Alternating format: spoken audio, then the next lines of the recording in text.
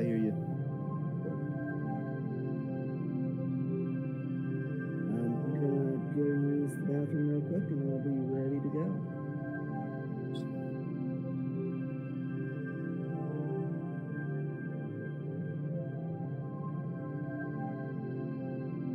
Okay. Hello, everybody. Anyone out there? Yes. Meh.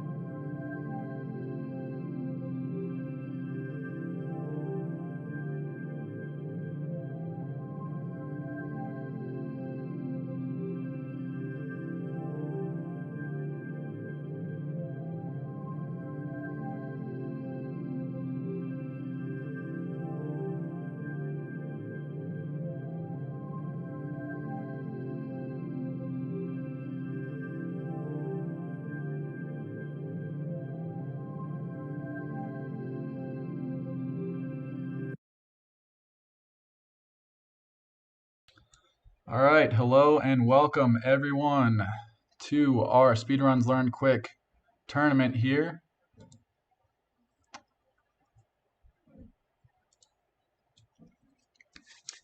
All right, so we have a bunch of great matchups for you guys. We are going to have some Spyro 2 Ripto's Rage races. Our runners have had 2 weeks to learn this run, and they are ready to put their skills to the test. So let's look at our bracket here. Our first matchup we have is our number 1 seed Gray Bash versus our number 4 seed Amaryllis. So that is the match that will be starting here just shortly, and after that we will have myself, the good Jake Ward, versus Pretty Princess Kitty, our number 2 and 3 seeds. So without further ado, let's get into our first matchup. Let's say hi to our runners here. Are you guys there? I'm here. Yep, All right. I'm good to go. Okay, perfect. All right, sounds like both of our runners are ready. Let's get into the race here. So I'm going to have you guys get to the point where you're about to start a new game, and then I will count down. And when I reach 0, you guys will hit start game.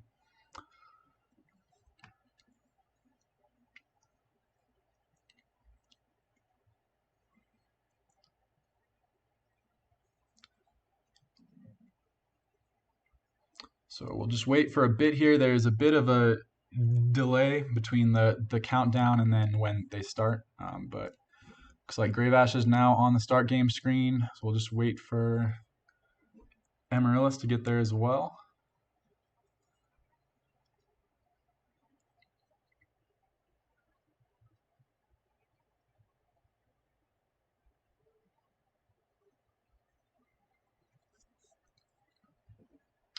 All right, and it looks like they are both there. So I will begin the countdown. Again, there will be a delay, but we are going to start in 5, 4, 3, 2, 1, race time.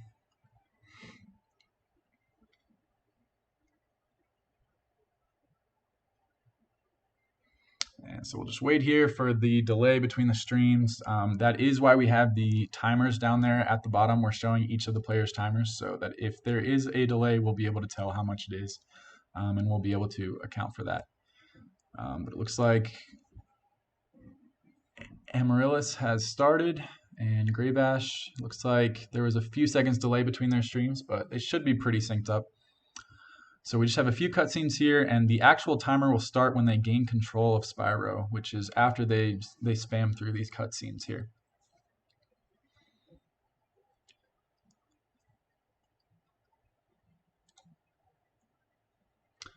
And we are off. So we got Grave Ash going straight for the first jump. I'm not sure what is going on with Amaryllis's game here. He might be having controller problems, maybe. Not sure what's going on there. But Grave Ash has gotten the first out of bounds jump there.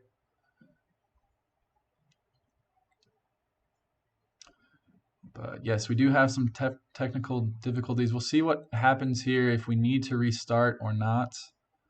That is a possibility.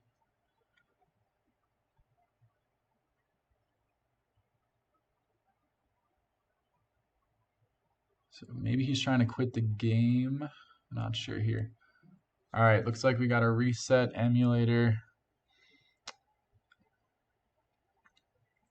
All right, so I think we are actually going to restart here as we figure out what's going on. Gravash, if you could return to the main menu. Amaryllis, what's the problem here? What's going on?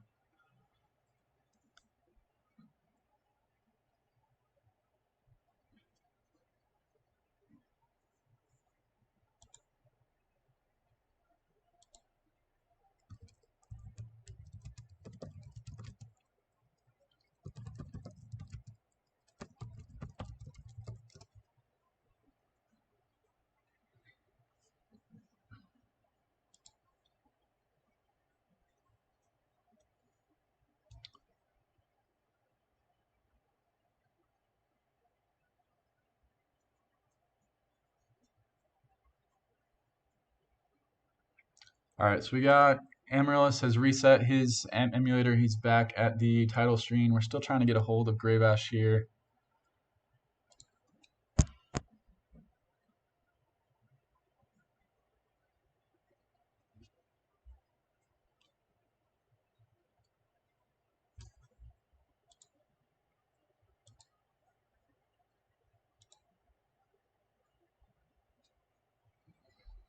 Bear with us, folks.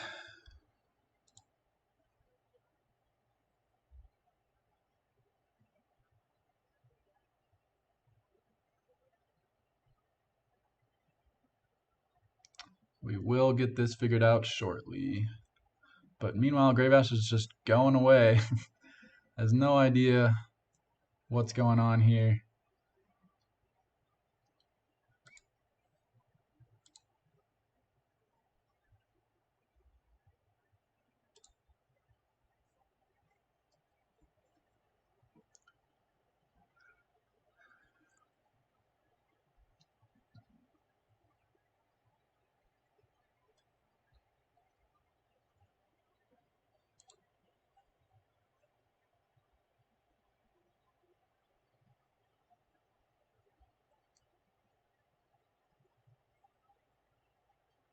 All right, so it looks like Amaryllis is just gonna go ahead and start. So there will be a few minutes between them, but we can tell that from the timers here.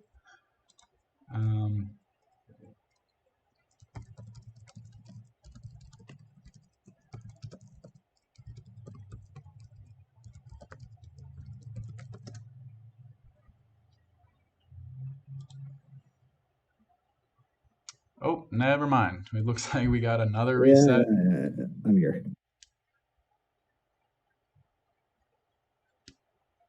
All right, it looks like Gravash did see that we are stopped. Thank you for messaging him in the chat, Frank. All right, so we are going to restart here. Amaryllis, are you good to go here? Have you fixed whatever problem? Yeah, I jumped in and it seems to be working now. Okay. Gravash, are you there as well? Yep, working on firing it back up. Okay, perfect. And just stay in the call so that you can hear us. Well, the main reason I don't is because I don't really want the extra distraction and knowing where the other person is. Gotcha. Okay. Well, hopefully it works out this time then. I was gonna say, and if you need, just ping me in my chat. Okay. I'll see it. Sounds good. All right. So let's just get back to the start here. Hopefully we have no more technical difficulties on the emulator's end.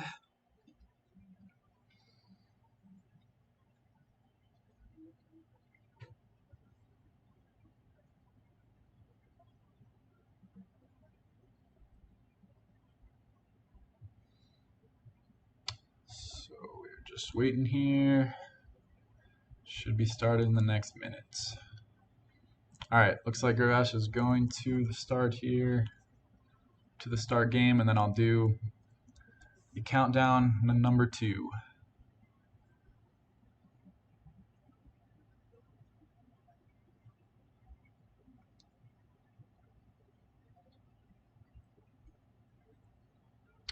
All right, we are both at start game now, so I am going to do the countdown. So we will begin in 5, 4, 3, 2, 1, race.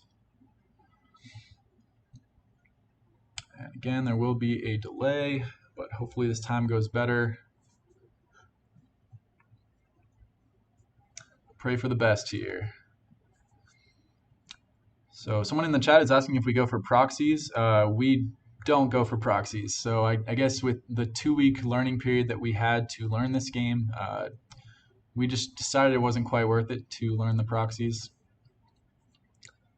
Had we had more time, that probably would have been something that we would look into. But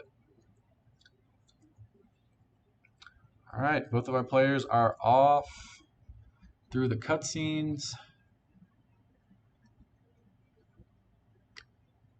And the adventure begins. And it looks like they're pretty synced up. There's just maybe a couple seconds between the two, as Graybash does an unintentional pause there. And Amaryllis missed that jump there. Both players are attempting to get this first out-of-bounds jump here. And Graybash gets it, and Amaryllis gets it almost at the same time. Ooh, but he accidentally dives and doesn't have enough height. They were synced up there for a second.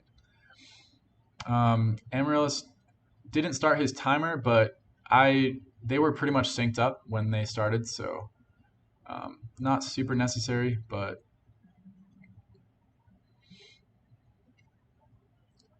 make sure to get that in the next race. I'm just happy that the controller seems to be working, the emulator seems to be working. So Graybash just got his first talisman. And Amaryllis is not too far behind, just grabbing some gems here. Ooh, and he goes straight through there. This is a little bit faster. And they both now have the Glimmer Talisman. So 1 talisman down, 13 to go. We are doing the 14 talisman route, which, as the name implies, you need to collect 14 talismans and then beat Ripto, who is the final boss. And you also beat 2 other bosses along the way, and that is Crush and Gulp. They do need to keep track of how many gems they have, so there's a certain number of gems that they have to get to buy certain things in this route. One of them, the first one is that they need to buy Swim, and that is 400 gems. So as they go through these first few levels, they'll be trying to get 400 gems so that they can buy Swim. So Graybash is on to the next level. He hits that guy with some flame, and he's going to collect some gems.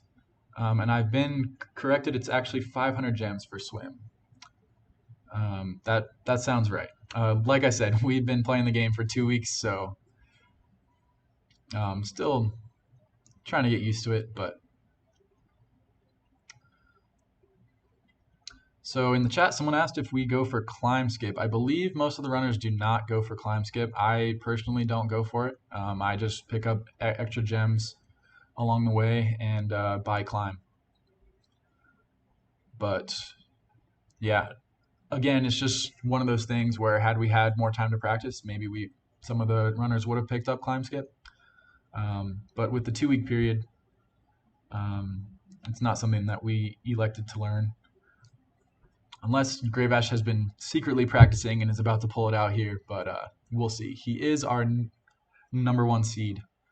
And the way that we do seeds is throughout the 2-week period, our runners will post recorded PBs. So they try to get the best PB that they can. And Graybash was able to get the best PB out of our 4 runners today with a time of 53 minutes and 15 seconds, I believe. So just under an hour.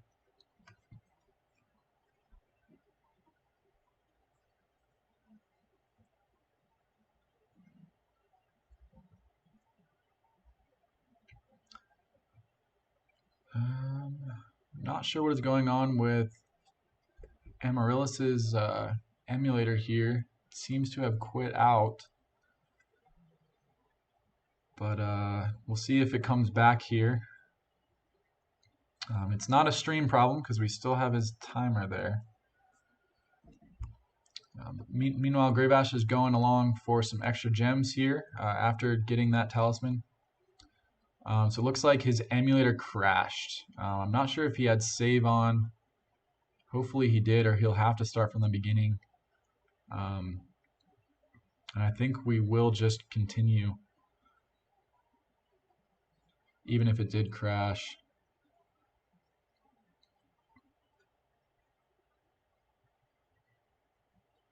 So that is unfortunate. It looks like he is going to have to go from the beginning. Not sure what's going on there. But hopefully he can figure it out.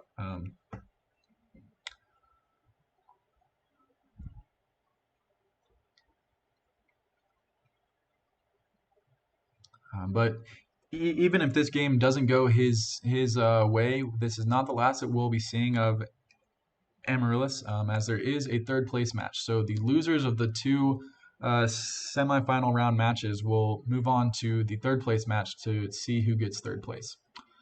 So he will not be done. He'll still have one more race that he can redeem himself. Hopefully he can get that emulator working while the next race is going on.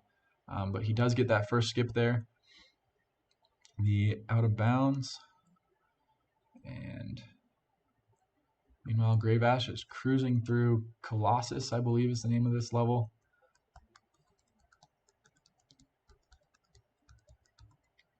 Grabbing some extra gems along the way. He is about to reach 500, so he will be good to buy swim. And right here, he's going to go for a skip here. I should mention that the way that a lot of these skips work is using something called double jumping. So when you jump and you're at the peak of your jump, if you charge, you go up slightly. And then if you glide while you're at the top of that charge jump, then you get this double jump, which the developers did not really intend for you to be able to do. So you can get to a lot of places that they didn't think that you'd be able to get by jumping.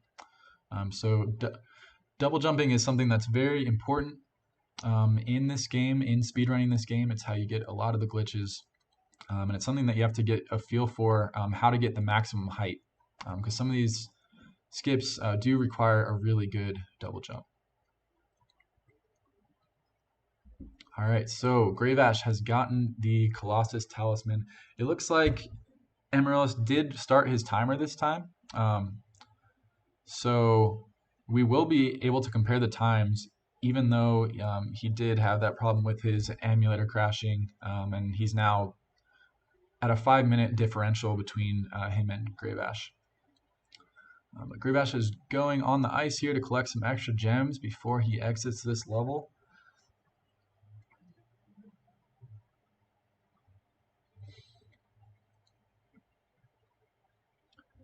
And meanwhile, Amaryllis is cruising through, hitting them with the flames, helping the guys get through those doors. All right, so Gravash is buying swim now. And he will spend those 500 gems on swim, and now he will swim underneath here, and he'll be on to Hurricos.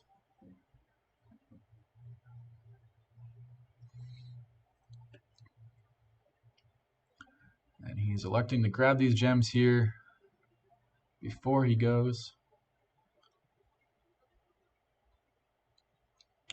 Amaryllis hits the double jump to get to the end of that level with speed. That was very nice. Gravash seems to not be able to flame that button there, but he does get it.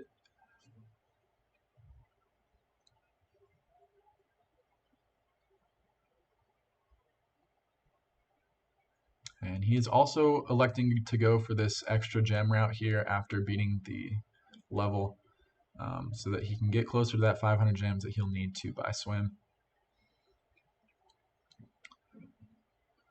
All right, so Hurricos is a very quick level. We'll do some double jumps to get up here. Looks like Gravash is going for some extra gems as well. And then basically we are going to go across these moving platforms here and then get up to the top of this thing. where we can clip right through to the end.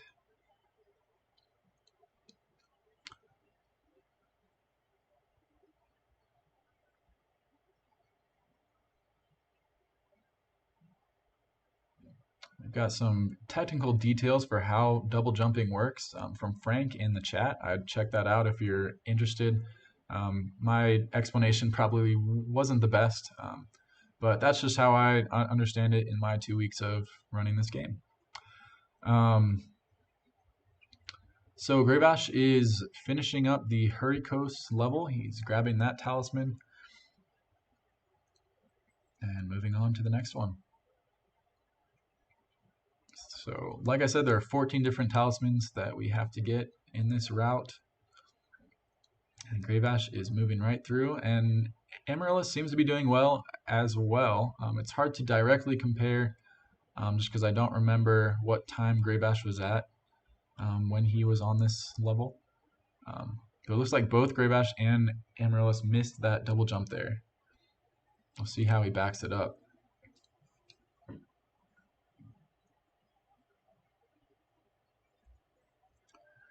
Greybash is going for the turtle jump there. He misses it the first time. We'll see if he goes for it again. It looks like he is.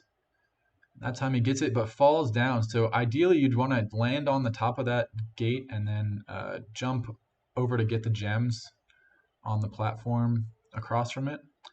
But he did fall down, so he has to swim and then get up a different way. And this is actually a different platform. But then he jumps back to the platform that he would have gotten to had he just landed on the fence.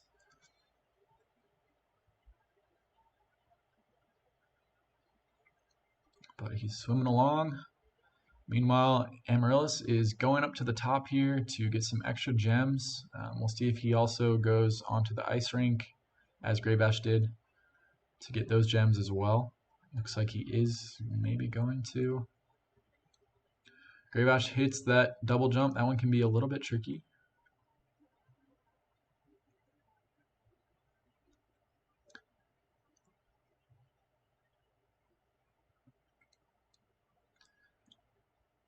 All right, and so now Greybash will need to, well, he's going for some extra gems here, but what he will do is, what you're supposed to do is to take that turtle right there and move him over to the button, and it looks like that is what he's going to do. So he's not going to bother with the skip. So there's actually a skip where if you stand on the button, walk off of it and charge, you can get through the door before it closes. But it looks like he just didn't want to go for that skip, not worth it, and he just uses the turtle as intended.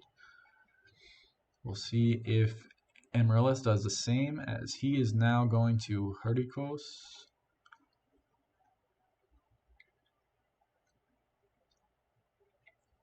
And he's just a few talismans behind, but like we said, there is a 5-minute delay between their two streams, a 5-minute time differential. And that was caused by emulator problems and not just bad stream delay. That'd be an awful 5-minute stream delay.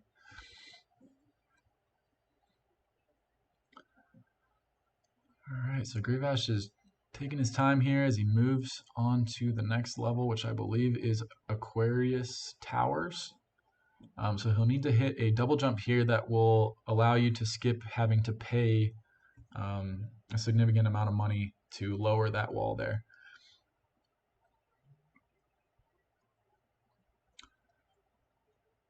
Amaryllis is going through Hurricos right now. We'll see how he does this skip here as he gets up to the top, no problem. And now we'll go down through to the end. See if he can get this. Oh, and he clips inside. I believe he just soft locked his game. He just needed to go down a little bit lower. You will have to exit the level. That is unfortunate because at that point you're basically at the end, so he'll have to do all that again. Just needed to go a little bit lower before he started his glide. He accidentally clipped into the layer above. Unfortunate. But now we have Greybash. Looks like he is going for sheep no, never mind. I just don't know what I'm looking at. Thought for a second he was going for sheep proxy. But he is just going the normal route. So sheep proxy is a way that you can bounce off of a sheep and get a really high jump. It's a little bit difficult, and we didn't really bother learning proxies, but it allows you to skip most of this level that he's in right now. But Amaryllis is going through Hurry Coast again.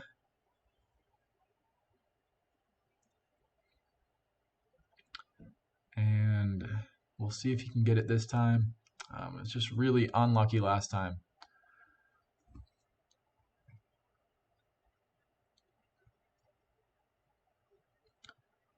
And Gravash is now grabbing the Aquarius Towers Talisman. It's hard to say how much of a lead he has, though, or if he has a lead. All right, it looks like Amaryllis did get it that time, and he is grabbing the Hurry Coast Talisman.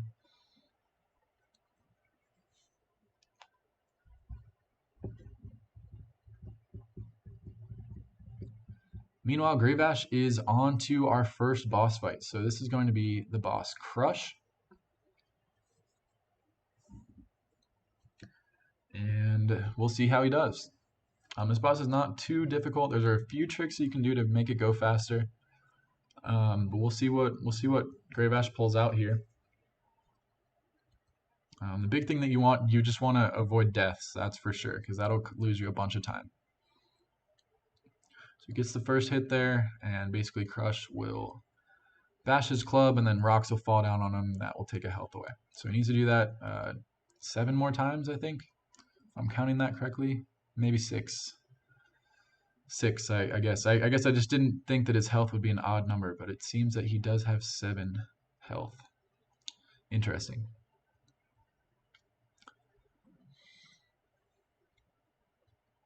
So he's got 4 more hits on Crush. Just needs to avoid dying here. Gets hit there, but manages to get the flame on Crush. Amaryllis is moving through this next level here. We'll see how he does on this. That was a beautiful walking double jump. He got really good distance on that. That was very good. He did fall, so he's going for a backup using this turtle here to get on the button so he can get through. Ideally, you would want to stay up on that platform that he fell from and just double jump over, but that was a nice backup. Didn't lose too much time there. Meanwhile, Gravash has 1 more hit on Crush. And we'll see if Amaryllis goes for this button skip. It looks like he is going to, so we will get to see this, which we didn't get to see from Gravash. So basically, you just want to walk off the corner of it just right, and you will be able to get through before, just like that. He gets through before the door closes. So I'm not even sure if that was faster. I think it probably was, though. Even though he had to try it a few times, I think it was still faster than doing it the normal route. So that was nice there. That was a skip we did not see from Gravash. So Gravash now is going into the Glacier level. This one has a few difficult double jumps. There's one jump in particular that the world record run uses that we did not learn. And that is the second bone skip, I guess is what you would call it. So Gravash seems to be going for the first bone skip. So he'll need a good double jump here, and then he can get over there. He falls off the bone and then elects to just do the normal route. It looks like he doesn't want to bother. So he's just going to melt these Eskimos, I guess. I'm not sure exactly what they're called. And they will launch him across. So this is it's considerably slower than doing the skip, but Gravash doesn't seem too worried about that. He is pretty consistent, so he's just going for the more consistent strat there. And again, so there is a jump right here that you could use so that you wouldn't have to melt these people, but he is not going for it. And he dies there. He gets hit by the ice wizard people, and that is going to set him back quite a bit. So we see our first death between the two players. An in-game death, I should say. We did see an emulator death, but that doesn't quite count. All right, so it looks like Gravash is going for the skip, doesn't quite get it, so he dies again. So he is just going to go the backup route. He is losing a considerable amount of time on this level. This is giving Amaryllis a chance to catch up here. We'll see what happens. So this time I'm going to pay attention to when Grave Ash finishes the glacier level. And then I will compare that to when Amaryllis finishes it. So we can actually see how much of a lead, or if Grave Ash has a lead. Not quite sure at this point, just because of the delay. So I'm seeing in the chat that he beat Crush at like just before 17 minutes. So we'll see when Amaryllis beats Crush. But Amaryllis can make up a lot of time if he does the glacier level quickly, because Grave Ash had that big death where he lost a lot of time, had to start from the beginning. So plenty of time to catch up. But Amaryllis is now on Crush, so he can definitely beat it by 17 minutes. And I don't think there will be a lead on Grave Ash's part when we take into account the time differential. Grave Ash is bonking on the wall, trying to get up there. Finally gets up, third try. And he'll move on to this next skip here. But he'll grab some gems at the side. Goes for some 10 gems. Meanwhile, Amaryllis gets his first hit on Crush. He's got 6 more of those. And Grave Ash gets the jump there. Now he'll need to jump and glide over here, skipping a portion of this level. Now there's one more skip that he will probably use here as he picks up these gems. And that is, you go up to this ramp over here on his right.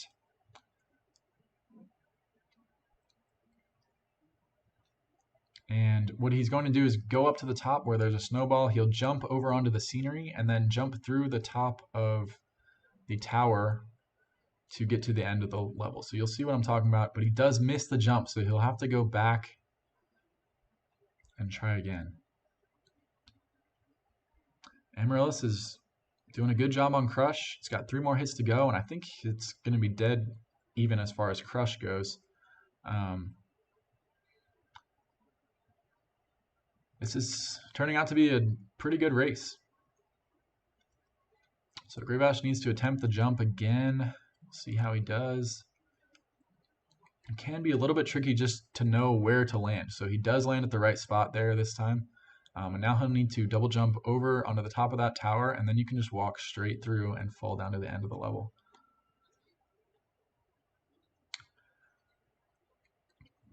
So Grave Ash has lost a lot of time in Crystal Glacier. We'll see what time here he exits it. He'll grab those gems there, and he exits at right around 22 minutes. So we'll see when Amaryllis finishes Crystal Glacier. Even if he just has a decent Crystal Glacier, I believe he'll be in the lead, as they were basically dead even as far as their Crush times go.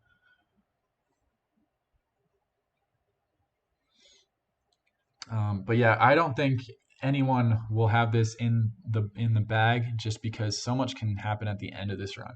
So the end of the run is the hardest part. You have a few very difficult jumps. You have one where you need to get outside of the map and then go down to the Dragon Shores loading zone. Then you have a difficult double jump wall glide in Dragon Shores that you'll need to do. And then from there, you have another pretty difficult jump in the swim in air glitch, which we will see. So Amaryllis gets the first bone skip right away. That was super good. He's going to save a lot of time here and develop a nice lead over Grave Ash. But he also is electing to do the as intended way of getting past this second area here where you melt the ice guys here.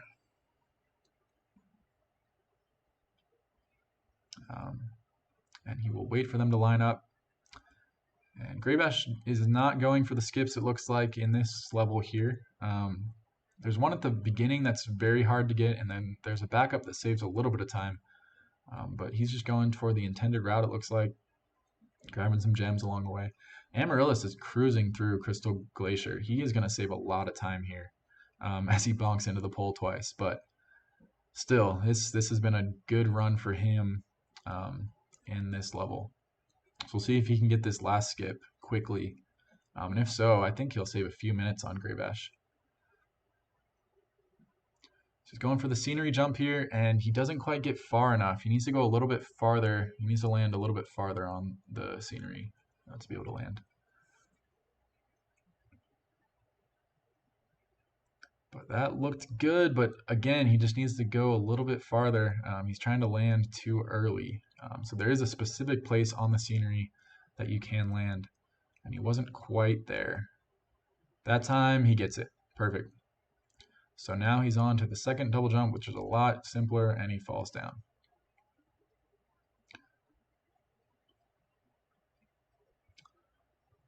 And his camera, there we go. So his camera, oh, he almost clipped outside of that gate. If you clip outside of that gate, you can't get back in unless you do the skip again. But at that point, he had the talisman, so it wouldn't have been too big of a deal.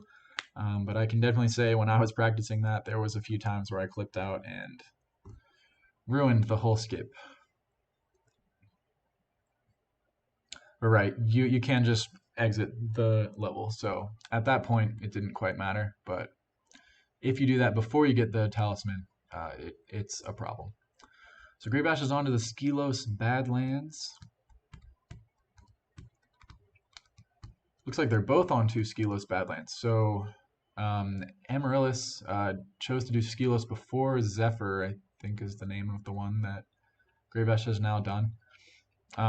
So Grey Bash is only one level, one Zephyr basically ahead, if I'm doing that right.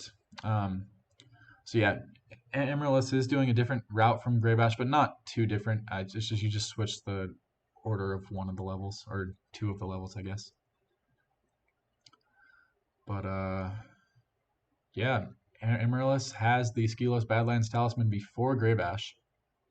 And it looks like he's now going for the extra gem. So there's a bunch of gems you can pick up here before you exit the level. So there's actually a 25 gem on the lava waterfall. It doesn't look like he's going for it though. Looks like he just exits without picking up the 25. But yes, as someone pointed out in the chat, Amaryllis didn't have enough gems to go to Zephyr. So that's why he did this one first. But I believe now he has enough. And he will have to pick up a bunch of gems now. Looks like he will be short if he wants to buy Climb, as I'm assuming he will.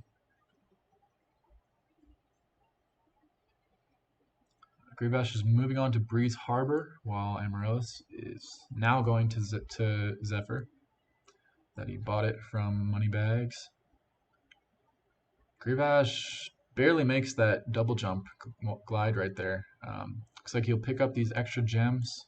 There's quite a few gems you can pick up around the boat, and then he'll go to try to jump on top of the boat. So there's a skip where you glide along the wall here, you can get up, and then if you jump off this ledge right here, you can get up onto, I'm not sure what that is called, but then you can just jump glide over to this platform here, pick up the gems, and finish the level.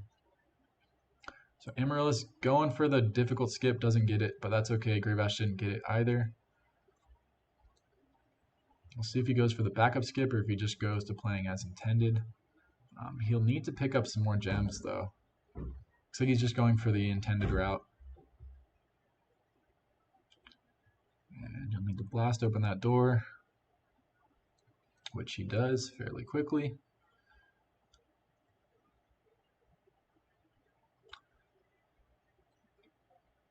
And he's skipping a lot of gems here. I'm curious as to where he will pick up gems to get Climb, or maybe he's just going to surprise us all and do Climb skip. We'll see what happens. If so, he'll be the only one that I'm aware of our forerunners who will go for Climb skip. But that would be pretty cool.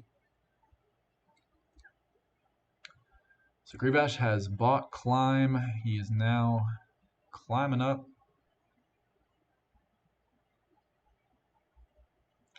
And he is on to Scorch as soon as he gets some gems. And Amaryllis has grabbed the Zephyr Talisman. And I believe Amaryllis is still in the lead, even with his the gems that he needs to collect. as someone pointed out in the chat, maybe he'll be doing Breeze Harbor as intended and not doing the skips because there are a lot more gems if you do it as intended.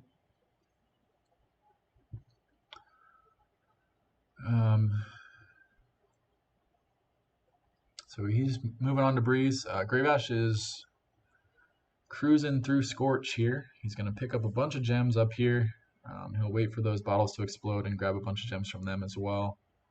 There we go. And then he'll need to do one walking double jump to get to the end of the level here. Yep, he's lined it up. Looks like Amaryllis died. I think he was going for that double jump there. He gets it this time. I wasn't quite watching, but yeah, we'll see if Amaryllis goes for climb skip. I think that'd be pretty cool.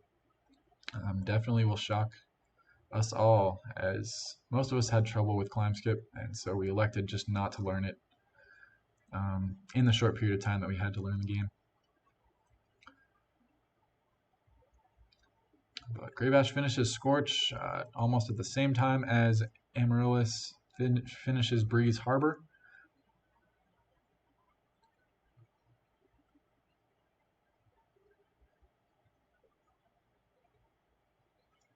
And Graybash is on to Fracture Hills. This is my least favorite level. There's a lot of things that can kill you. There's trees that spawn bees, and then there's bushes that can eat you. There's just all sorts of things that make the level not enjoyable. And Amaryllis is going for climb skip, and he almost got that first jump pretty quickly on his second attempt. So maybe he's been practicing, and this is about to be awesome. We'll see what happens. And he gets it. He gets the first jump, no problem. I tried climb skip and I did not get it anywhere near that consistent, and he gets it. Amaryllis is the dark horse here. He came in as a number 4 seed. Ooh, but he falls down. But still, super impressive. Holy cow. I was not expecting that. So he has shown to us that he can get climb skip fairly easily, as he gets that first jump again instantly and just misses the second jump, but I'm still very impressed. Was definitely not expecting this.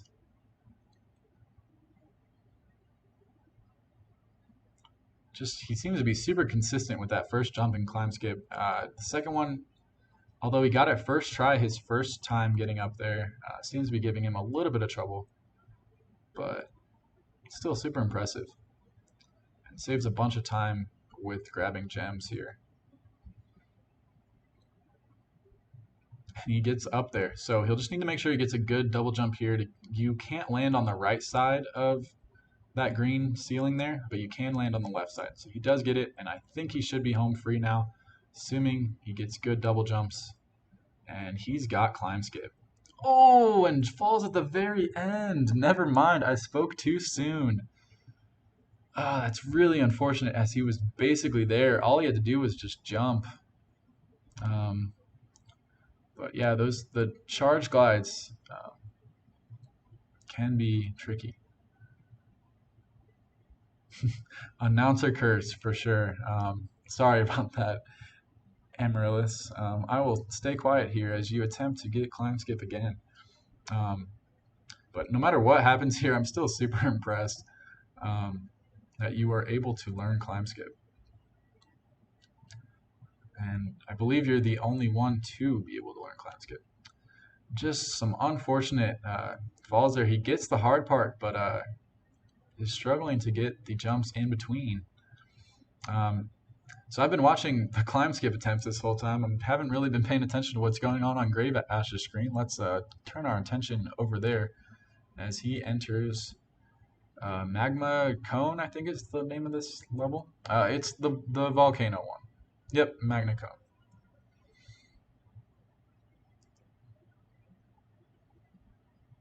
And he does have climb, so he doesn't really need to get this double jump here, but he does, no problem. If you don't buy climb, you really have to get that double jump because you can't climb up, and you just have to exit the level. Graybash is grabbing some extra gems here. He seems to have a gem route that he prefers here. Right here, again, if you didn't have climb, you'd have to get this double jump here, and Greybash just selects to use his climb to get up there. I think he'll have no problems as far as gems go. But yeah, the fact that climb skip is taking this long for Amaryllis means that the race is probably more close now. So Greybash did lose a ton of time in Crystal Glacier, but with all these climb skip attempts, I think it's probably back to even. We'll see what happens. We'll see what time Greybash finishes the second boss, Gulp, at. And Gulp has a lot of RNG as well, so we'll see which player gets luckier there. Greybash getting the gems from that exploding bottle and gets that jump first try. So that's a jump that actually causes me trouble. I'm not sure if it's because it's hard or just because I am not very good at the game, but could be both. And Greybash looks to be going for this skip here. And I'm not sure if he meant to go through that portal, but it looks like he's just going to climb up to the top. And he's done. And I have been consoled in chat that that jump in Magna Cone is harder than normal DJs or double jumps. Thank you for making me feel better, and that it's not just that I'm bad at the game. But Amaryllis is up. He got climb skip, so he is now moving forward. I would say the race is probably dead even. I would say he probably spent as much time trying to get climb skip as Greybash did struggling with Glacier. So we'll see what happens, but gets that jump no problem. Lines it up very quickly. And he's moving on to the end of Scorch.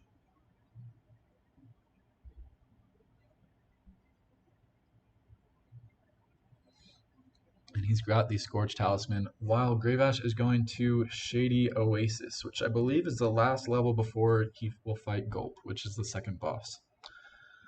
So we could see a boss fight here after he completes Shady Oasis, of course. And at this point, gems don't matter. We've already bought all the things that we need. So I believe Greybash, I'm not sure why he picked up those gems there, but maybe he was just doing it for fun. But basically in this level, you have to hit the trees with flame to knock down berries so that guy will eat them and turn big and then knock down these barriers. So there is a lot of waiting that goes on. I've been told in chat that the game title is Super Meat Boy. I am aware of that. I'm not really sure how to change that right now, but I will work on that in between the races. So Super Meat Boy was actually the last game that we did. That was our game last month. So that's why it still says that. I just forgot to change it. I thought I did, but I guess it didn't. Twitch can be weird sometimes. But then again, it could have just been human error. But again, back to the race. So Amaryllis is now going through my least favorite level, as I said. Fracture Hills, I think is what it's called. It's also my least favorite because it's so long. You don't really have a lot of skips. You just have to go through the level and find these satyrs and unfreeze them from stone. So,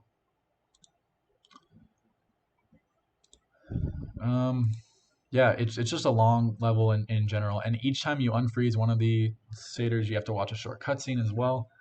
So there's just a lot in that level, and a lot that can go wrong. Greybash is finishing up Shady Oasis.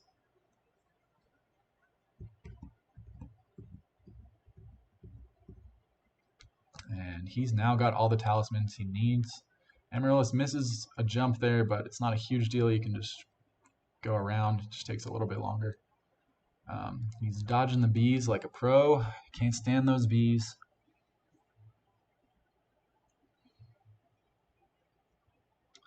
But he gets hit as he's jumping. But he will be able to go to the end of this level, no problem. All right, so Greybash is starting the Gulp fight. So we'll see if RNG is on his side. Basically, you have these birds that will fly around and drop weapons for you to beat Gulp. but it's RNG as to what those weapons are. So certain ones are better than others. I'd say the best one probably is the missile, as you can actually store those, so you can get a double hit. The rest of them, if you hit him once, he'll destroy all the rest of the weapons that are around the arena. So it'll only allow you to get one hit. So you want to try to go for double hits as much as possible. Grivash misses his opportunity there to hit him, but he does get the hit there. So Gulp has, let's count out his health here. 1, 2, 3, 4, 5, 6, 7, 8, 9. It looks like he has 10. So it takes 10 hits, and getting double hits will definitely make the fight go faster. If you just go for singles, I mean, you have to get 10 hits, and it takes a while because you have to wait for the birds to drop it, and then you get the hits that you can. But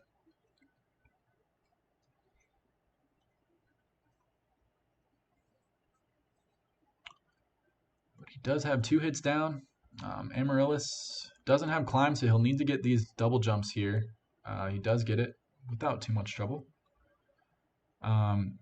Another thing that was just pointed out in chat is that Gulp can regain health. I think that comes from the chickens that fall. So you need to make sure you take those out as well, so that he doesn't regain health. So that will make the fight take even longer. So yeah, from what I've heard from the Spyro community is no one really likes Gulp just because of how RNG it is. It can kill your run, no matter how well you play. But makes for an interesting race though. So Amaryllis, because he doesn't have climb, there are a few different ways that he can get to the top of this magma cone thing. So he's going for this double jump off the top here. I think that was good enough, and he does get it, so that was nice. Those are some nice moves there by Amaryllis, showing us that he can learn climb skip in a 2-week period. Nice work. Grivash is still chugging along here with Gulp. It seems like he's getting mostly single hits. I haven't seen him get a double yet. Haven't been watching too closely though, as I've been focusing on Amaryllis's screen. But now has Gulp down to 3 health. And Amaryllis does have enough gems for Shady Oasis.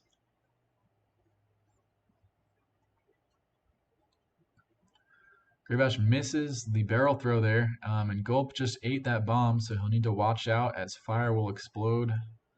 Not quite sure how it goes from his throat to the fire coming out of his skin in all directions, but maybe Gulp has an interesting anatomy there. Not sure. It looks like Grivash has just got 1 hit left. So he should be finishing Gulp, and we'll pay attention to what time he's at when he does finish. But I believe these players are pretty close still. I think it'll all come down to who can get the skips at the end the best. We still have the swim and air glitch. We have the just getting to the Dragon Shores loading zone can be tricky, as well as the Dragon Shores wall glide. So all of those are going to be a factor. So Grivash defeats Gulp at around 42:30, so we'll remember that time. And I was told that Grivash left Shady at 38:20, so we'll see when Amaryllis leaves. Should be pretty close. I think Grivash will have a slight lead, but 42:30 is the time we need to look at for defeating Gulp. But Grivash is now on to the hardest, in my opinion, the hardest skips of the game, and that is the end. So he'll need to do a few precise double jumps here. This one actually isn't too precise right here. There's a lot of leeway. Not too hard to get. This one he'll need to flop in the right direction to get up on top of this. He does get it. And then one more double jump to get over the wall. So if he fails his next jump, he'll have to do that entire process again to get up over the wall again. And Amaryllis finishes at around 38:40. So there's just 20-second difference between the two. And honestly, that could even just be made up just in Gulp. by just having a more efficient gulp fight. So see what happens here. So what Greybash does here is he enters that level to set his spawn point to inside the wall. So that way he won't have to do that series of jumps again. It's actually a smart move. I forgot that he does that. It's something that I have started to incorporate in my runs as well, but if I'm behind, I might not go for it, as it does, like it loses time if you get the jumps first try, then it's not necessary, but it does save time if you fail. So it's something that I would do maybe if I was behind in a race, or something that I wouldn't do, but as he has his 20-second lead, I guess he can afford to do that. Not that he knew that he had a 20-second lead, but so now he's going for the loading zone here. Don't think he got it, so it was smart to enter that level. He was a little low and I think too far to the left, but I can't quite speak on that, as I am only an expert of 2 weeks of playing this game. But Amaryllis is going through. He's gotten 2 hits on Gulp. We'll see if he can defeat him faster than Greybash could. So if you remember, Greybash finished Gulp at around 42:30.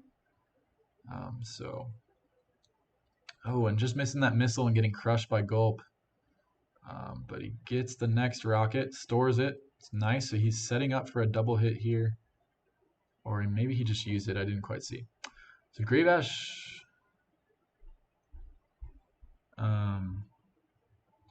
looked like he was going for the swim and air glitch for a second, but I don't think he was. I think he was going for the Dragon Shores, but just accidentally clipped into that water area.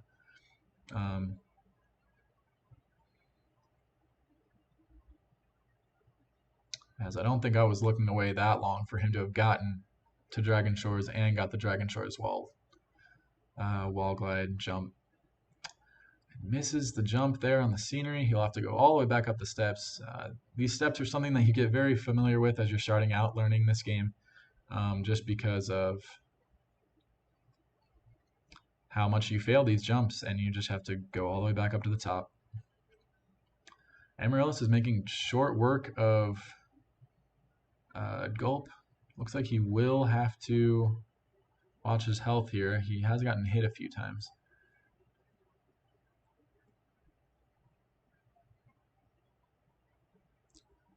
Okay, and Greybash does get the loading zone for Dragon Shores. And he is through. Meanwhile, Amaryllis is about to get his final 2 hits on Gulp. And I think he's going to be right around the time that Greybash was when he finished Gulp. So big surprise here. I was not expecting this great performance from Amaryllis. Not that I didn't have faith in you, but this is impressive. That's all I can say. So he gets his second to last hit. He's got 1 more left and 20 seconds to do it if he wants to match Greybash's time. But Greybash is now attempting the Dragon Shores wall glide, which gave us trouble as we were trying to learn this game. This is one of the harder jumps. You really need a good double jump, and Greybash gets it pretty soon. That was pretty fast. Not sure how many attempts that was, but less than 10, I would say. Maybe less than 5. I'm not quite sure. But now he'll need to get a pretty good jump here. You want to aim for that sort of fire portal there, and if you hover at the right time, you get Fireball, as he just did. All right, so it looks like they both finished. They both finished Gulp at the same time, so it's all going to come down to these last jumps here. And we'll see how they do. Both runners have performed fairly well, I'd say. This has been pretty impressive. But Greybash is not out of the woods yet. He's got another really hard jump here, as he misses the scenery jump there. And we'll have to go all the way back up the stairs. Amaryllis is about to get over the wall here as he flops to perfection.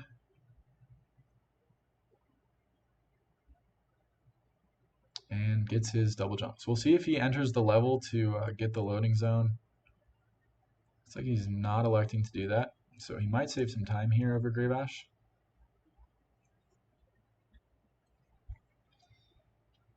And Graybash is going for swim and air. This one is one that can be really tricky. It can take a lot of time, and he misses it. Just didn't quite go forward fast enough, and dies. So I'll have to try that again. It's important to note here, so if Graybash does fail it enough times that he game overs,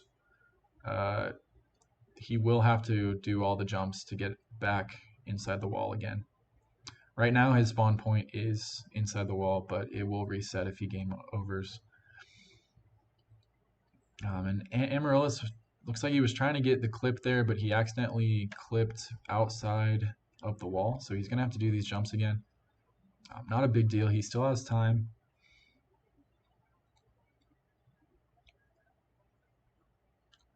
Graybash is going for swim and air again. And again, it's just a little bit too low. I think he dove too early. This is a skip that can be the great equalizer in these races. Graybash's PB is, like I said, 53 minutes and 15 seconds, I believe. Which he could still beat, to be honest, at this point. But we'll see. I might be speaking too soon. This jump can take a long time.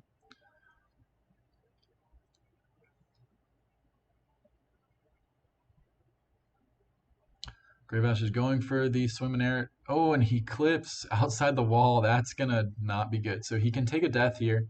That'll put him back inside. But like I said, he needs to be worried about a game overing. And Amaryllis also clips back inside. So both of these runners having trouble. Luckily, I think Amaryllis is still inside the wall, though. So he doesn't have to do the wall jumps again. Or the jumps to get out into the wall. We'll see how Graybash responds now as he's going for the skip again. So every runner has their own setup for these skips here. Graybash elects to go over to the waterfall and then kind of glide over here, just barely go under there, and then he'll have just enough height where if he dives at the right time. And he gets it. So finally gets swim and air after a long time, many attempts. And now it's on to Ripto. I believe he can still PB, maybe, but it'll be close. And then we'll just have to wait to see what the outcome of the race is. Like I said, there's a 5-minute delay between the two. Amaryllis gets the loading zone. I thought he was too low, but he hovers at the perfect time to get into Dragon Shores. That was very impressive. Someone has been practicing and knows exactly where that loading zone is. That was a well-timed hover. So again, this is still a pretty close race. All Amaryllis has to do is get these next two jumps in a decent amount of time. Graybash didn't do them super quick. And it will be a race. Graybash is on to the Ripto fight. I'm being told in the chat that the Dragon Shores portal is gigantic and very forgiving, but in my experience, I have not been able to get it very consistently. So I guess I'm just bad at the game, but I will take your word for it, I guess. Oh, and Amaryllis just barely not getting that jump wall glide there. He was so close. Graybash has Ripto down to about half health, but he has gotten hit a few times. He could die. And dying here, it's not too bad. You don't need to do any of the skips again. It will respawn you outside of Ripto's lair, I believe. But Amaryllis is in, but I think he missed the fireball. I've actually have not seen that before. I think he was too far to the left. That's unfortunate, as he'll now have to do this wall jump glide again, which is pretty hard, but he did get it fairly quickly, though. Seems that he's been doing some practice. And Graybash still struggling a little bit to finish off Ripto here. He doesn't want to die, but he does get the final hit, so he is done at a 53:22, which is very close to his PB. So 7 seconds away from his PB, actually. Super great performance, super consistent performance from Graybash. And Amaryllis does get the fireball, so he could still win. So like we said, there is a 5-minute delay between the streams. So Amaryllis basically has a little bit less than 5 minutes now to catch up. Yeah, but we'll see what happens. He's been performing pretty well. Definitely the biggest surprise of this tournament, I would say. Was not expecting him to play as well as he is as the fourth seed. So he still has plenty of time. He just needs to get this swim and air glitch, and then he's on to Ripto. And Ripto is not a hard fight, not compared to all these skips and jumps that you have to do right at the end. But Amaryllis is now going for, so he does a different method. This is actually the method that I use, where you sort of just hold back to get the right height, and then you just dive down. It looked good, but he does game over there, but he still has time. So the game overing does lose some time. You do have to watch that little, not really a cutscene, but it shows that game over thing for a few seconds. So it will be close now. He'll need to get these jumps out here. And then I'd say he has maybe 1 or 2 attempts at swim and air left. Probably 2. So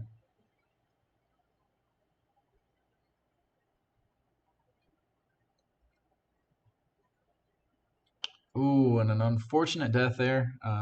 There's still time, I think. I think he can still pull off the win. But the window is narrowing. So gets that first jump pretty well. Goes for the second. We're on there. Now going for the flop here. And Grave Ash is just cruising through the credits here. Just a speed demon going through those names. Thank you to all these people that made this game and for making it so broken so that we can do these runs. Definitely wouldn't be as fun if we didn't have all these glitches to exploit. So big shout out to them. Thank you for making our tournament what it is.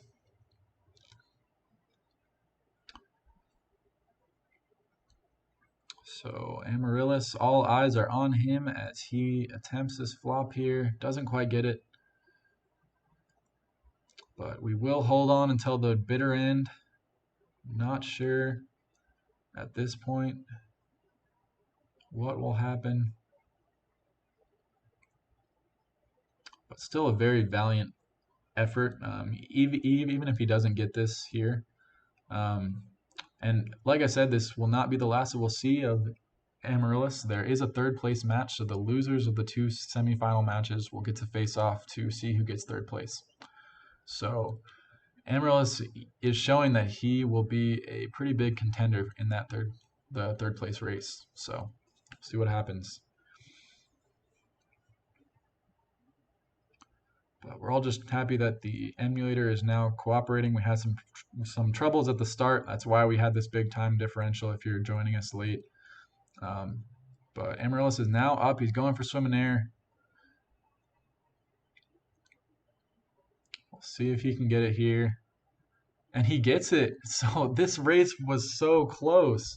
At this point, I'm not sure if he'll be able to pull it off. I think it might be mathematically impossible for him to, but super close, way closer than I expected it to be. It looks like Grave Ash is saying the same thing in chat. Honestly, I'm so surprised at how close this race actually is. It looks like it's going to be down to within maybe a minute. If Ripto wasn't 3 phases, it would be a lot closer, but super valiant effort from Amaryllis, and he definitely deserves to finish this one out, so we will wait as he finishes out for his final time. Amaryllis didn't actually have time to post a PB. That's why he was the 4th seed, is that he came into this tournament without posting a PB. So whatever time he gets here, it's going to be a PB, but it'll be interesting to see what time it is.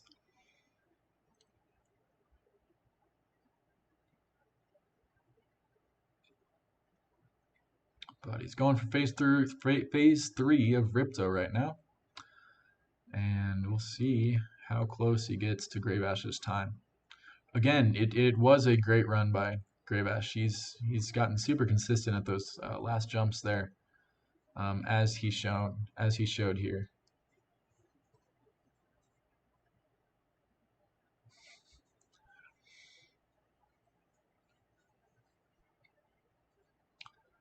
But he's got him down to below half health now, or just in the final stretches here, as he gets a few more hits. And Ripto, for being a final boss, is not really that hard. It's definitely a quicker fight than Gulp is, and he does get it in a time of 54 minutes and 37 seconds. GG to both runners. I was gonna say, I'm within gonna 15 interject a seconds. little bit on that one. It's only that easy because we get Fireball. That fight is significantly more difficult without it. Yeah, I guess that's true. But yeah, congrats, Grave Ash, on the win. How do you think you did? And tell us what you were feeling. Oh, buddy, I did not expect you to be coming in that close. I pulled I up the know, stream. I right? was like, all right, I'm going to catch the rest of this. Maybe he's made it up to Gulp. Maybe he's through it. I did not expect to like tune in and be like, oh, he's only a minute and a half behind me. Yeah. I was that close? Oh, goodness. Yeah, you were so close, Dude. man. Super impressive. Yeah, I wound up at 53.22. You wound up at 54.37. Oh, my gosh. A little over a minute, man. Oh, good job, man. Good job. GG. So That was good. way closer than I expected. Hmm. Yeah, No, so I I thought- think one of the biggest differences was that he went for climb skip, actually. So I think that saved a bunch of time. But yeah. Yeah, I thought I was going to game over at Gulp. No, I take it really safe, and like I pick up a bunch of extra lives, so I have some wiggle room to mess up at either swim in air or dragon shore entrance. Yeah, climb skip, I would absolutely catch it back up. Like, wow, Yeah, real close, man. I was having a lot of technical issues getting started, so I figured that I would have to go for something risky if I was going to have a chance to catch up. So.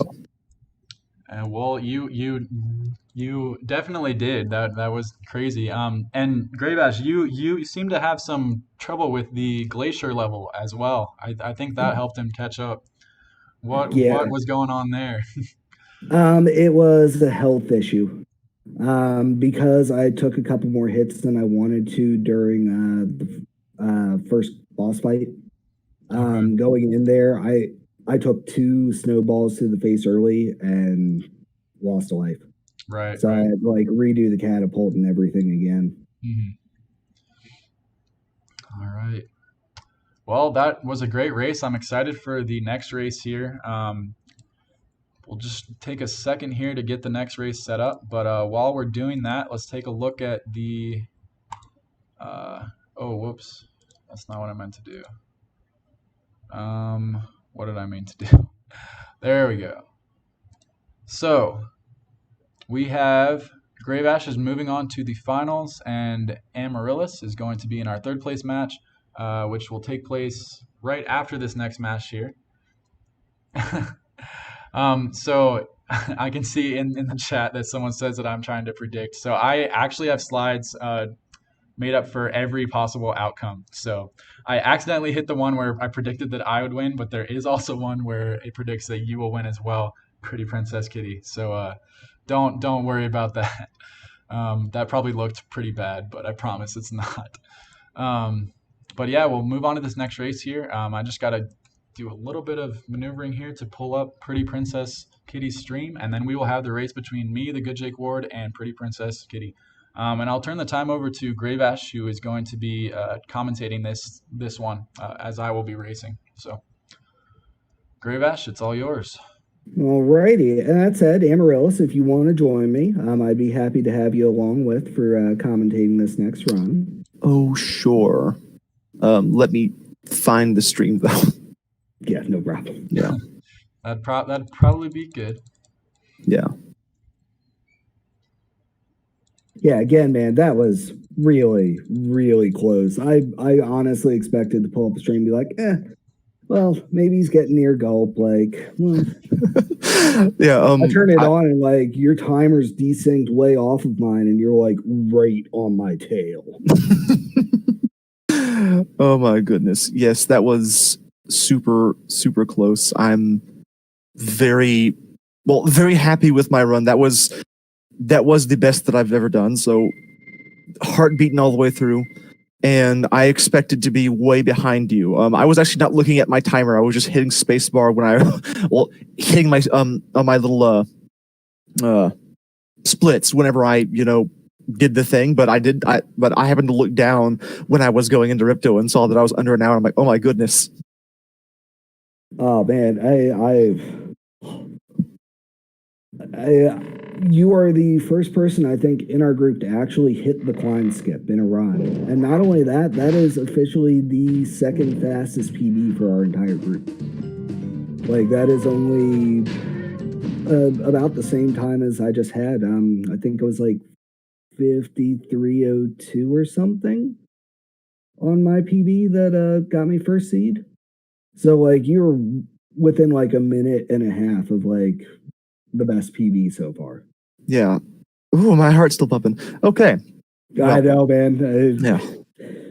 I'll tell you what, if you stick with us for a couple more weeks, that goes down a little bit. It's that first couple races, man, they get to you. It took a little while for me to calm down my first go. Yeah, I can see that.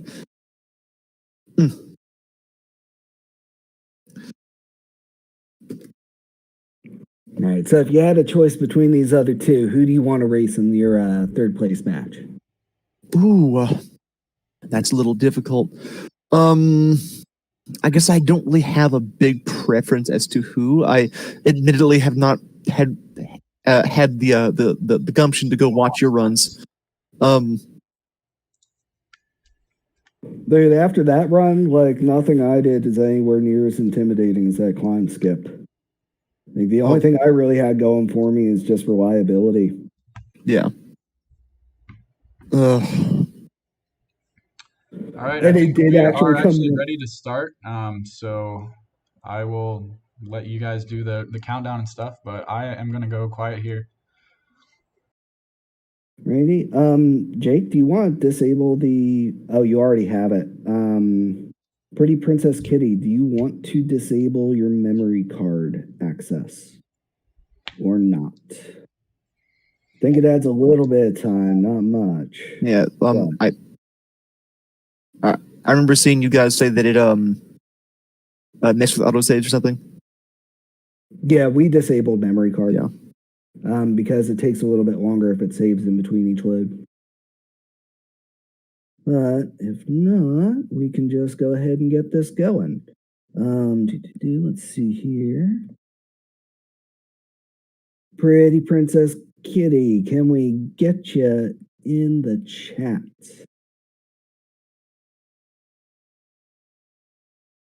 Let's go ahead and ping him real quick here.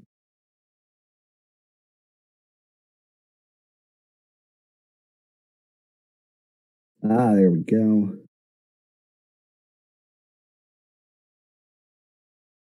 Alrighty, are both of you ready?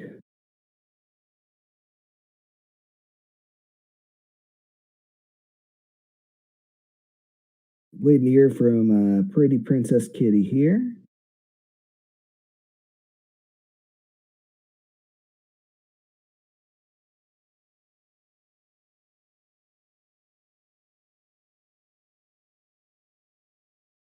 Okay. So doesn't have mic access, but is in chat here. So all right. With that, we'll start the countdown at 5, 4, 3, 2, 1, and go.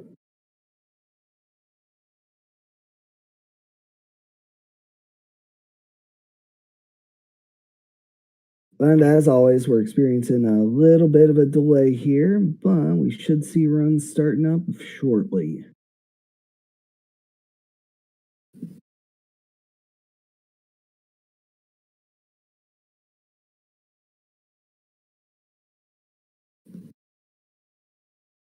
All right, and we got both off to a solid start here, just working our way through the cutscenes. We don't start the timer just yet. We got to get a little bit of control of Spyro before we bother.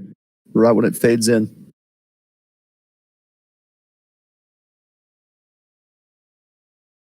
I'll tell you what, I will be right back, folks. I need to rehydrate a little bit after that last run.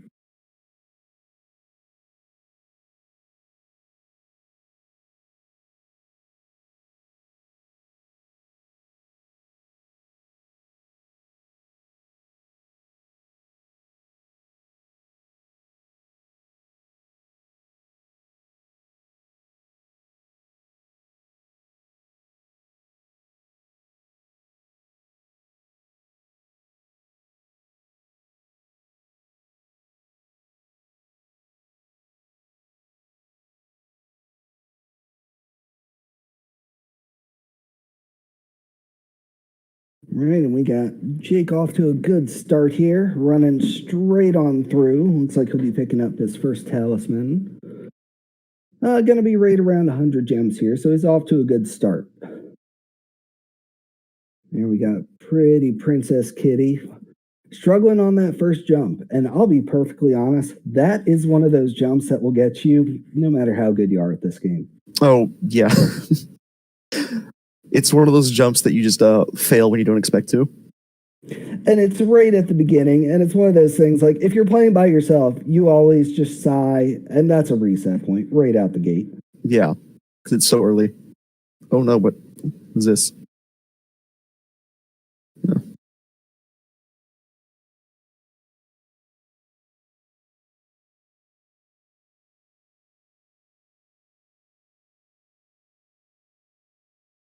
Ooh, Jake with the hover to stay up there.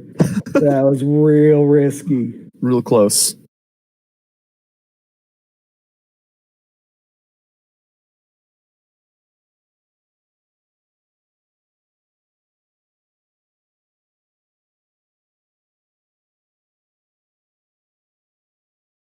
Now right, we're both in Idle Springs. Right on into Idle Springs, and I think, well, I don't know if anyone's going for climb skip on this one. This is one of those levels where at the end, a lot of us tend to take a little bit of time, pick up some extra gems just to make sure we have enough for climb. Or swim in this case. Yeah. No Charity Royal. No, I don't think anyone's going for proxies in this split. I don't think any of us are really going for any of the proxies. I practiced those just a little bit, but it's really difficult, especially if you're just going, if you're just loading for 2 weeks. Well, that was just it. I wanted to make sure I could reliably get through a run, put something down, and the proxies were one of those things I considered, but didn't have the time to really get done. Yeah. I spent all my extra... The one in Aquarius Towers was the one that had the most appeal for me. Yeah, because otherwise you just have to do the level normally. More or less. Yeah, pretty much. Yeah. We got Jake going a little bit slow there. And we got pretty Princess Kitty actually taking a little bit of a lead here. Yeah, pulling forward.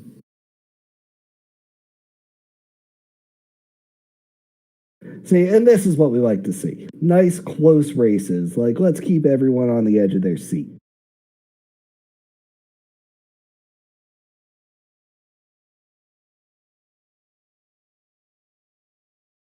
Oh, yeah, they definitely have more gems. Mm-hmm. And here's where we see, yep, turning right around, going to take this little upper path through the level.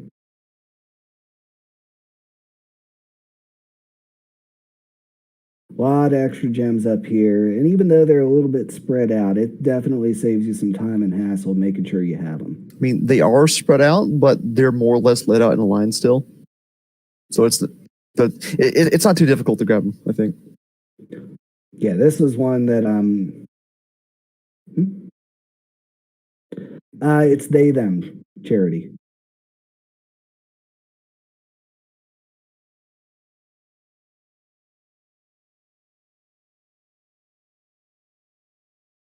Yep, no problem.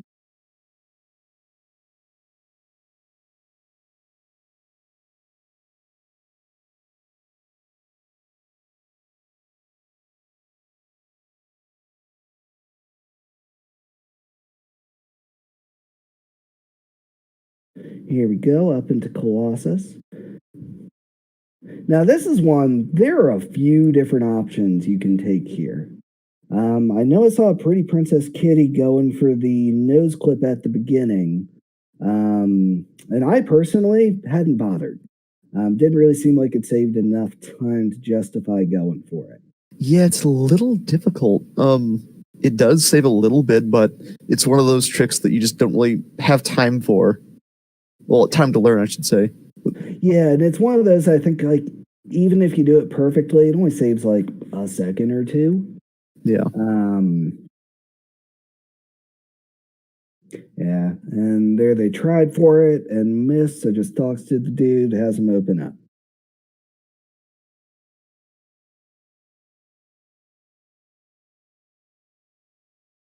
Oh man, I actually did not know you could flame those bowls. I I just didn't made bother a trying. point to avoid them. Yeah. You got Princess Kitty going around for those couple extra gems here. And there are a couple different options for this next little section. Honestly, Princess Kitty has enough gems that just hopping out onto the ice will work just fine. Doesn't have Yeah. to do the jump up to the top. But I have seen both of them go for that in the past. Ooh, and Jake getting the quick skip. Jake is going to have to get those gems up top, though. He is running real short here. Looks like they're going for it anyway. Yeah, looks like. Did you go for that in our run? I did. Nice. That's one I've made a point. Like it to me is a little bit on the risky side. I can do it pretty reliably, but Yeah. I really don't want to have to do it. I actually failed it a couple of times. I didn't get it first try. I think Pre-Princess got it faster than I did. That was a pretty clean jump up. There we go. It looks like Jake got it too, so he's hitting these up. He's going to hop out on the ice. Princess Kitty has one heck of a gem lead at this point.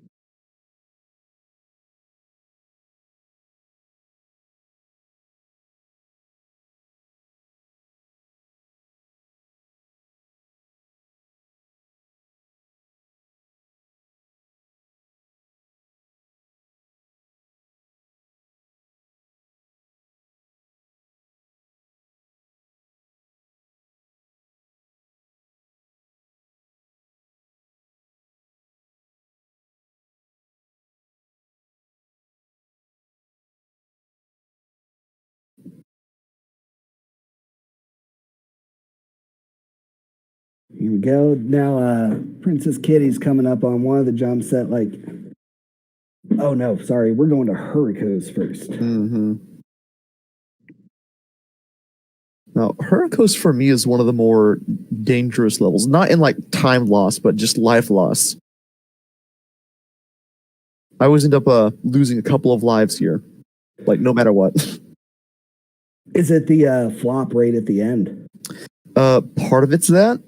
Part of it is just me not timing my jumps correctly on the little platforms there. Like in our race, I actually got soft locked where I flew down into that test tube thing. Oh no. Yeah. So I had to reset the level.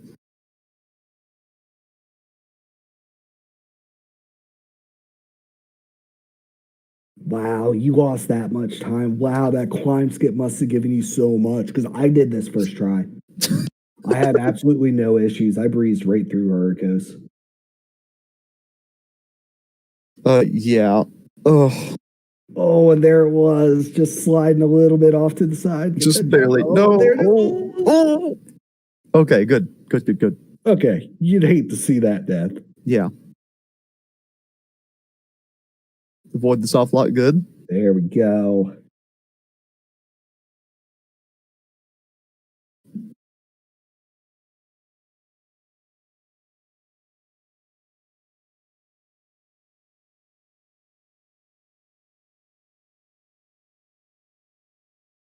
Yeah, so Charity, I'll be honest, I don't know how to do this level normally.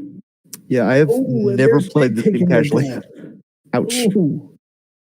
Oh, that one's gonna hurt. We were talking about her because being risky. Yeah. That is one of the ways it can get you.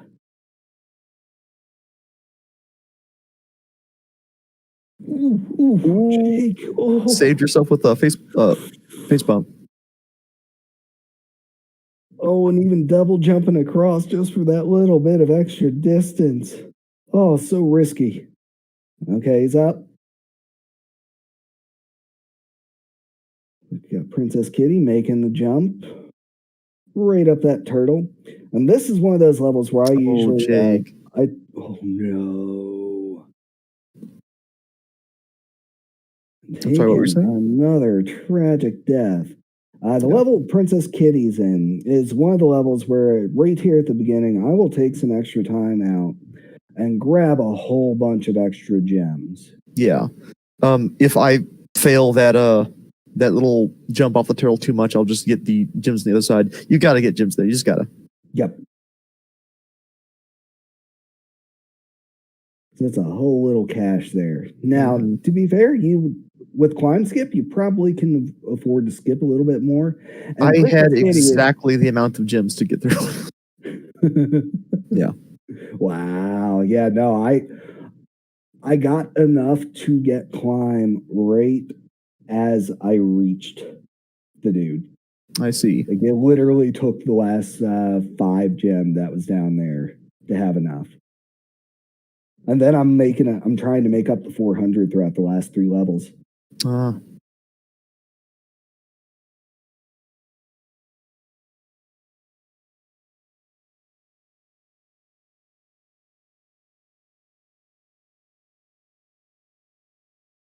right, looks like Jake is finally out of Hurricos here, but that was a stumbling block. A little bit. Hurricos claims another. That said, Kitty could lose a lot of time here doing this skip. That is a very specific dash off of that platform. And it's one that, like, I she got it. Right in. Yeah. That's one I've messed up enough that I'll actually go for the turtle and just push him up to the button. I don't waste time on it anymore. I see. Oh, but it looks like Princess Kitty needs to pick up some health or they'll be having some issues going forward with gem collection. Oh, and Jake fell. Yeah, this is where I would go for the and he was already behind on ones. gems, so yeah. he needs to be making some up here. Yeah, there he goes. He's going for it. Especially since these 2 barrels right here are 10 apiece.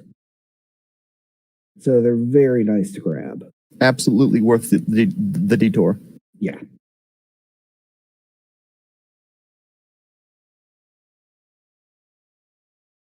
Oh, and Kitty getting the Aquarius Tower skip first try. That's another one of those that can definitely throw you off a little bit. Yeah. I think even in my PB, I fell on that at least once. 90% of my runs, I mess it up the first time, get it the second or third. Yeah, same here. It needs like an exact height, so you got to get a really good jump. Oh yeah, absolutely, Xenon. Like this looks impressive. It does not give justice to how hard a lot of these skips actually are and how much time we actually had to put into this over the course of 2 weeks. Yeah, a lot of these skips and jumps are require very specific button presses, just to get certain heights. Timing of them. Yeah. There's a whole lot under the hood that goes into this game that you just don't normally see.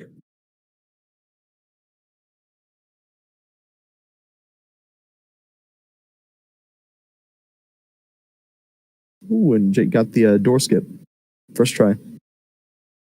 Princess Kitty overshooting a little bit. Really wants in that sub, but needs to talk and pay the toll first.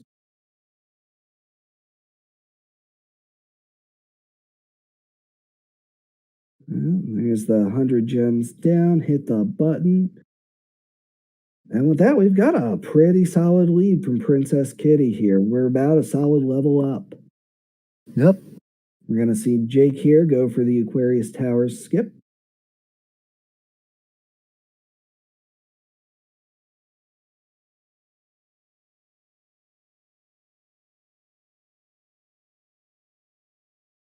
Tell you what, though, both runners putting on quite a show here.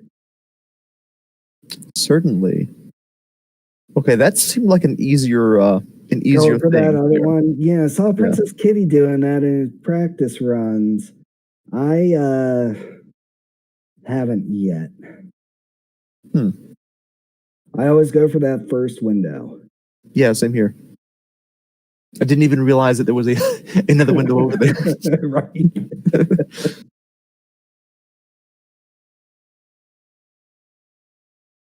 I remember seeing Princess Kitty doing it and going, hold up, what was that? But you get a lot of extra gems there. I think something like probably 16 or so, which isn't insignificant because we make every gem we get count. I think without climb skip, we're looking at 1,900 gems total for the run. Sounds about right. Making that 14 with climb skip. Yep.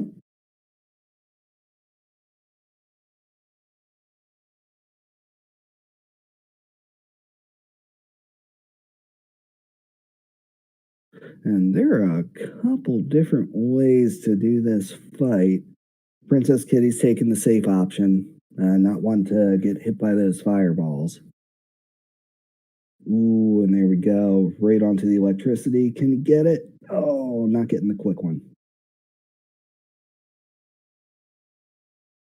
Oh, it looks like Princess Kitty is taking the safe option here. One of the main things you can do to speed this fight up is just hopping right over to the right and just dodging the club outright. Looks like Kitty is just going to run away until he decides to hurt himself.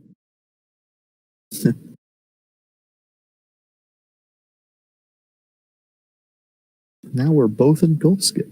Crush, my bad.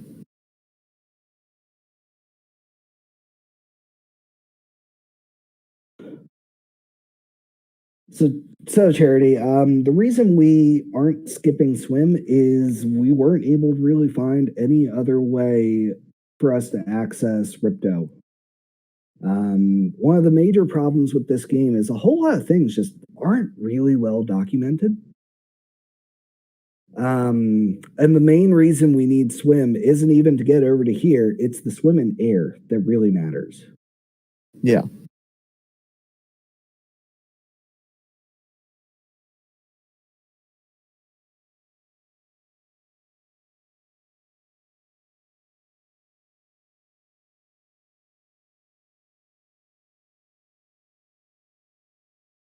Yeah, I think most of us really relied on the 14 talisman guide that is up on speedrun.com. And that's where we got most of our tricks from.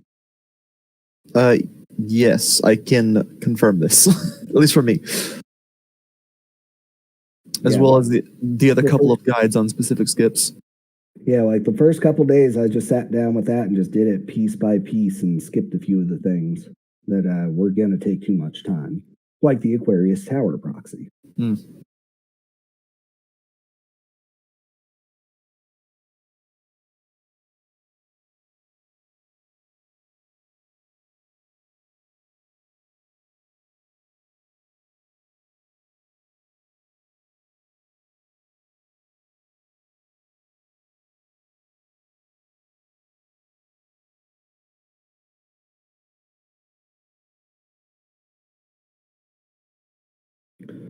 Jake also taking the safe strat.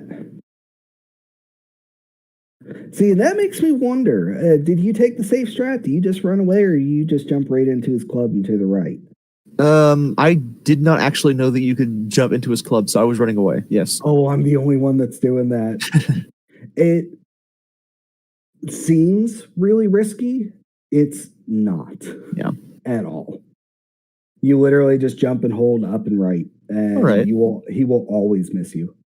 Ooh, Pathetic. Oh, Princess Kitty. Ooh, I don't even know where they wound up there. I have never seen this room. I have never seen those spiders, whatever they are. Oh, it's the ravine we all jump over. I see. Oh, I just assumed you die if you fell down there. To be honest. Yeah. Because I've always just like barely seen the green bits before I just reset that area. Right? Well, and Kitty's giving Jake a good chance to catch up here. Like, this is one of the easier tricks that can just trip you up a little bit. Yeah. Just going a little bit too forward each time and clipping down through there. Yeah, you gotta get that hover just the right. I didn't realize that enemy could get up on the bones there. Interesting. Yeah, neither did I. I've never even considered doing it from that side.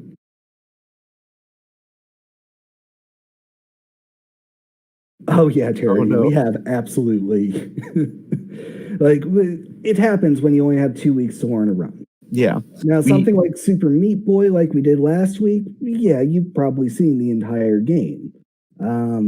Something like this, where there's just so much else you can do. I mean, it's a collectathon. We could spend an entire week just trying to 100% it. Yeah.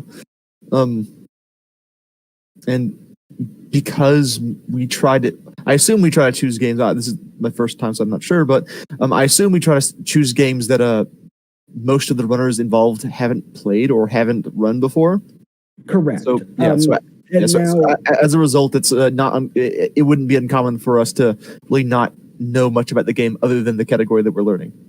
Correct, and even Mario 64, like it's easy enough. Pretty much everyone is going to have played it casually at some point in their lives. The main thing is we try to pick things that people haven't run. And what we really hope is, like, if you've already speedrun a game that gets picked, like, just recuse yourself from the run so you don't just, like, blow it for everyone else.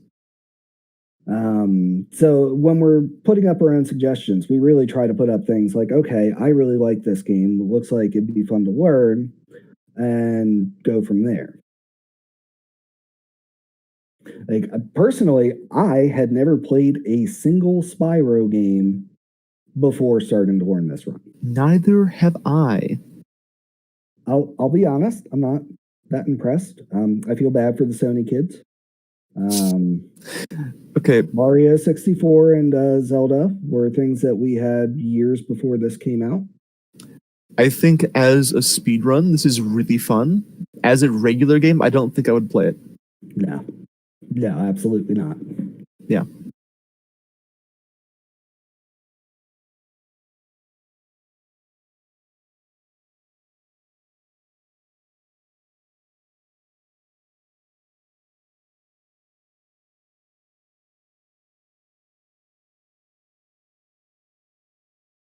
I don't need to, and that's a problem. Yeah. See, I mean, speaking of PS1 games, I was actually surprised that this was not as janky as I thought it would be. Because when it comes to PS1 platformers, my only experience was Croc, and Croc is awful. Oh, yeah, that's... Yeah.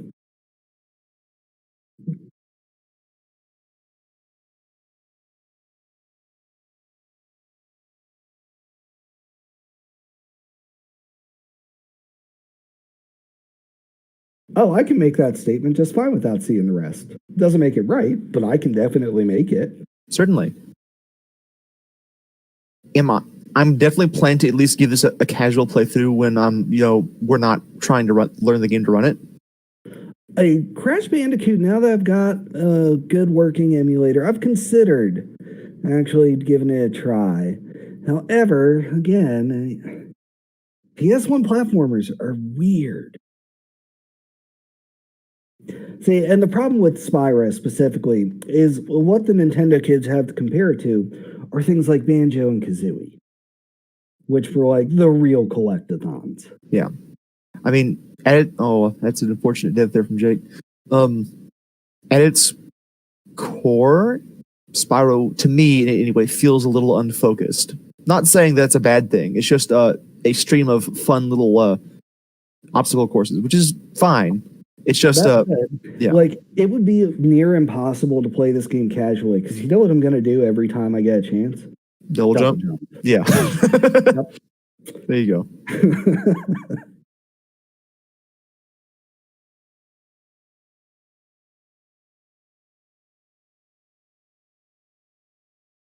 Oh man, I'll tell you what, Jake has been making up some time. So yeah. The gap between the two is closing a bit.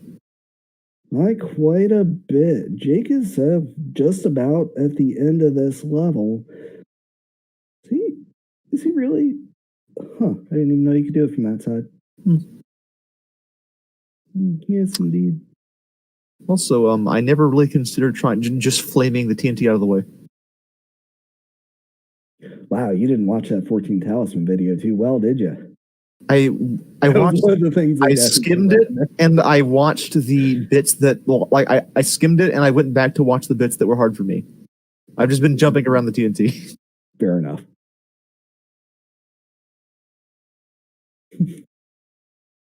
Ooh, Jake cutting that jump a little too close for my comfort.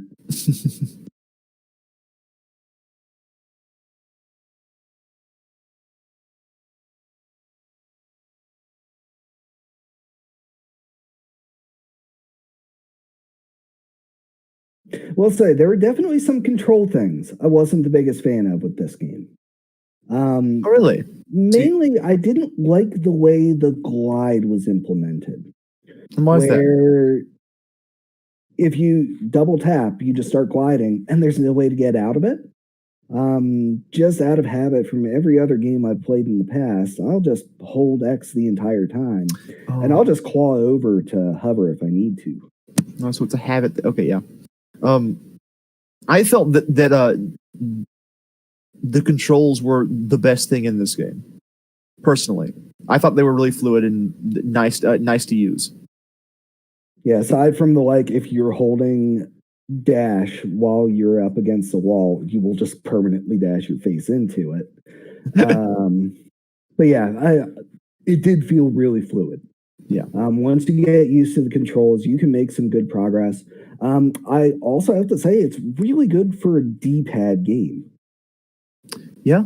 Because the old DualShock controllers, when this came out, your joystick was just a glorified D-pad. There was no extra functionality, no directional functionality. It was still only 8 direction. Yeah. I don't know about the rest of everybody, but I was using the D-pad in my run. Yeah, same. Yeah. I know Jake is using control stick.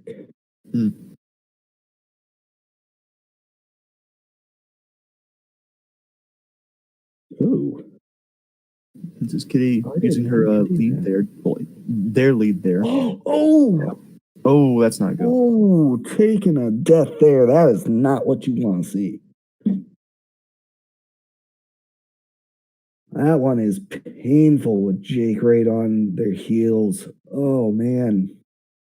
Ooh. That's gonna come real close to tying us right back up. Yeah. Now what I want to see is Jake's gem count 347. Oh, gotta make some up here. Now this is a good level to get some extras. I also didn't know you were supposed to light those fires and do anything here. I figured the fires were something in the level, but I've never flamed them, so I wouldn't know. Wow, that isn't a whole lot of time lost either, because I usually do a lap around this anyway. Oh, I just do the little Well, I do that lap because there's probably 50 or so gems. See, yeah, what Jake's doing right there. At this point, because I go for a climb, I don't need the gems anymore, so I just go straight onto the roof. That's fair. Yeah, that makes a lot of sense. Oh, gotcha.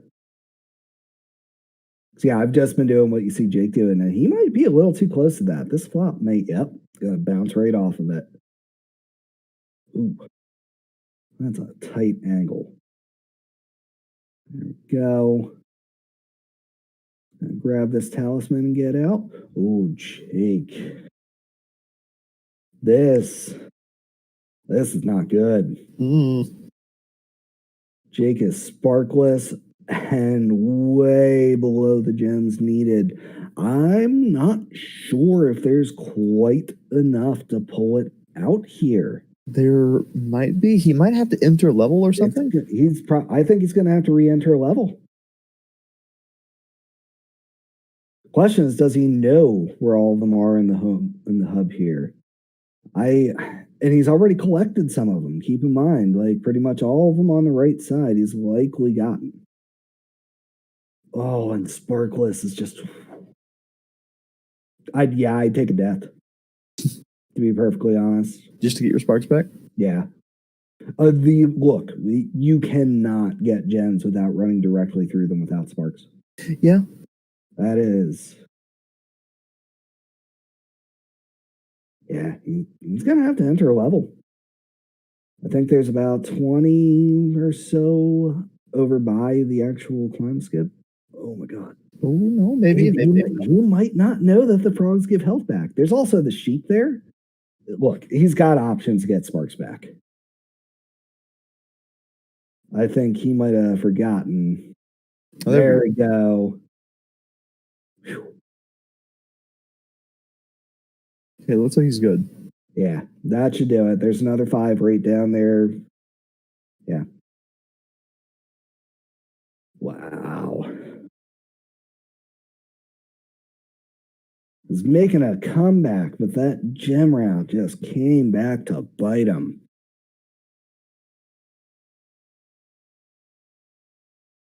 Meanwhile, Princess Kitty's just cooking right through this level. And she is absolutely going to finish up Scorch before Jake even makes it. And they are on a great gem route here. Yeah. Like only needing a couple hundred through these last couple levels is going to absolutely crush it. Yes, all those gems stopping to pick all these up. Like these, to be perfectly honest, are completely unnecessary at this point. Coming out of here with 200 is more than you need. Yeah. All those gems that they collected at the beginning of the run really paid off, I think. Yeah, absolutely.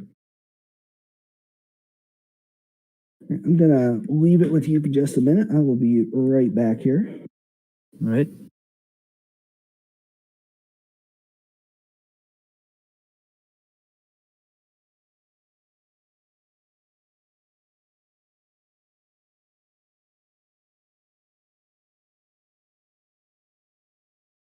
If Sparkless again. Is he going to get the snake? Nope.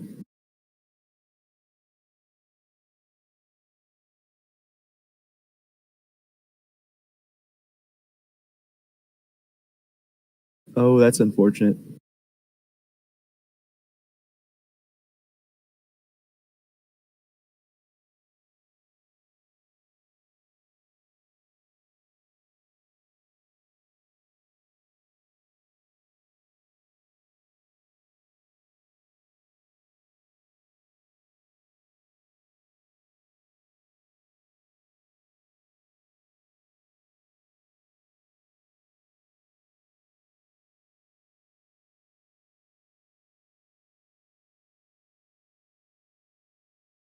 Those trees with the bees are so annoying. Aggravating enemies in the game. Yeah, I'm 100% in agreement there. And it's just, this level adds multiple things that are just this bane of the speedrunning community. One, cutscenes that you can only skip by pressing start, constantly spread out throughout the level, and bagpipes.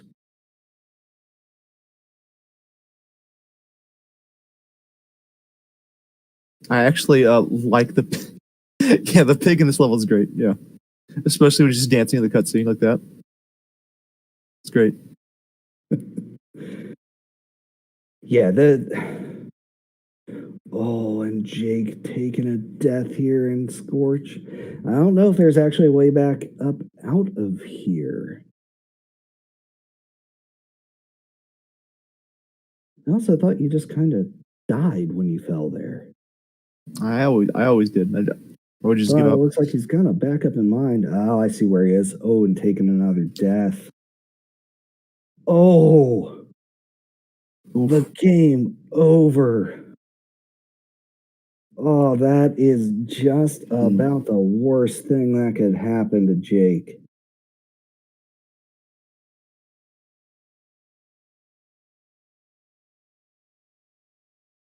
I'll be honest, coming into this race, I actually thought Jake was going to be the main competition. But we are seeing major strides from Princess Kitty and Amaryllis earlier. This is getting pretty ugly, folks. We're mixing it up.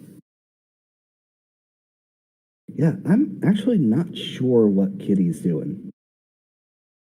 I think they might be a little lost because they failed to jump there.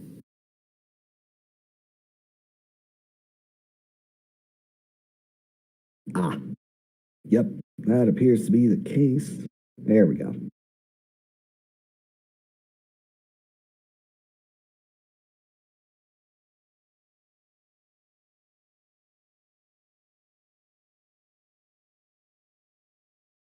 It looks like we got Jake about to clear out Scorch here.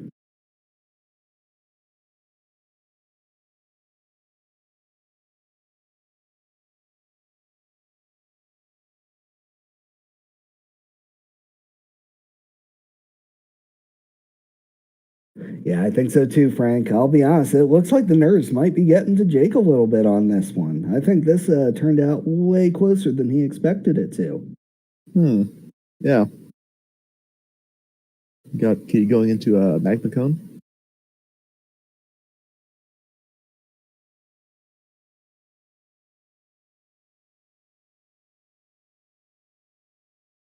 That said, the real run killers are yet to come, so this is by no means over yet. Yeah, there's certainly And if plenty you of were to opportunities. if you were to fall right there at the beginning where Princess Kitty is, you would actually have to load out of the level and load back in. That is correct. There's no way to do it without climb. Yeah. Thankfully, it's not too difficult to jump. No, it's a pretty simple jump, but as we saw at the beginning of this one with Princess Kitty failing that first jump, it's sometimes the easy ones that you underestimate that come back to bite you. I don't even know what Princess Kitty's doing at this point. They don't need any more gems.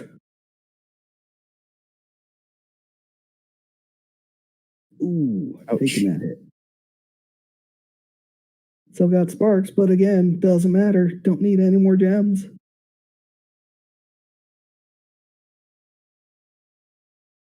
I know there are a few different ways once you get up here. Yeah, I didn't learn anything other than the volcano, so I don't think I even learned that correctly. I came up, oh, that's right, you don't have climb, so you had to do something different. yeah.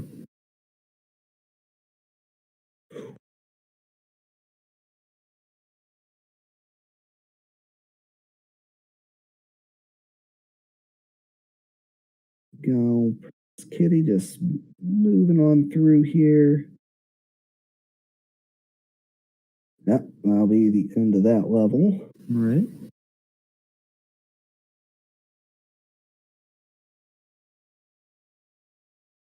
Yeah, no, it's only 400. They are way over what you need at this point. Well, at least you'll never run out of gems again.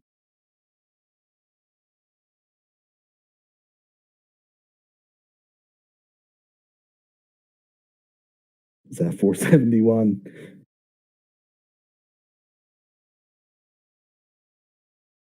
Meanwhile, it looks like. Hmm? Jake's still only one level behind. This is going to come down to those last few skips. Yeah. This is all going to come down to winter, and we're going to see who put the time in to get into Dragon Shores, get that fireball, and swim in air to victory.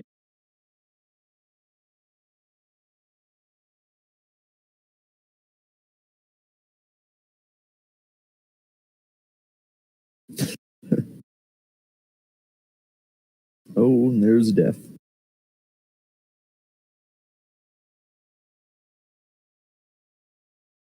I missed it. What happened?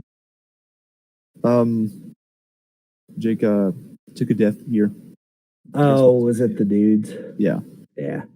They're deceptively strong. Also, you can't flame them. You have to bash right into them. Oh. Ooh. Oh.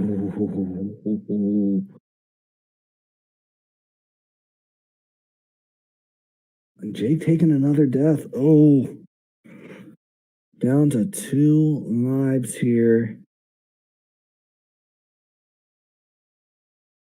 Now, another game over will not put him out of the running. As I said, it's going to be the final jumps here. Those last 2 skips are pretty brutal for people that are learning so quickly. Yeah, they are hands down the hardest thing in the entire run. Yeah. I'll be perfectly honest. I'd argue they're probably the hardest thing we have had to do for speedruns learn quick as of yet. You think? Okay. Compared to anything we've done in Mario 64, 16 Starf was pretty easy. I see. Super Meat Boy is just hard because it's a hard game. Mm-hmm. There's not a whole lot of extra skips you really pick up here and there. It's just consistency and practice. Yeah. Well, it feels to me like a lot of the skips in this game in particular, the difficulty is in the setup. If you jump at the right spot, push your buttons at the right times, then it's fine. It's just that finding out that setup is hard because, as you said earlier, the game isn't documented that well. So it just involves a lot of experimenting until you get it right. Experimenting, and like there were times, specifically with Fireball, I was having trouble actually getting it to collect. So I went back and just like watched every few frames to see when exactly they were pressing hover to get it. Yeah.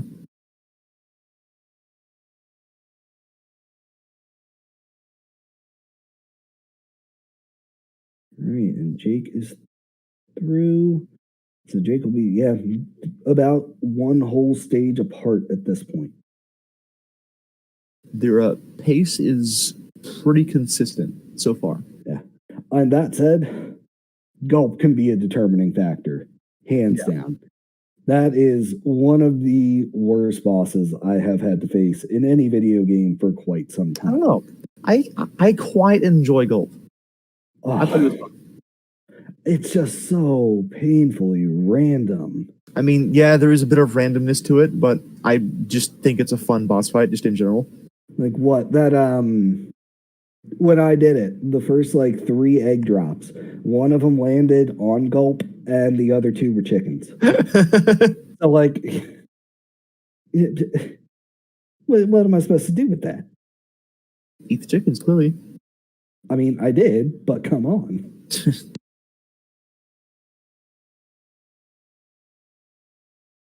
I actually have not played the Reignited trilogy either, so I'll take your word on that, Charity. Wait, really? How did they somehow make it worse? I see. Oh, Jake thinks he's got it. He doesn't. So, wait, what's going on here? There, though. Oh, so one of the things that can happen there is that enemy that's right there can eat the apple. But there was very obviously an apple behind him.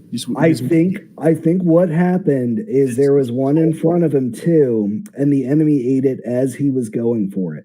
Oh, and then as a result, like it just messed with its AI. I see. Now, did he follow Because I didn't sometimes he know. doesn't. I didn't know that was a thing. Oh, Didn't and know what was the a thing. death.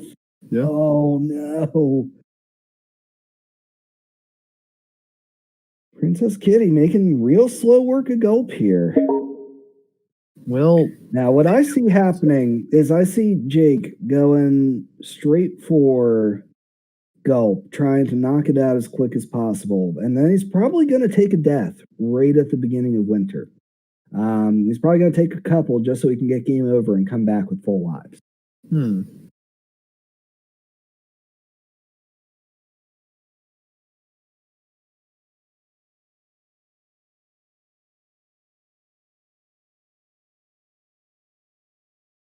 And Jake is going to be entering Gulp. Ooh, Kitty with the double hit there.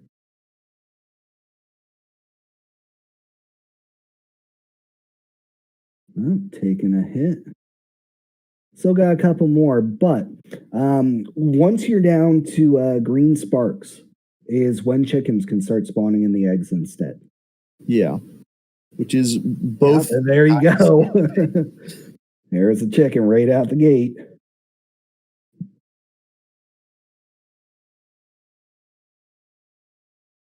Here's Kitty trading blows. Oh, back up to full sparks. Okay. Yeah. See, the one thing I definitely don't like about Gulp is the little rockets because you have to be right on them. And there were a few times in practice, and I think in my run specifically, that I was just running around it and failing to pick it up. Yeah, that absolutely happened to me. One of the things I didn't realize until like right before my last PB run was that if you just stop moving and walk to them, it works. You don't actually have to be dashing. I see. And so that was a bit of a game changer. Ooh, ooh, Kitty almost getting hit. Ooh. Well, you want to Jukes. slow down from Kitty like is there's another hit. Can only take oh no. Oh no, we're on green sparks. This again closed up real quick.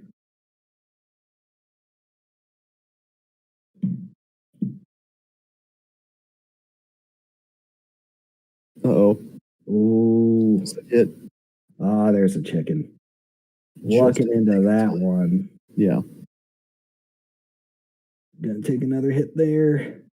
Ooh, it's getting close.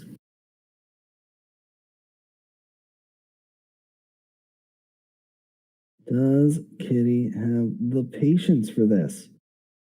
There goes Jake getting it. Oh, walking into him. Oh no! Oh, and now they're tied. Oh, Kitty took the hit as while they got the last one. Oh no! Oh, And now they are dead even on this fight. That is a complete tie. Yeah. We are only seconds apart now.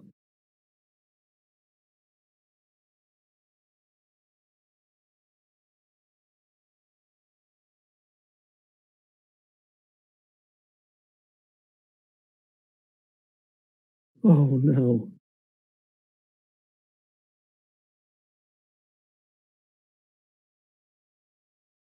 Well, and it has been Princess Kitty with the lead for most of the game, and we are back to being tied up. It doesn't get much closer. We are back to back. Yeah, I think what you were saying is definitely extra true now, where the win is going to come down to just those last few skips. They are significantly more crucial than they already were. Yeah.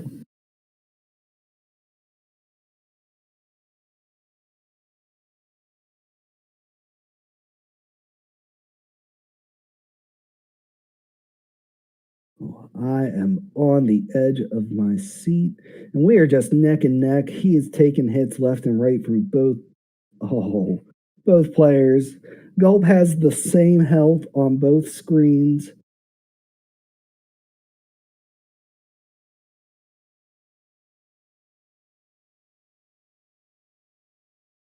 Jake was trying for that double hit, but those bomb barrel double hits are not easy to do. No.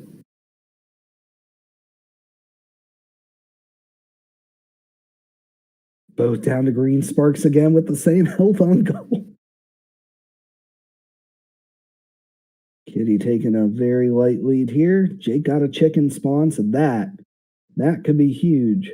One of the other things I didn't know until fairly late on in running was that Gulp can eat a chicken and heal a point of health.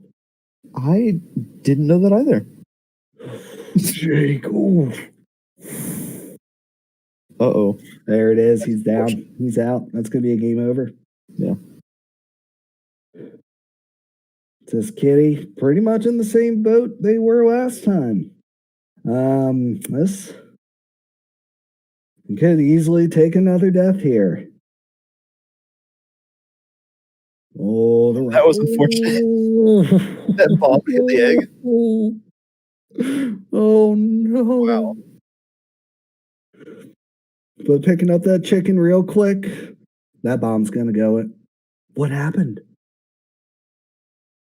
Kitty should have had that bomb and it just disappeared right under him. Oh. Oh my god. Oh my, yeah. This. Gulp does not want to give this win. No. No, this is ugly. Oh. No. Okay, well, we're back to being tied. Not quite tied. Oh, yeah. Dead on tied. Oh, wow. Wow. Oh, gotcha, Frank.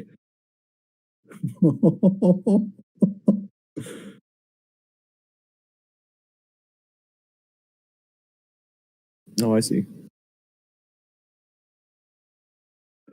Oh, this is brutal. Oh, that bomb was just too far away. As was that one.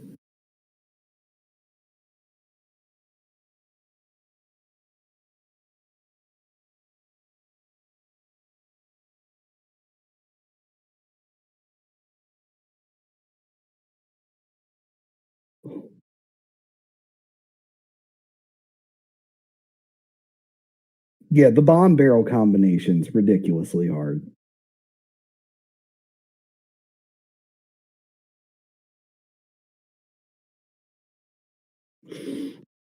Jake almost jumping into the lava there, but really didn't want to take that hit. With the rockets.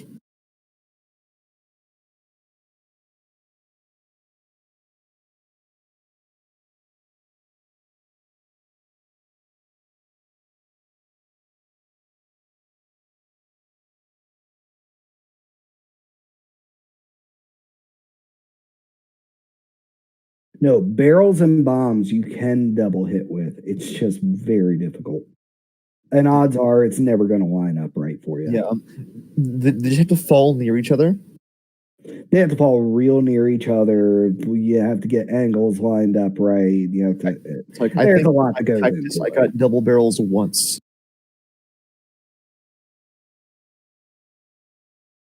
Gulp seems to like going for barrels more than anything else. Ooh. We got Kitty down to green sparks. But landing that extra hit.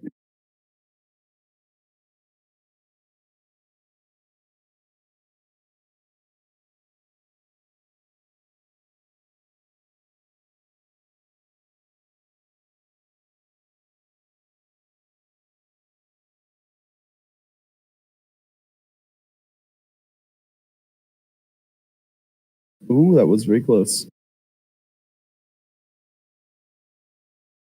There we go. Kitty getting another hit in. Yes. We're both back to green. This is ridiculous. Yeah. It's still neck and neck. Yeah, and all that really needs to happen is like either of our players just need to be calm. Oh, Jake going back up to blue sparks. There's another hit. Tying the health back up. Bomb was a little too far away, unfortunately. Yeah.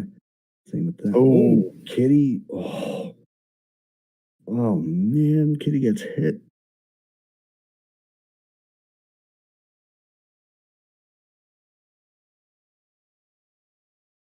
Whoa.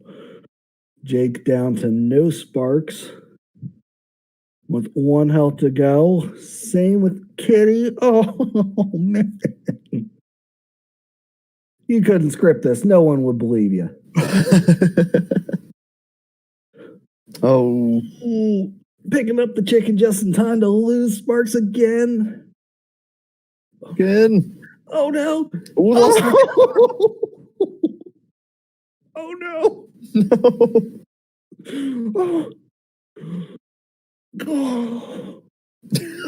Oh my god. Oh my god.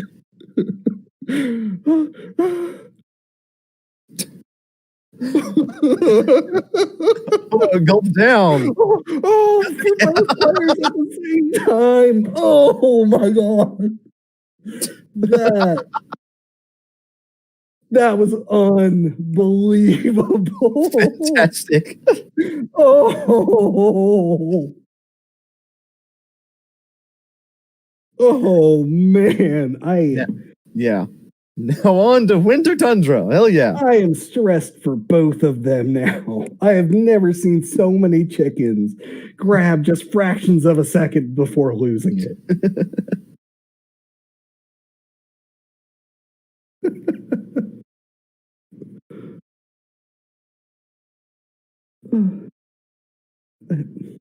Mm.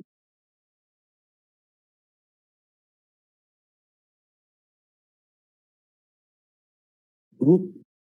Jake taking a death right out the gate here. And yeah, as we were saying, folks, now that we've calmed down a little bit from that gulp fight, this is where all good runs go to die. Yeah.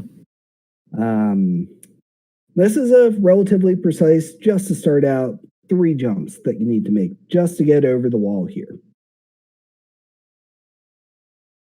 Yeah. You can set up for it, but it required you to slow down a bit, which is kind of hard to do sometimes.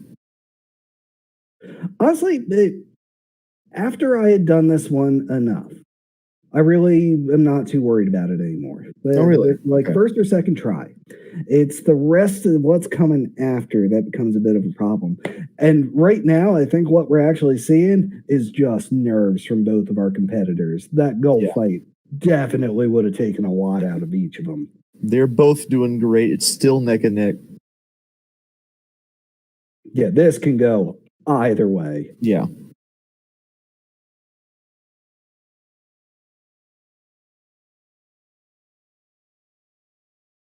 All right, looks like we got Jake up and over first. He's going to be entering this level.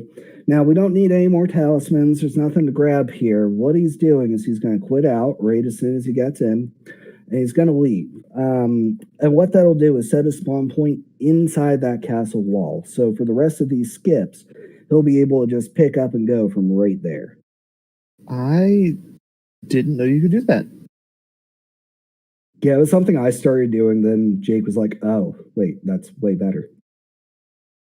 I might have Honestly, I might have to adopt that on my next run because when I was going against you, I got a I got a game over trying to get oh man, that means you must have been ahead of me coming in here. I don't know, but I had to do this, and I had to do Dragon Shores twice because I failed the jump to get the fireball. I had to do this. I got this first try, and then Dragon Shores entrance took me twice. I see.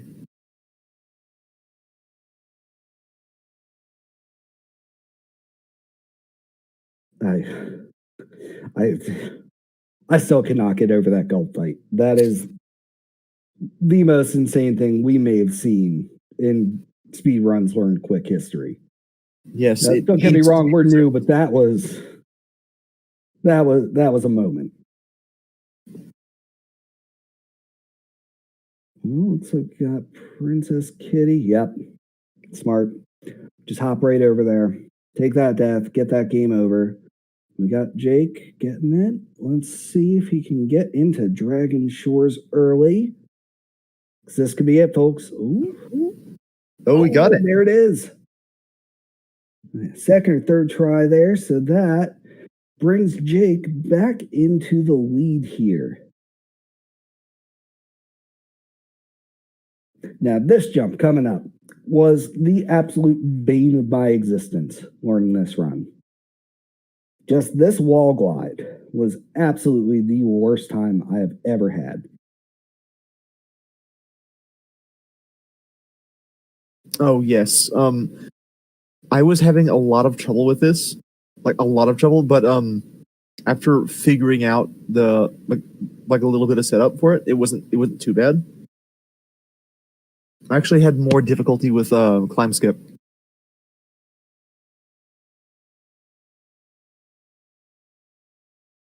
I'm saying that, but I'm going to fail this jump like 20 times in a row whenever I do my next run.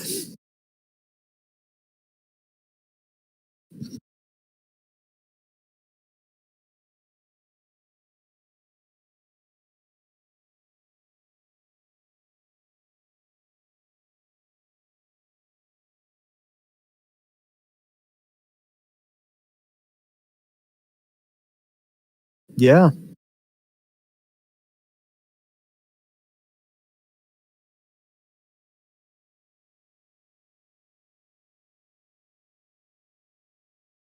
Well, looks like they're going for the little checkpoint inside as well.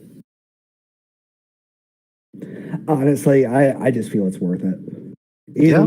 Even those couple times where like I've gotten Dragon Shore's entrance first try, it's still worth it to me. Yeah, it's a little safer because then you don't have to do the little entrance jump again.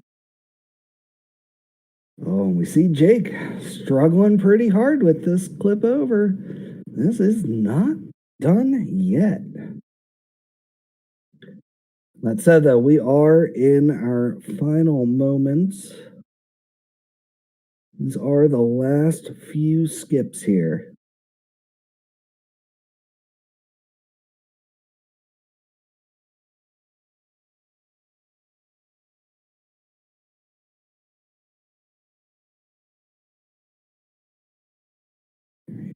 Let's see. Princess Kitty, get this coming in a little low. I don't know. Nope. Came in just a little bit too low on that glide there. Even stopped and slowed down a little bit in air, and that cost that one.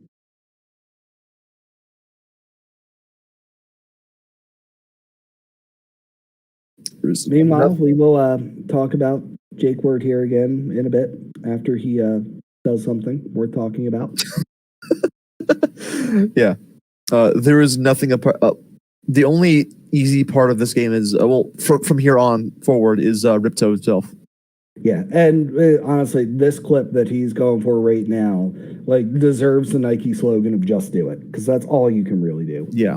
Like, you get it or you don't. There's no in between.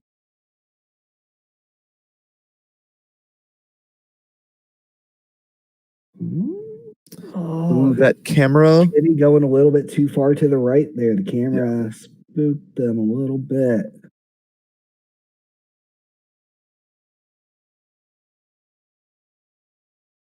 Yeah, turned a little bit too far to the right, and then even doubled down on it and turned right a little more.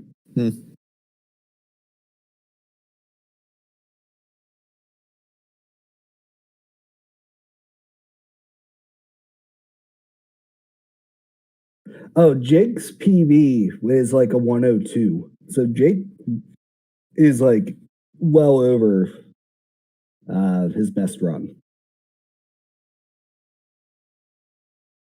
Kitty might not have that timer set up, and it might have something to do with being on Linux. Because, well, no, Kitty would still be in the green. Kitty's last PB we saw was around hour 22 minutes. So that might actually be right.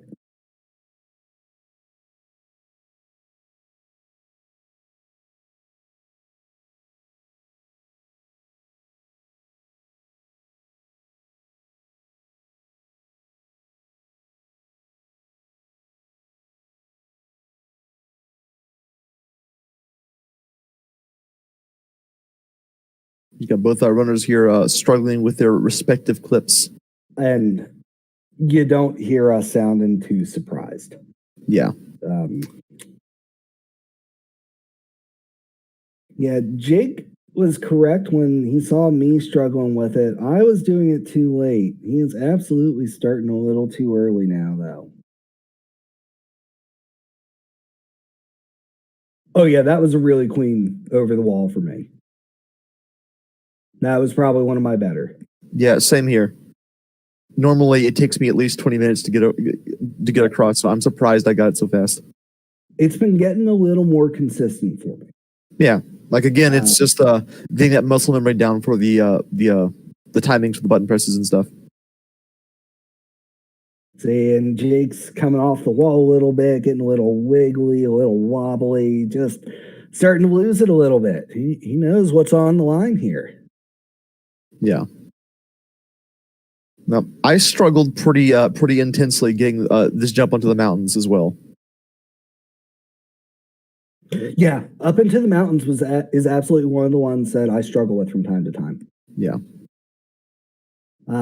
It's getting better. Kitty. Oh, there it is. We got Kitty in, so we are pretty much back to a tie here.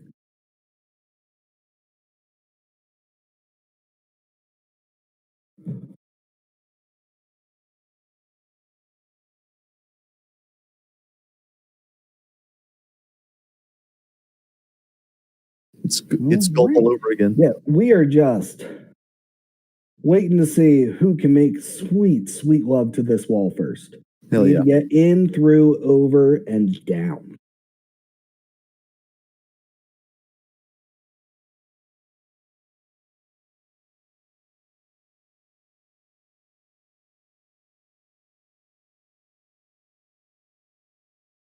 And honestly, if we had sponsors, this is when we probably start bringing them up. Yeah. Roll ad.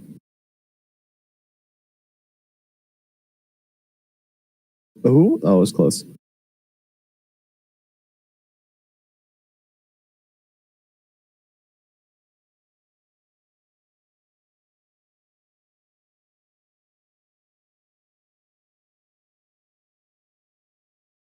This just in, we've got $0 from Anonymous saying, how did they even accept this run?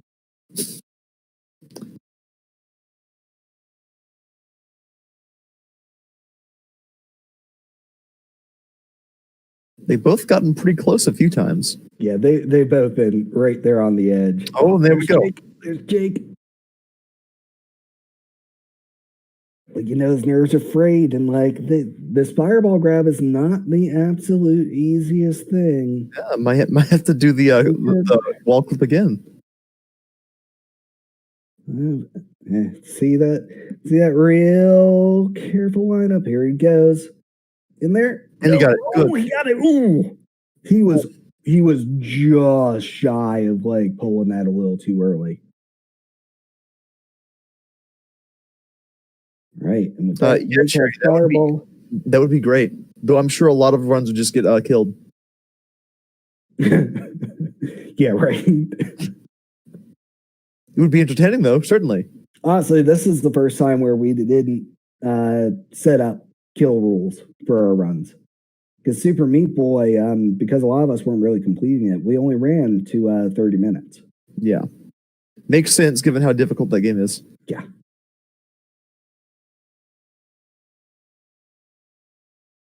And Jake going for the final trick here. He's coming in way too high. Oh. Came in way too high there. And what he's trying to do is just clip a little bit into the water that isn't water that happens to be there. So that way he'll be able to swim in air coming out the other side. And he'll just swim right to the final boss.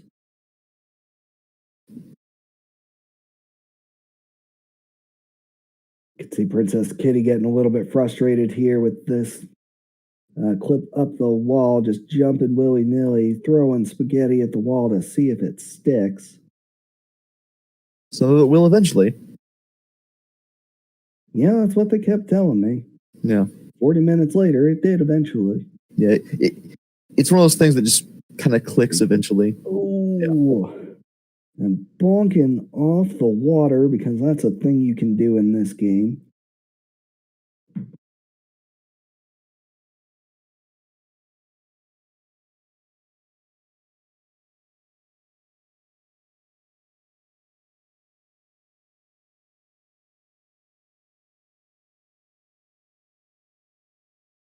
Does no one really go for the step jumps?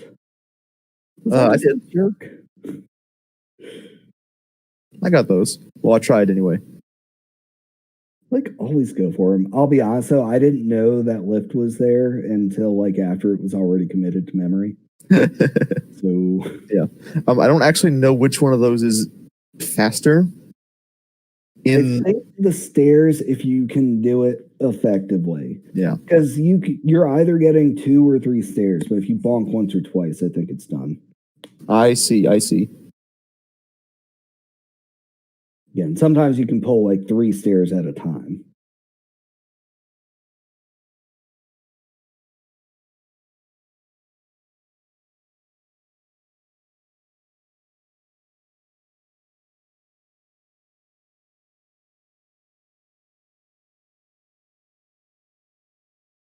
Jake, too low. Too low. A little too low. Oh.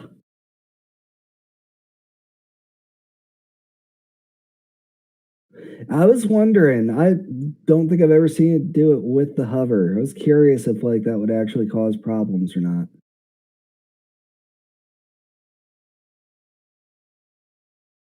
Giddy, getting uppity. Yeah, I think they take yeah, just a little bit. Yeah, there are a couple of from what I've seen, there are a couple of a few ways to get up there, but the one that most people learn first, or the easiest one, quote unquote, is just the little wall glide there that we've been doing. I didn't even know if there were other options. Yeah, you can kind of flop up on top of the wall, and then because there's a little bit of collision like right behind the statue. Yeah, see, Kitty's getting a little bit uppity with it, not changing the camera each time, and like holding that camera up against that left wall is absolutely a crucial piece to this. Absolutely.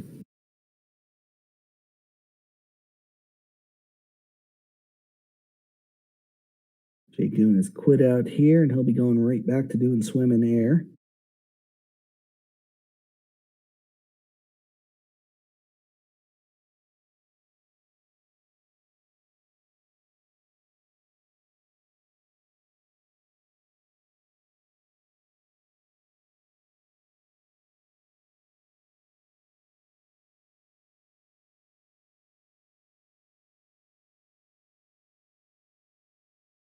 Right up the mountain, he's gonna try to scrub off all that speed here. All that height. Ooh, And way not too quite. high. Came in a little bit too high and a little too hot.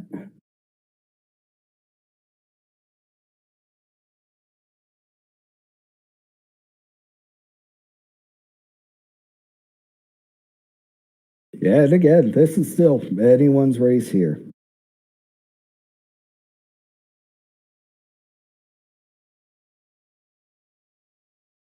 Yeah, if Kitty would just hold the camera, starting to look back a little too far. Yeah, just have that camera on the left side. Just tap hold it up there and like. Yeah. I don't even tap left. I pretty much hold up and left the entire time. Oh, okay. So, like when I was doing it, I would tap right a little bit and then left when I got over there, just to align myself properly. There's a time when I start doing it, but I definitely start holding left far beyond or far before I reach the actual clip point. I see.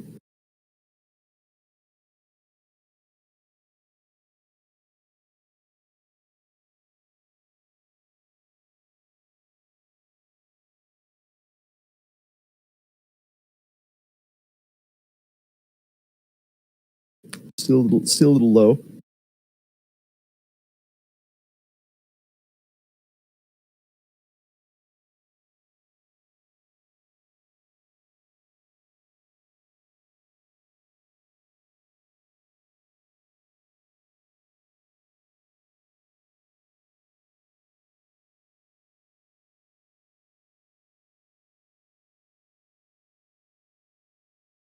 Yeah, having a good double jump for the wall jump and for the wall jump is absolutely essential. See, a few of these, I'm watching Kitty, and they would have been perfectly lined up, but they're just starting from too far back. They're starting right at that crease, and you need that. Oh, that was closer.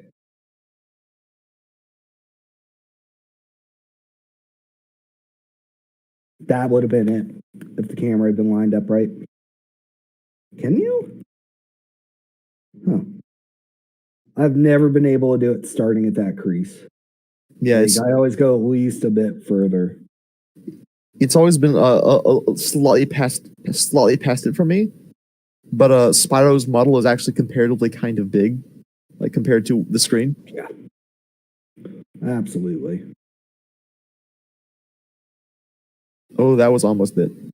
Oh, and we got Jake here going in for Ripto. All right, and that's pretty much gonna clinch it here. It is possible to die, and I'm not sure how many lives Jake has left. A game over would be devastating. Very much so.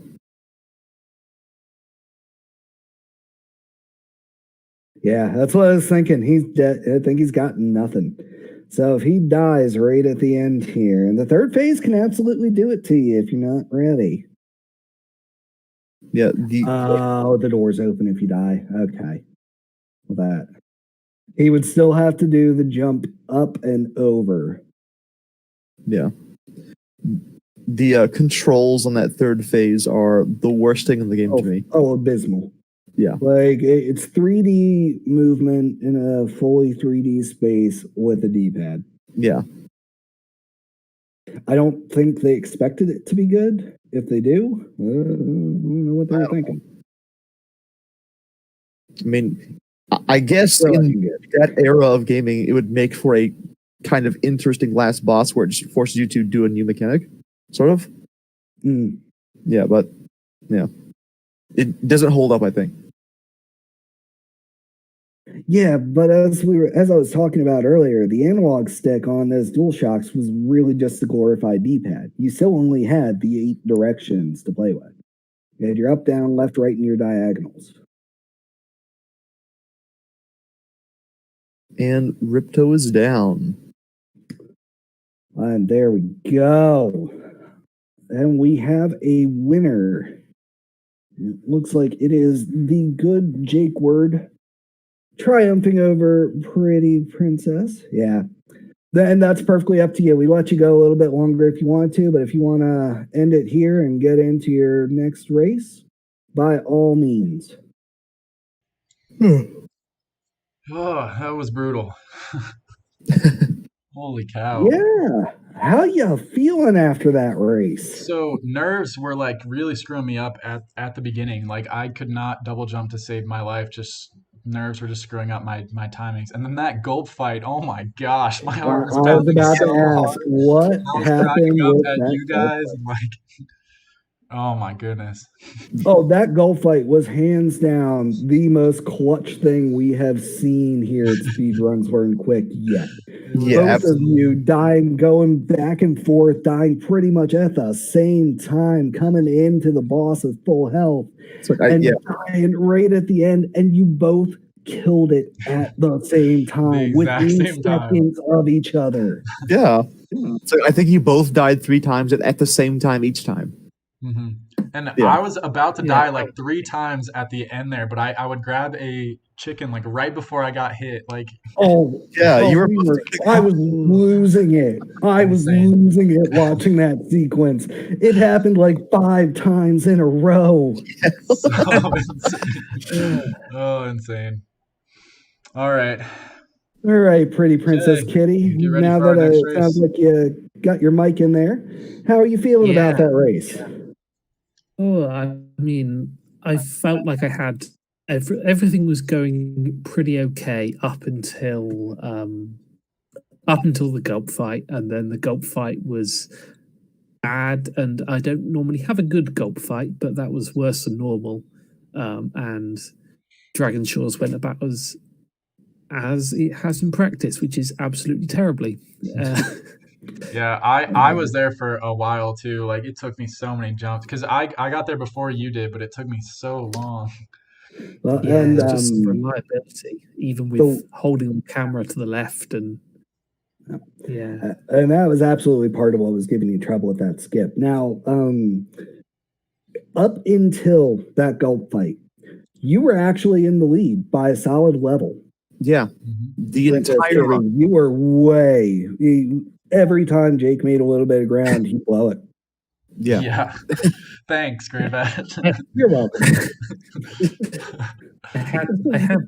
I had the script stream on in the background just to keep on track of what was going on. But yeah, I mean, I think I'm pretty good at everything up until the gulp fight, and then everything hits a very, very steep turn for the worse after that. No. Yeah, it was definitely the Dragon Shores. Like, it took you a little bit to enter Dragon Shores, but Jake was still hopping up against that wall for a good little bit after. Yeah. So yeah, you were faster than I normally enter Dragon Shores at. Yeah, it was. You were in the lead up until gulp, and then after gulp, like, you guys were neck and neck. Like, it was anyone's match right up until the very end there. Yeah. So very good race overall. That was excellent. Like, I gotta give it up. That was one of the closer races we've had. That was an entertaining watch. Yes, sir. All right. Definitely. So I guess we'll move on to our next race then. Like I said, we got the bracket going. Amaryllis, are you ready to start streaming?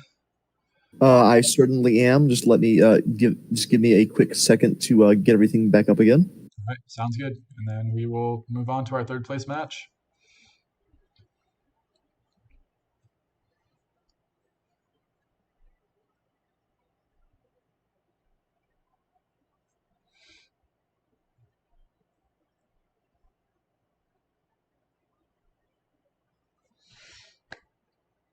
Yeah, and we'll see if Amaryllis pulls out a climb skip again. That was pretty epic last time.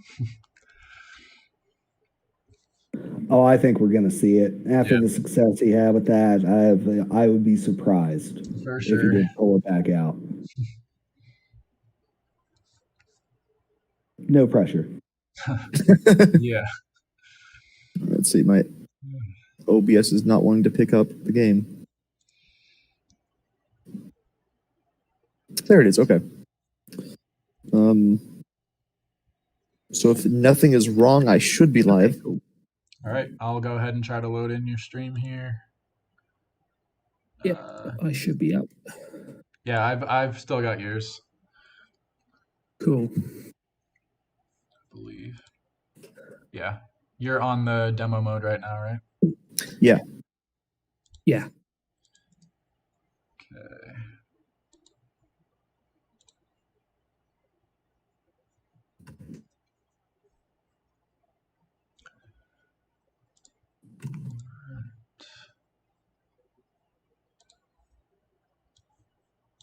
Just get this ready.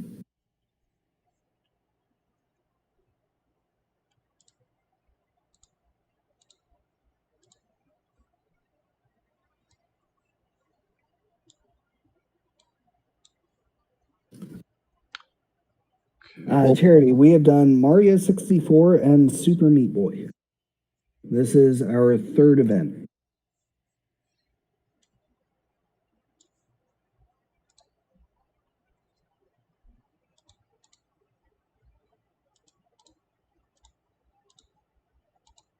We have yet to vote on the next game. True. Yep, that will be coming up. So what we do is after this little tournament here, we will take a week where we take suggestions. Then the week after that, we all vote on them. And the winner of that vote is going to be the run that we spend the next 2 weeks learning. Yeah. My game is set up to start, but give me a couple minutes. I'll be right back. Okay, sounds good. Cool. That is a good question. What are people planning to suggest? I haven't the faintest idea, but not a game that requires skips to get past the entire game. Or at least not skips that are... At least skips that are more skips aren't the consistent. problem. It's these skips that are a problem. Right. Yeah, that's what I meant. My bad. You're fine. Oh, I am right there with you. Oh, skips are great, but I mean, even if it's just like double jumping the rest of the game, and even if it was something that I think is quite difficult, like Crystal Glacier. Maybe I'm just bad at that one, but Oh no, that one like sucks. double jumping in general is fine. It's just, yeah, That Dragon that Shores, one I you need can't. to like walk off to. The glaciers is kind of rough. Yeah, I've just found it easier for me not to bother trying the Glacier. I mean, like the rest of Crystal Glacier, I think I'm pretty okay at. I can get everything after the bone to the house up to the bit where you skip money bags. I'm usually pretty good at that bit, but Mhm. yeah, It's not easy. This is not an easy game, that's for sure. Especially with the end of the run.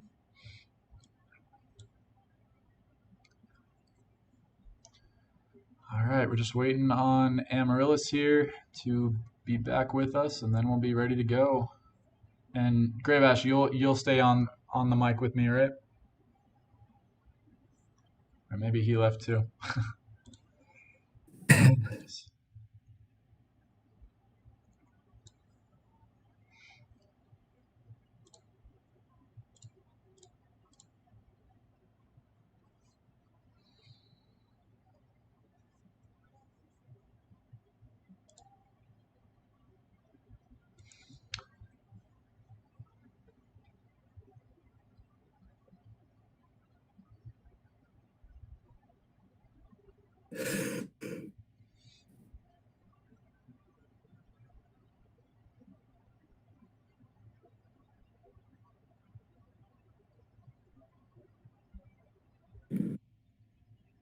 All right, I'm back and ready to go. All right, Nice. perfect. That's what we like to hear. cool. Okay, if both of our runners are ready, then let's get to the race. So, are we good for the countdown? I'm good. All right. Okay, so we will begin our race in 5, 4, 3, 2, 1, go. There will be a slight delay, as usual, between when we count down and when they start, but they should be starting here shortly. And we will be off on our third place match. So Amaryllis, it looks like, is started. Hopefully Pretty Princess Kitty will be shortly following him. Yep. So just maybe 5-10 seconds between them. All right. We have asked someone asking, what does the winner get? The winner gets the most incredible prize ever conceived of, and that is street cred. We do these things every month, so it's just more of a for fun thing. There's not really a reward. If someone wants to donate some money to reward the top player, they can go for it. Well, as it stands, funny enough, neither of us have actually won a tournament yet, have we, Jake? That is true. I'm still waiting on that championship. Like, no matter what, it's going to be a first for both of us. That's true. And we've got Pretty Princess Kitty and Amaryllis here, our current racers that are brand new. This is their first race with us. So, what do you have to say about these two? Because I am legitimately impressed. I was impressed by both of them. Obviously, Amaryllis just came out way strong at the beginning with Climb Skip. That really impressed me. But Pretty Princess Kitty as well was performing great. Yeah, and Pretty Princess Kitty, we at least got to see runs before coming into this. So, like, we had an idea of the skill level, and we watched progress as things went on. Now, Amaryllis just came out of nowhere. That was a blindside. No, none of us had really been working on Climb Skip, and he just nailed it. Yep, absolutely. And so both of our players have gotten their first talisman. They're on to the second.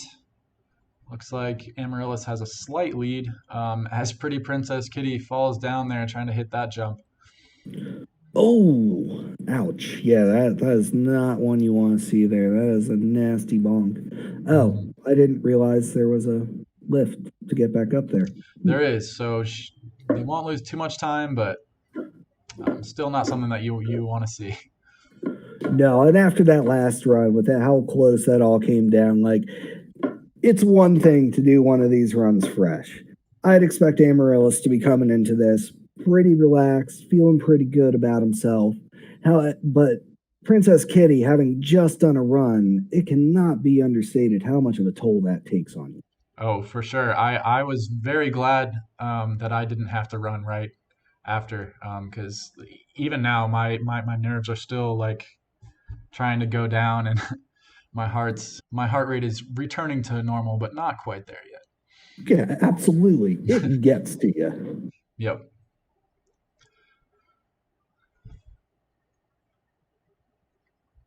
All And we're right. both pretty well on track here. Amaryllis is making up some really good speed here, but at the same time, one of the things you got to keep in mind is he does not need as many gems if he's going for climb skip.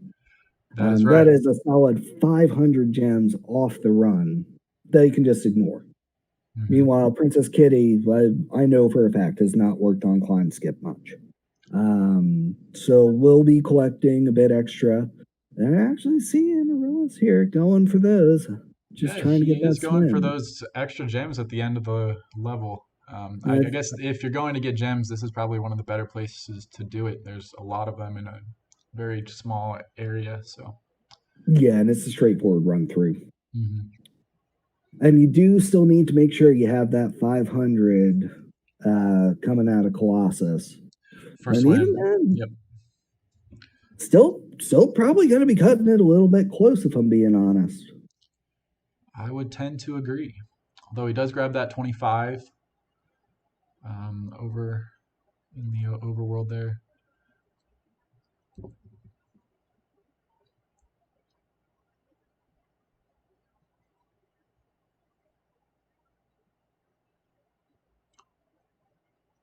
So Pretty Princess Kitty, I don't know if just forgot to exit the level there or if they're going for more gems. Not sure. I'm thinking it's the same thing that was getting to both of you last round. It's got to be the nerves taking a toll. Yep.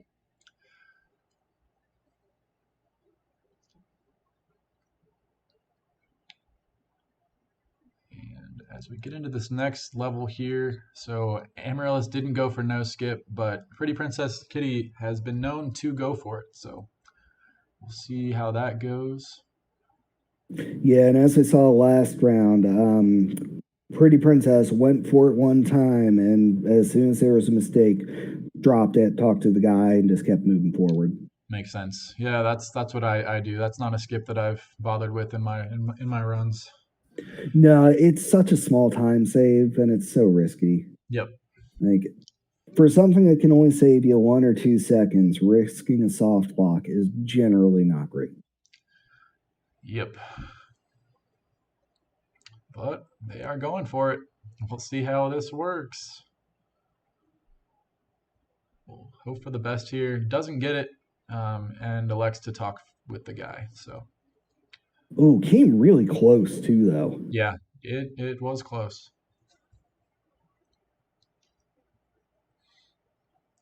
And Amaryllis is getting all sorts of extra gems. Looks like going for the ice rink as well.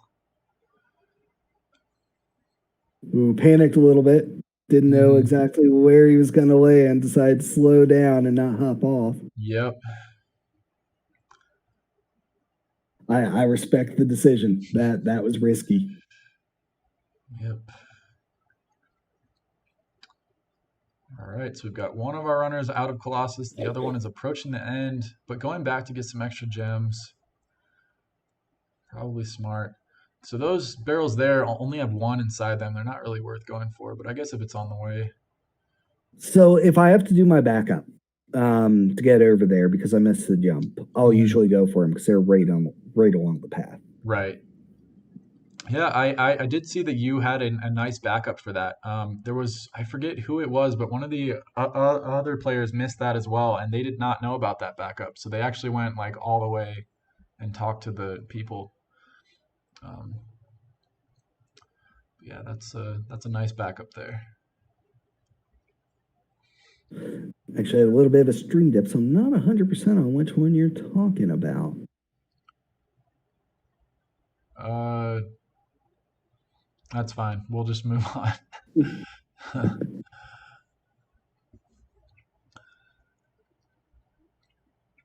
All right, Yeah, so Kitty hopping up, grabbing those as well. I'm gonna hop in the ice rink real quick. I'm mhm. coming out with a little more gems, but as we said, that's going to be necessary for the future here. Yep, it's definitely not a bad thing. It looks like they'll come out with just a little bit over 500, around 520 or so. And Amaryllis is on to Hurry Coast, which is one that gave me some problems in my run, but it's never one that I've struggled with in practice. I've never died Oh, that many watching you times. like stop on that first platform that you jump to that moves in and out Oh and yeah, just yeah, like yeah. panicking back and That was forth. so sketch. But yeah, though that was just all nerves. That stuff has never happened to me before, and it's just something that you can't really practice nerves. Like you just No, have to compete and just get used to it. no, it's one of those things like our first races were really, really hard on the nerves for me. Hmm. Um, Going into Meat Boy in this one, like it's much easier. Hmm. Like it, I cannot stress how much more difficult it was early on. Yeah, and even for Meat Boy, like I knew that I wasn't going to perform well, so I just went into it like it doesn't matter. With this game though, I mean I've been doing fairly well, so there was more pressure there for sure.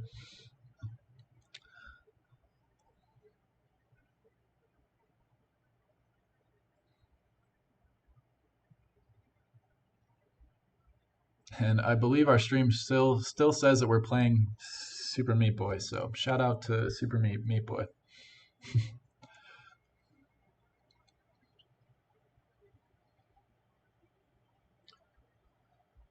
Pretty Princess Kitty going for this flop to get up on top of the. Oh, that was close there. Almost fell and took a death.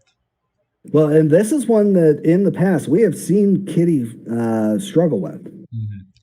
Like But that, they do this get it though. hurricane skip was absolutely one of the problems. Hmm. But it looks like this time went a lot better as they pick up the Hurricane Talisman. And meanwhile, we've got Amaryllis pulling ahead by just a bit here. Looks like Yep. may have skipped some of the gems going And he around. attempts the door skip, but bonks the first time. We'll see if he gets it. He does get it the second time. So actually got that skip first try in my race, which I was pretty happy with. That is one of the skips I actually gave up on. Yeah, I I saw failed that. enough that like I feel it's better to just push the turtle up from the start and go. Mhm. Yeah, you don't save too much time, so that's a perfectly respectable thing to do. That's for sure. All right, so as Amaryllis is leaving that level, Pretty Princess Kitty is entering.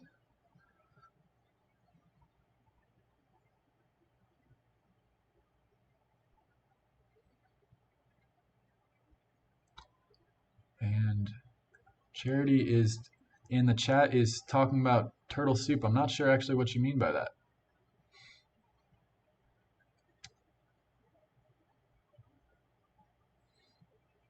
I'm legitimately not sure what turtle soup is. Me neither. One of the orb challenges. Okay, so that makes sense because we don't know any of the orb challenges because we only do 14 talisman.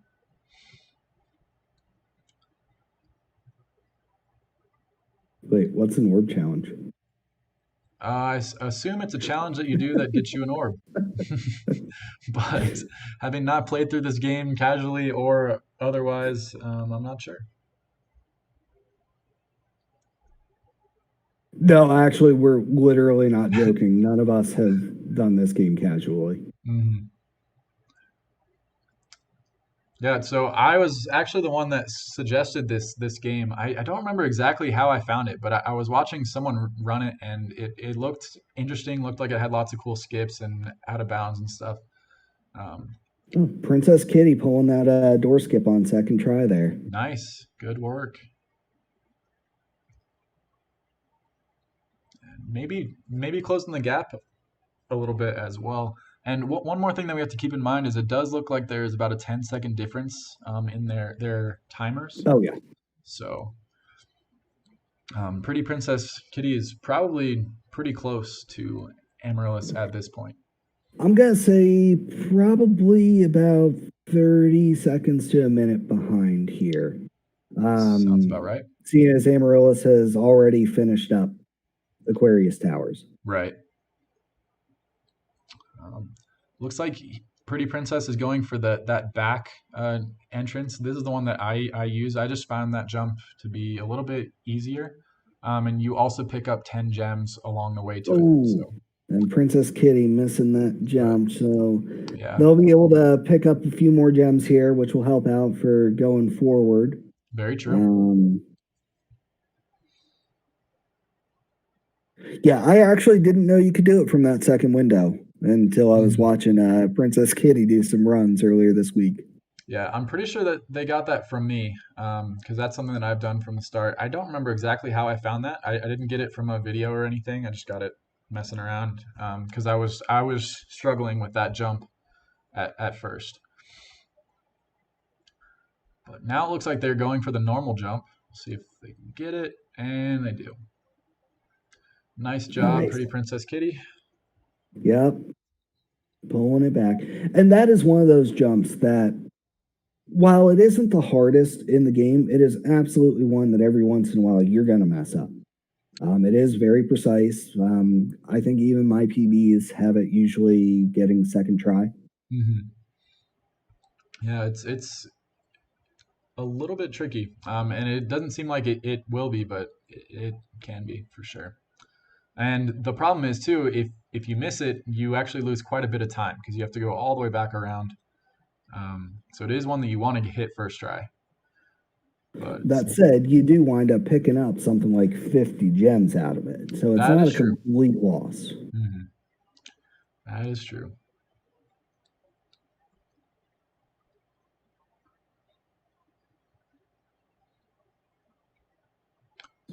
Princess Kitty actually talking to Moneybags this time instead of just trying to manually hop into the submarine. We like to see that. Yeah.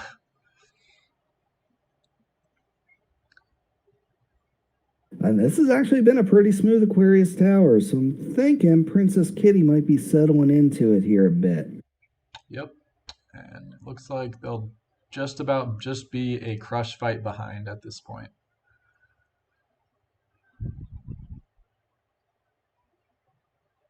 So one of the things I noticed, no one's going for like the crush club jump. Yeah, so that's something that That, I didn't try. I assumed that it was hard, and then I tried it once and didn't get it, and just oh, it didn't is do it. literally the easiest, most consistent thing in the game. Like I really have not the damage abuse. No, I'm sketched out about taking extra damage because sometimes those boulders will go out a little bit farther than you're expecting, and then you're redoing it. Very true. Ooh, that's good. That was a good bone skip Oh, by nice. That was Amaryllis. yeah, love that bone skip. Mm-hmm. That is one of the tighter jumps in this run too. Yep. But it looks like we all just go for the intended route for that next jump. It's just not worth trying it. It's ridiculously hard. Like Yeah, I'd consider trying it again now that I've had more practice and experience, but it's not worth it, especially when you only have the 2 weeks to learn the game. Like you want to be able to stick to what you know and get a run completed. absolutely.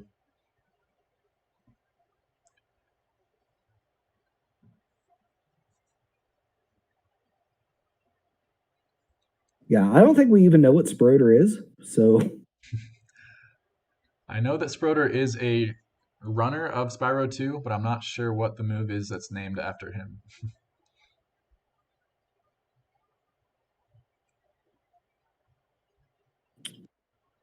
Real's taking a little bit of damage here, picking up some gems, going right up. I'm actually pretty safe on this section. So this jump right here is one that I absolutely mess up. Yeah, there you see Amaryllis falling right back down again.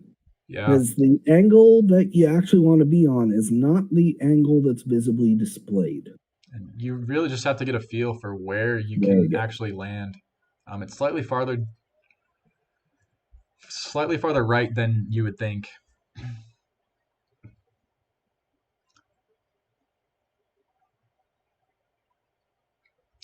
All right, and we are done with Crush on Pretty Princess's side.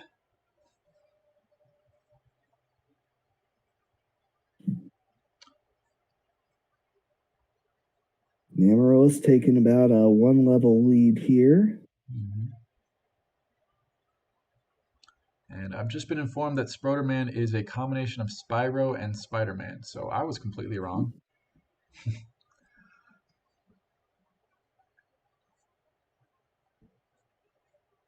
Oh, it's Amaryllis short on, yeah, short on gems. Needs to hit that 400 before being able to do Zephyr. Yep. Yeah, and this is actually seems to be the route that he chooses to do. That this is what he did in his match against you as well. Yeah. And if you're doing climb skip, that's perfectly acceptable. Yep. Absolutely.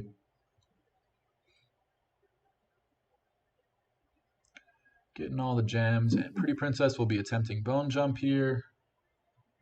And doesn't quite get it, but saves it before they fall off the edge and will now go the intended route to use the catapult. Nice. That is not an easy save either. It is really easy. If you get the glide going at all, you're probably going off that edge. Absolutely.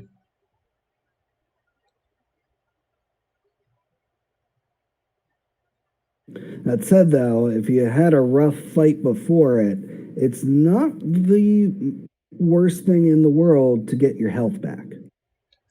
To just take a quick, easy death there.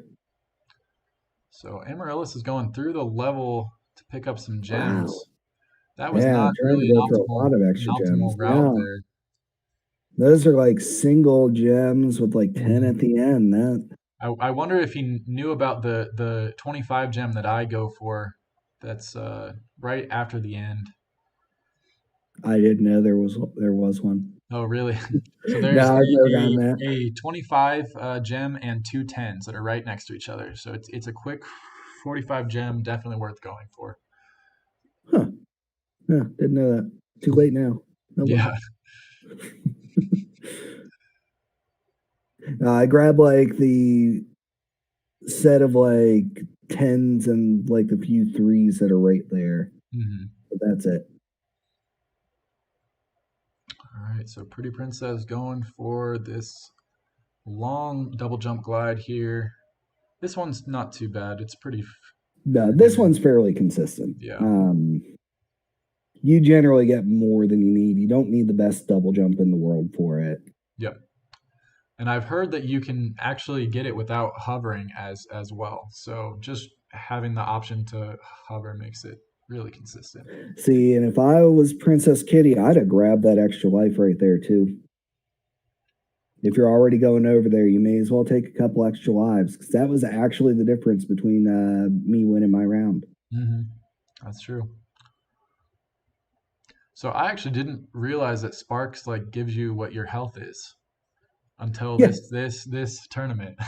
That was not something that I was aware of. Yeah, it's good to know. Yeah, for sure.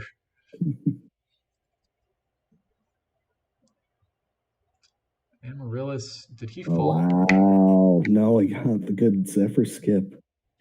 Wow. Oh, wow. Wow, that is impressive. Wow, yeah, that was huge. I have never actually gotten that skip. Oh, man. I'm not going to lie. I'm glad I was able to knock him out first run, because he is a strong contender here. He really is. He is pulling off some scary jumps here. Yep. Yeah, it's too bad that he didn't post a run beforehand because he would have definitely been either number one or number two seed and knocked me back to three.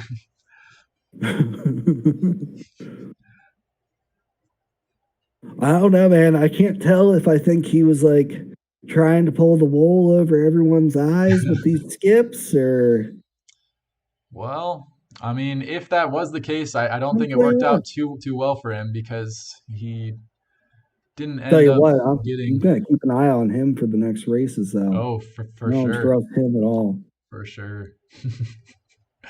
Amaryllis not receiving trust from the commentators. Mm-mm.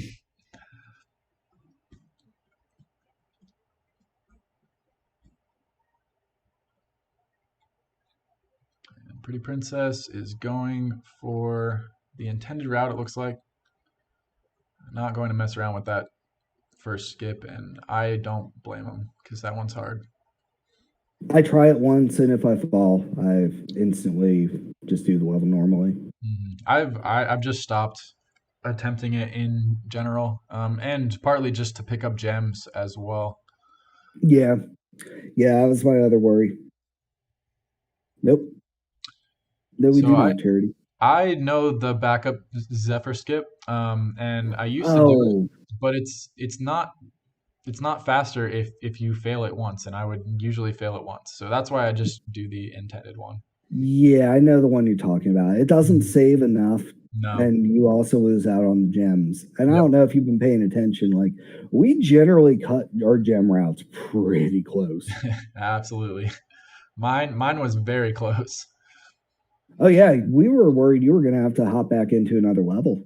I just barely Oh, had mine. enough gems by the time I reached the money bags that it worked out, but Yeah, you were on the fence there. yep. See, and that's another life I'll usually grab right there. hmm Like if it doesn't take the extra time, and it's usually the difference between getting a game over during winter or being able to just keep attempting the tricks. Yeah. Yeah, see, Princess Kitty went for it that time Picked it up. too, up to Yep. 7. hmm Because it legitimately could have been the difference between actually both the races we've seen so far. Yeah. And Amaryllis is going for the jump that gave me trouble during my race. I swear that was all nerves. I've never actually Or struggled yeah. that much with that jump. This is one that every once in a while I just mess up.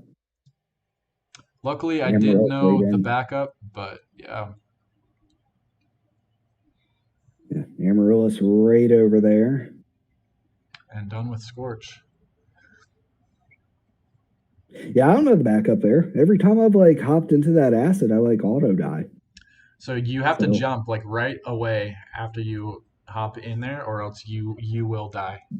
It oh will hit you multiple times, but if you jump right away and glide, you can make it. oh, they didn't make it a kill plane. They just took away the iframes. I guess.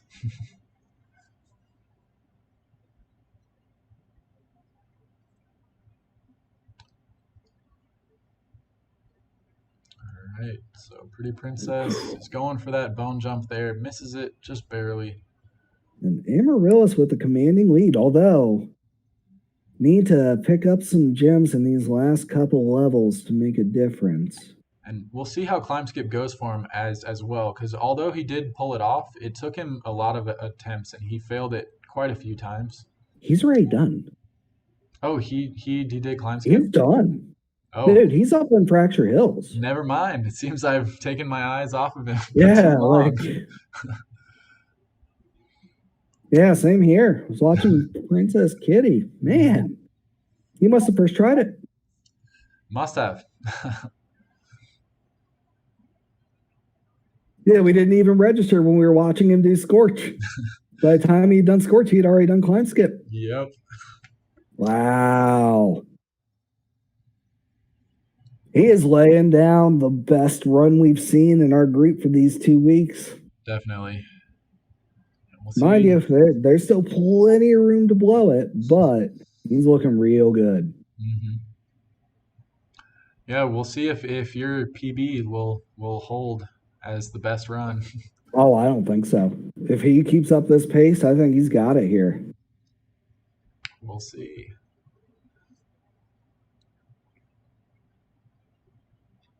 Cutting that hover a little bit short there. Yep. And then getting eaten. This is just not, this is my least favorite. It's just an awful level. Oh yeah, like I said, it combines like the two things that every speedrunner hates. Cutscenes that can't be skipped by using the X button like every other cutscene in the game, and bagpipes. Nice.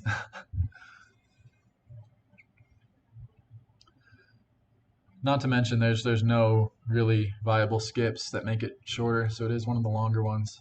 No, and those bees suck. Bees are awful. And as was mentioned in the chat, like you have to flame them, but sometimes it's hard to flame the trees before the bees hit you.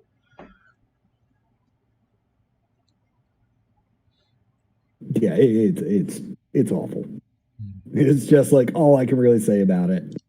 Cannot stand the enemies in that level. So Pretty Princess is going to get more gems here. This is actually pretty smart because there are a lot of gems over on this side. So there's already 25 right at the exit.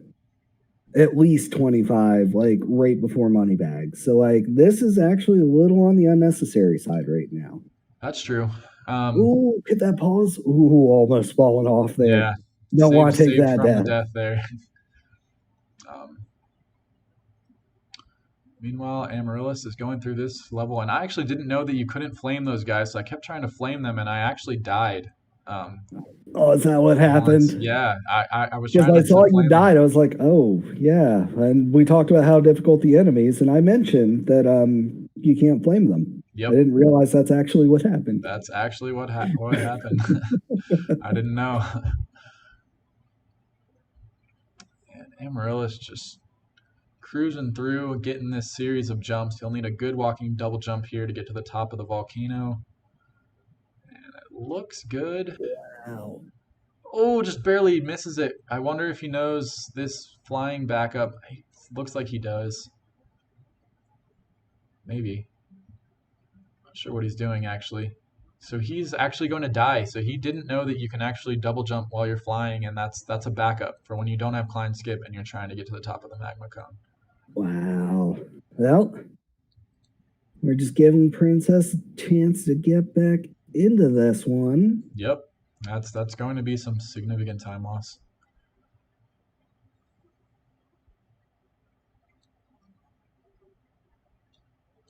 All right, we'll see how his double jump goes this time. I don't know if that's going to be enough. Misses it again, a second time, and will intentionally die again. Well, this is starting to look sketchy. Yep. So that was a jump that he actually got first try in his race against you, but it seems to be I'll tell you what, giving him man, trouble. he's still a couple levels up. That climb skip was dirty. That's I true. legitimately didn't expect anyone to pull that out. From what I gathered after talking to him throughout all the last commentary, he must have been ahead of me, like going into winter. Yeah, he actually was, if I remember correctly. He had completely caught up and surpassed. And the main reason for that was for the glacier level. Oh yeah, I took some hits on that one. He misses the jump a third time and will die again. Ooh. It's too bad that he doesn't know the flying backup, because I haven't tried it, but it didn't look too hard. I haven't tried it because I haven't had a need to, because I didn't do climb skip. But And he is burning through those lives. yep. And he's kind of going to be relying on those to get through Dragon Shores. Oh man. Yep. This is. All right, so I'm told in the chat that the Superfly jump is actually pretty difficult, so maybe that's why. Another intentional death after missing the jump. Yeah, he's bonking. Yep.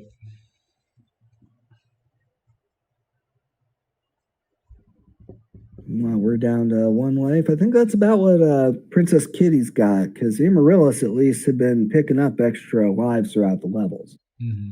Princess Kitty really hasn't been, I don't believe. Yep.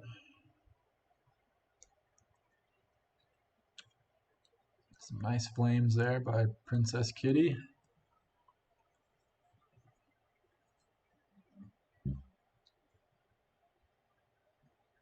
Man, and Amaryllis just can't get that jump. And he does a flame out of frustration there. Ooh. Oh, he can't do it now. He's gonna have to leave the level regardless. Oh, right. He just hit that Interesting. Zoe. We'll see how long it takes him to figure that out. He's getting some gems. And not sure what he's trying to do here. He's gonna have to take. Yeah, I think he realized it. I Without believe climbing, he's there's no at way to get back up game there. over now, right? Yep. So that was Yeah. his last life. Climb skip That's part what I 2. thought. He's probably got to do climb again. Yep. So this gives Pretty Princess a chance to make up This some ground here. technically puts Pretty Princess in the lead. That is true. Oh no, you don't have to do climb skip again Oh, okay. Never mind. because he made it into Satyr or Scorch. Yep. through Satyr Hills, like Scorch, yeah, whichever. I wasn't sure which one. I know if you fail on Scorch and game over, it'll make you redo it. Oh, really? I did not know Oh that. yeah. Oh yeah, you do not want to game over on Scorch if you do climb skip. So Pretty Princess is having to backtrack a little bit to get one of the satyrs. But that was the last one, so they'll be finishing up this level here. I wonder if Amaryllis knows he can just double jump back up there. He doesn't need to go back to that platform. But that's okay. I didn't know that until I saw like you doing it last race. And it's Oh, not that's too good. bad. All right, let's see how this walking double jump goes. Come on, Amaryllis. That one looks good. Yeah, this is that really that just a one's got question good of like, height. Oh, I think he hovered too early. oh no, Just barely misses it. Oh man. And every one of these deaths is just another chance for Princess Kitty to come back and take that lead right away. Absolutely. And I think this just goes to show how clutch his last run was, because his last run he was hitting all these tricks first try. Yeah, that was legitimately infuriating. Coming into the stream afterwards and seeing just how close that was. Yep, It's like, minute and a half. oh wait, no, I could still lose this. All right, they're in the same level now. Princess Kitty's got Amaryllis. the easier run for this, though. Yeah, no, for sure. Oh, and because Amaryllis just messed it up. There's Yep. no getting up there. Another intentional death. Didn't let go of the inputs. Yep. It's another death for sure. And Pretty Princess is about to take. I mean, they have Okay. taken the lead. Yeah. Yeah, they are killing it. But that's the trouble with some of those harder tricks. Like, it seems like Amaryllis may have gone a little bit too hard on working on that climb skip, got it down and polished, but is messing up some of the smaller things. As well as it's getting pretty late. This is not everyone's first run. Everyone's got nerves. He's been sitting here talking with me for an hour before even getting back to his second run. Yep. There's a whole lot of factors coming into this. Yep. We'll see. He might game over again, as Pretty Princess is now approaching the end of this level. Oh, and Princess pretty much has it already. Like, that line's clean. Just hop up through there. Yep. They're up there. We go. Right in. And there is a lead change. Yes.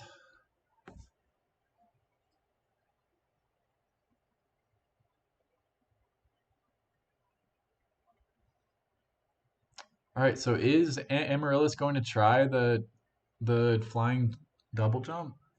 What is going on here? I don't think he worked on it. I think he's just getting frustrated.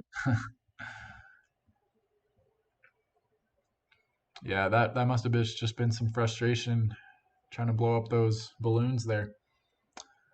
Pretty Princess does have enough gems. I was gonna say, and the deal is like, this is definitely not over if Amaryllis can just pull this out. Yeah, this is They not a could game that probably you want even to take hang your another. head. Yeah, could probably even take another game over here and still get back into it without too much trouble. Mhm. It will all come Especially, down to Dragon Shores, that's for sure. absolutely, every single time. Which is the great thing and the bad thing about this game. Oh yes, I have sworn at that wall in Dragon Shores more times than I can count. I have yelled loud enough that my kid thought I was yelling at him. And then I'd have to go, no, no, it's okay. It's just this awful, awful game. Yep. And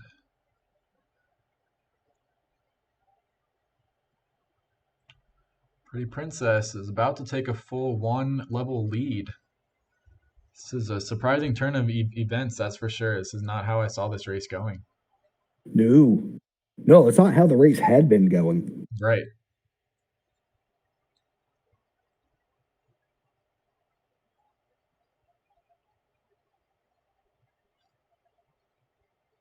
So Pretty Princess is trying to double jump up there, but you don't actually have to get up there. You can flame just with a So, semi-decent double jump. so I think it was you that had some trouble here, right? With this specific one. Right. Yeah.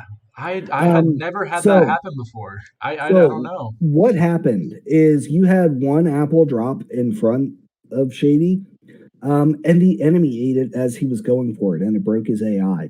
So you had to drop another. That's so weird because I could see the apple on the ground. So I was like, why is he not picking it up? Like, what is going on? Because there had been one in front of him that he had went for, and that enemy can eat them. Wow. Yeah, So I that did not enemy know ate that. it. I know you were just like standing in front of the door waiting for it. I was like, what is going on? The game hates me.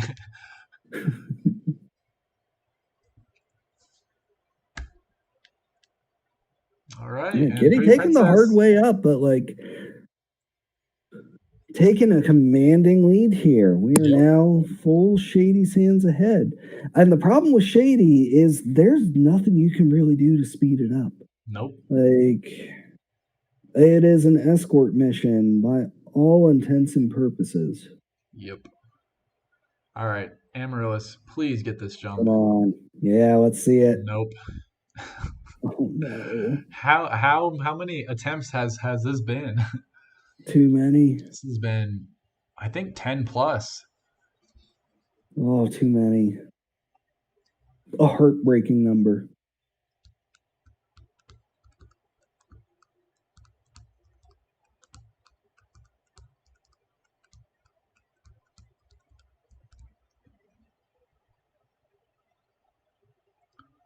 So I guess it turns out there is a skip for He's saying it Shady, doesn't but it matter. just You still doesn't do have to like anything. escort Yeah. him. It's too bad. But that makes sense why there's no. Yeah. Oh, and Amaryllis, another fall. That jump seemed like it was okay, but Bonking. Yeah. it's too bad. All right, Pretty Princess is on to Gulp. We'll see if Gulp goes better for him this time. For them.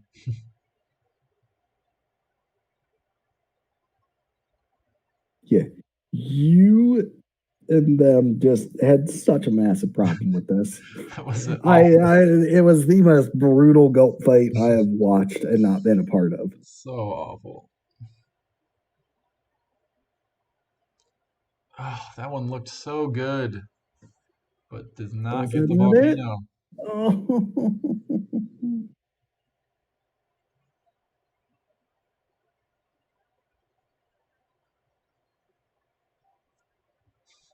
And at this point, you have to be starting to feel some frustration. This is probably what I was feeling as I was trying to get the Dragon Shores wall glide. Oh yeah, he is definitely feeling this.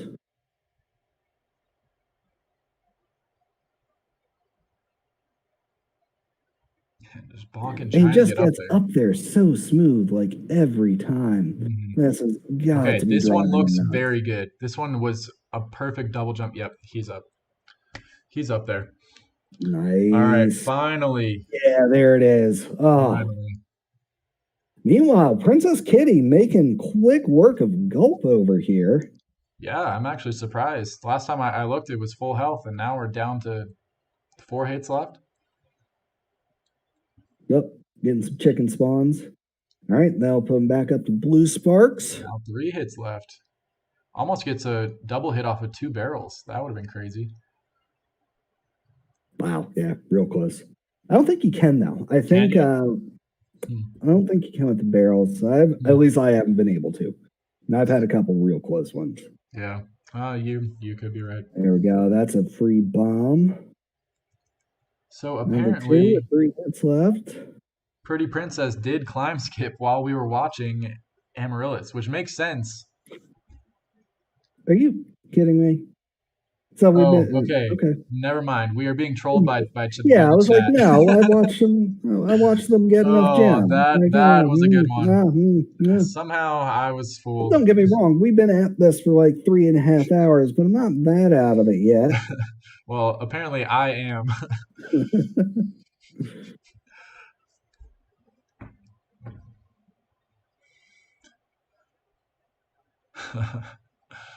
Oh, all right. So we're just about to finish Gulp on Pretty Princess's side. This is a huge lead.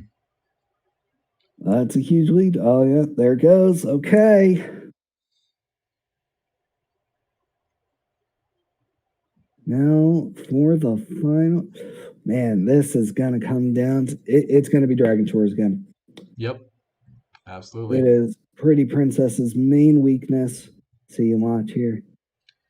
Yeah, we'll see what happens. Oh, the enemy ran away, so Amaryllis almost had the enemy eat Shady's apple. Interesting.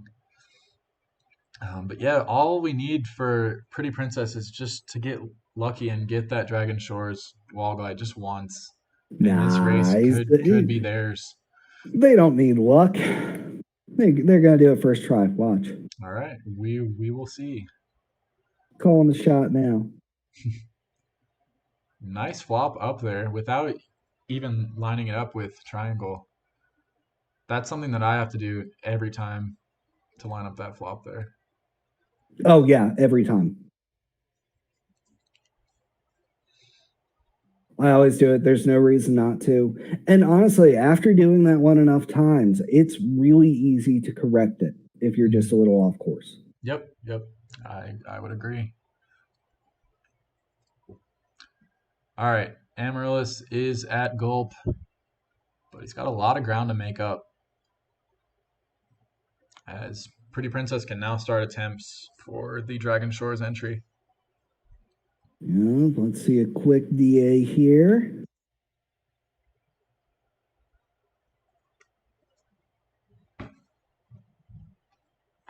We got Amaryllis and Gulp. Oh man.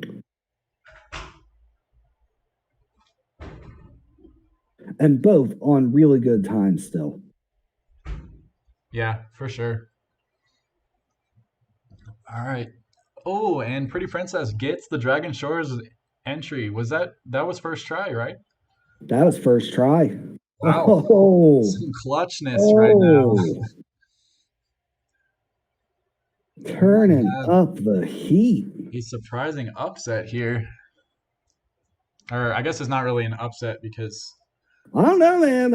I definitely had it pegged on Amaryllis taking this one. See, and we were talking about this last time with Pretty Princess. You cannot hover. If you hover, you're not getting that clip. yeah, I just don't think that will work. Someone in the chat said that you can get it, and Pretty Princess gets the skip. What is going on? This is crazy. You called it, man. You said first try. Oh no. No way. This is That's what we going like to on see. the highlight reel for Speedruns Learn Quick. This is turning into a blowout. Monumental. Holy cow. And we got Fireball. Oh, we are down to one trick to go.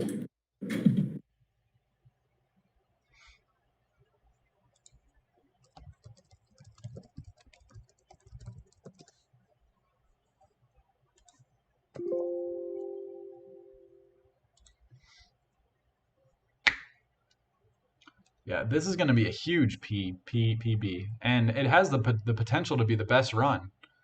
There's still It's plenty of time pushing to it, beat yeah. Grave Ash's 53. What was it? 53-15 or something? 53 something, yeah. Yeah. A low 53. So all we need is the swim in air, and this is going to be insane. Yeah, this is absolutely crucial and right up there. And this just goes to show that anything can happen come race time. See, it looks like Princess Kitty's trying to take my route for Oh, swimming. they Oh no, doing that is a very different. variation of it, but it's an interesting variation. Seemed to work pretty well. Just wasn't able to line it up right. Yeah, that, ooh, too much spinning around for my blood. And Amaryllis is just still trying to work on Gulp. I haven't been watching his screen much, as I've just been super impressed by Pretty Princess, but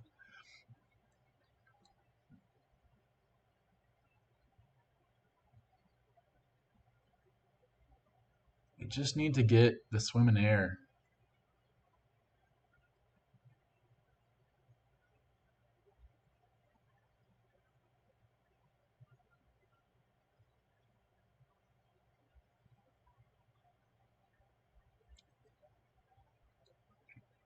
Amaryllis, oh, misses the bomb hit there. Just needs two more hits, but struggling He's to still get them. he's still max charge on Sparks, so he's That's true. Misses the rocket too, and knocks away the bomb. Things are not going his way. ooh, oof, yeah, that was That was not not what you a want to good see. sequence. And Pretty Princess falls outside of the wall into the water. Um, but do they know how to get out? It looks like it. Probably, yeah. Honestly, you only really have one option, It's so true. And grabs an orb, which is super helpful because we don't use orbs at all. All right, when we're done with Gulp on Amaryllis' side, so yeah. but still the lead is just it's a huge lead. Well, if I think Amaryllis it's has going a to be good showing difficult. here, like this is, I don't know. He got it real quick in his last race. So this still, That's true. I am definitely not calling it. 'Cause that swimming air is not the easiest thing in the world. That is true.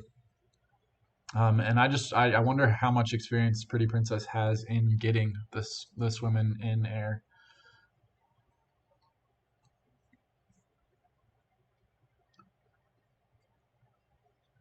And the problem with that jump there is if you knock into the scenery before you are ready to land, it'll actually kill your jump and you'll fall down. Oh, I hate that jump. It is one of those jumps that I mess up quite frequently. Yep.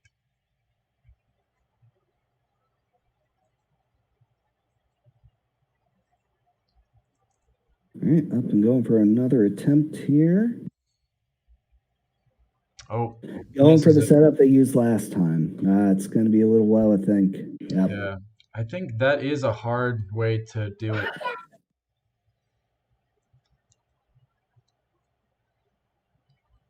But the good news is on lives, they've still got 5 lives. Oh So wow, yeah, lots of that's attempts there. crucial.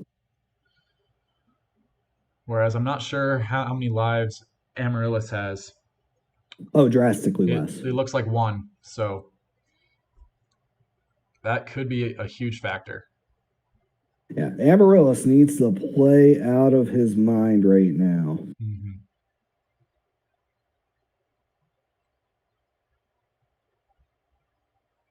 All right, that seems to be decent height for Pretty Princess. We'll see. Come on. Nope. They pulled back just a little bit too much until they dropped too much height. Oh, and it was right at the end there too. That's Yep. rough.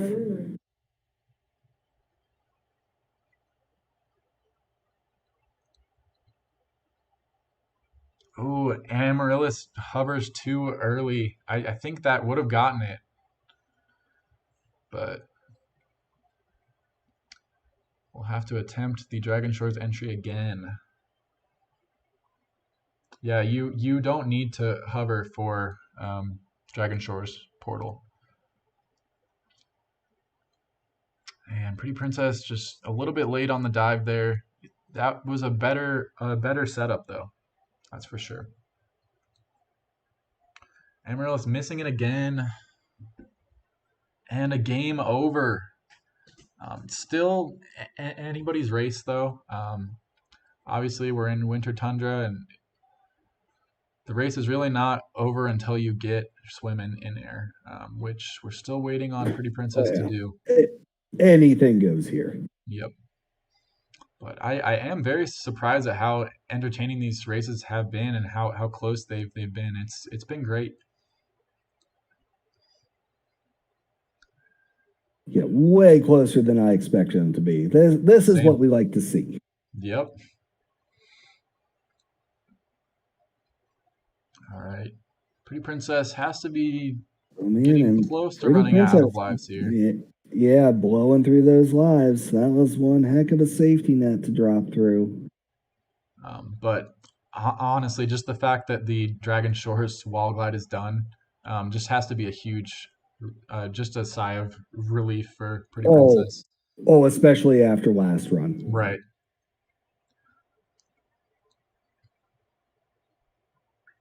Yeah, having that lineup so quick had to have been a morale booster. Oh, for sure. And they get swim in air. This game could be over, barring any huge mistakes on there it Ripto. is. There it is.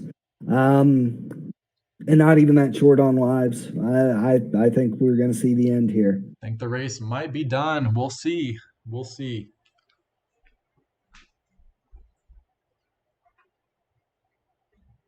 What is it? This is going to make it that you are the only person in the group that doesn't have a sub-hour run yet. That does not have a what? A sub-hour run. Oh, that is pretty embarrassing, actually. I just thought you'd like to know. Well, So, thank you for pointing that. motivate you for next run. Yeah. Ooh. Yeah, I'm not looking forward to next run. I mean, I am, but it's gonna be tough for me. I will definitely be an underdog. That's for sure. I love how you said in the group that you would average around 110 or 120. Not even close. Yeah, I wasn't expecting to blast through that again. But like, I don't know, man. It's one of those things. You do it enough, and eventually it starts clicking. Very true. So we're just basically this fight is a formality at this point, I think. But Yeah, this is going to be a got huge both PB sparks. though. Huge Yeah, PB. it's absolutely going from like 120 previous PB to this. So, Oh yeah, that's gonna feel 55? real good. Yeah, definitely. 55 for sure. Oh, But and it looks is like Pretty Princess over. has said in the chat that it was a 55 exactly, and that does indeed turn out to be the case. Wow. Nice. What a race. We had a huge lead change. Come from behind win as Amaryllis does get the Dragon Shores wall glide eventually, but it's too little too late. That was, I think, the most entertaining race so far. Ooh.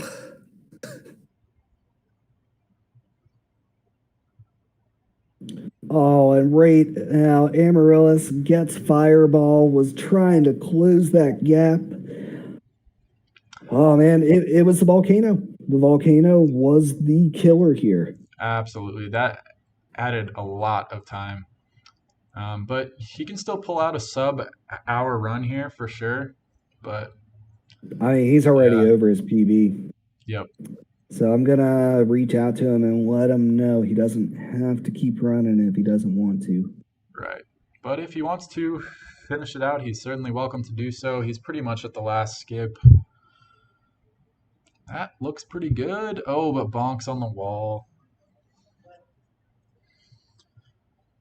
Pretty Princess with the amazing comeback win. I just still Oh can't man. get over how clutch that was, especially Yeah. after having just run a race. To run two in a row, that has to take a toll. Oh yeah, those back-to-back runs are absolutely brutal. Yep.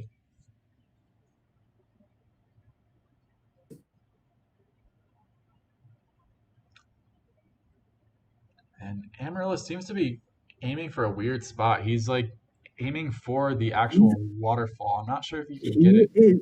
You absolutely can, and it's considered more reliable. Oh, really? I Yep. usually go just in front of the waterfall. He is definitely going for a legitimate spot. There's a bunch of places that actually work. I can't say as I go for anyone in specific. I judge depending on my height. I've not had any luck with the waterfall itself, and I try for that sort of like bend in the river about halfway back. Right. Yep. Right. That's where I go. Right there. Yep. Stuck. Right where Amaryllis just went, but he didn't quite get it. Oh, he was so close too. Congrats on the huge win though, PK. That was amazing. I'm still riding that high. That was so cool. I was not expecting that at all. I mean, my split, looking at my splits, it was, I think I was like plus about 5 minutes under my PB up until gulp. And then after the fireball, it was like plus 35 or something, just because I have so little reliability in actually getting not only the Dragon Shores clip, but yeah, all the Dragon Shores clips really. Oh, whoops. Yeah, so getting first go was. Didn't mean to do that. Wow. Yeah, you went right through there. Like that was hands down your best winter tundra in general. Oh, not even Absolutely. close. Not even close. It was like even just the winter tundra split was something like 28 minutes below my PB. Wow. No, that was one of the fastest winter tundras we've seen, I think, in the entire event. Yeah, hands down. Yeah.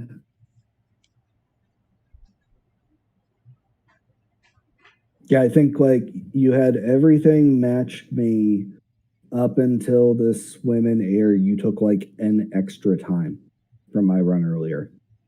So that's insanely good. I think I missed. Yeah, obviously I missed a couple of the jumps at the start for Glimmer, and that lost probably about half a minute, and then missing the Aquaria Towers jump a couple of times wasn't the best. Hey, you at least stopped and talked to Moneybags this time and didn't just blow past him and land on the submarine. Yeah, that was certainly an improvement. Congratulations on the win. Thank you. Thank you. Oh, Amaryllis, how you feeling about that one? Because That molten core made my soul hurt. yeah, that was rough. That one hurt all of us. Yeah. Yeah, it gave me way more problems than it usually does. So that's just bad luck on my part, I suppose. Yeah. Had Yeah. you tried the like flying jump thing before? No, backup for it? that was actually the only way that I learned to do that, which is again my bad. Yeah. Yeah, so I haven't tried that one, but apparently like it's a good backup because you can do it, like you can attempt it on unlimited times, so that you don't have to keep like dying on purpose. But yeah, All right. that was rough. I was feeling really good about my early levels up until then, though. You were crushing it. You had a massive lead Yep. that you lost on that. Mm-hmm. Unfortunate. Okay. You had like a 2 or 3 level lead. Oh wow. Okay. If only I knew Superflight. Yes. If only. But I didn't. So it's the way it ends. All right. Yeah, great runs. So here's how our bracket is looking. So we now have Pretty Princess Kitty took third place. Now all that's left is the finals between me and Gravash. So good luck, Gravash. Yep, best of luck to you as well. And I did want to go over, would Amaryllis, you and Pretty Princess like to commentate for us? Sure. Yeah, sure thing. All right, that works out.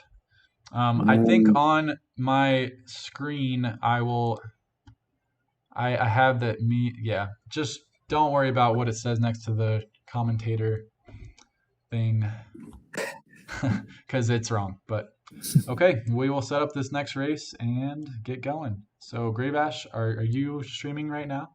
Yep, I'm streaming. I got my game up and ready to go. Perfect. Let's pull that up. And we are good to go.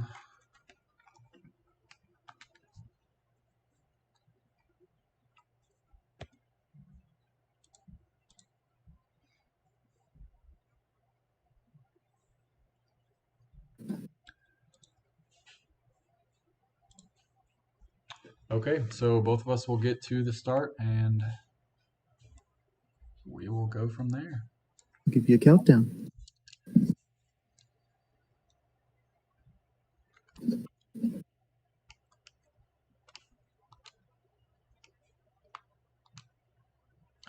All right, I'm ready. Looks like Gravash needs to reset his timer, but Oh, yeah. other than that, I think we're ready for the countdown.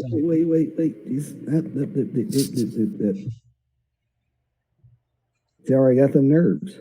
All right, we're good. You good? Okay. Yep, we're both ready. So 5, 4, 3, 2, 1, go.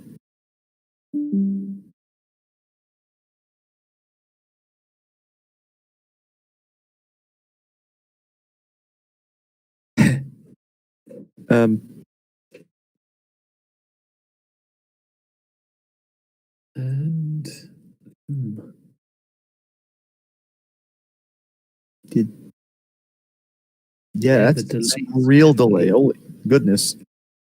I didn't realize quite how much delay there was Yeah, it's like until just now. yeah, it's like 30 seconds or something. It's like geez. Or more. Even I guess you don't notice a delay when you're watching the stream in the background whilst running yourself. So I suppose not.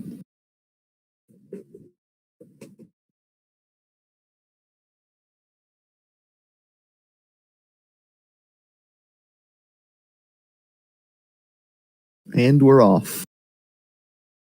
yeah, they are. Ravash is. Oh, yeah. So we could talk about maybe a 4-second delay between the runners. Yeah, small delay from take or start. Graves seems to have got it first go, which is certainly quite nice. Yes.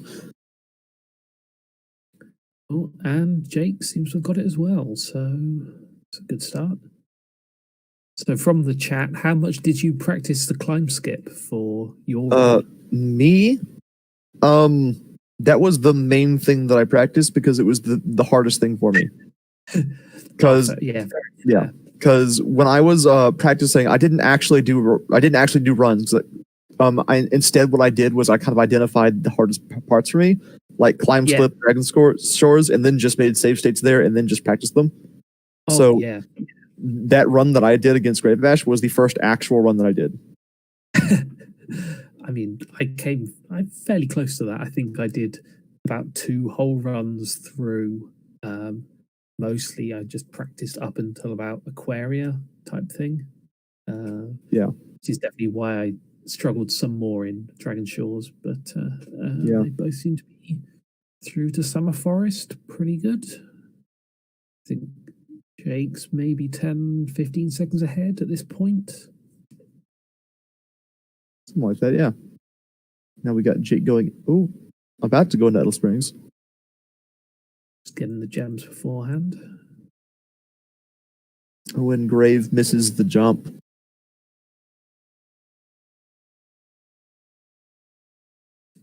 Oh yeah, I mean, I'd probably put 45 minutes, maybe to an hour and a half into climb skip, and I could get bits of it, but just nowhere near consistent enough for the whole run. Yeah.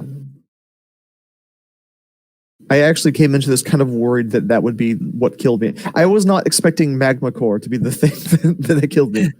That was really not great luck on your part. Yeah. And I got incredibly lucky. So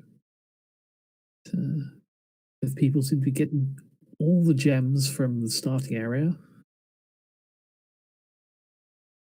Oh, what's a little bit of freeze here? Got a bit of a. I think we're losing some frames there. Yeah, but it looks like they're coming back steadily. Well, they were for a moment. Yeah.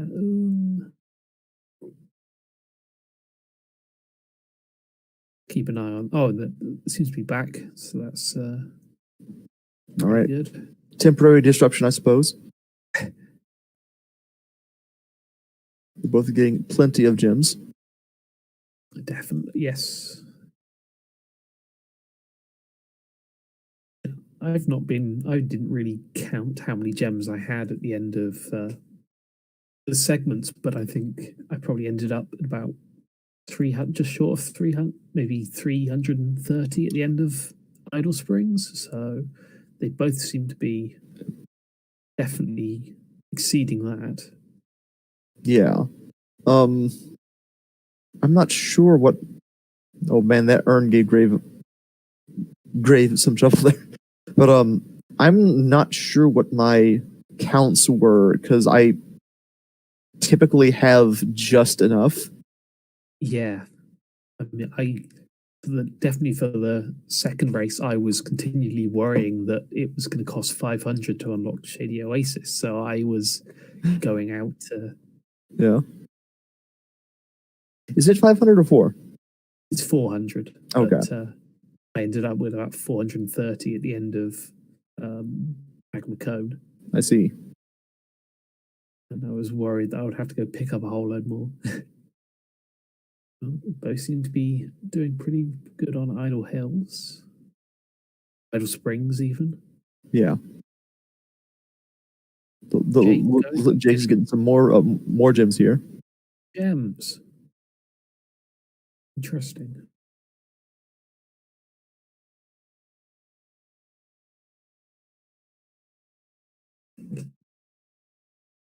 Oh, I see. Thank you, Charity. Thank you for clarifying. Yes. And then it's 100 for money bags in the submarine. It's why it's 900 total for the runs we mostly have been doing. Well, Grave caught the fairy. Well, the fairy caught him, I should say. Brave entering Colossus with 390 odd gems, which is definitely plenty.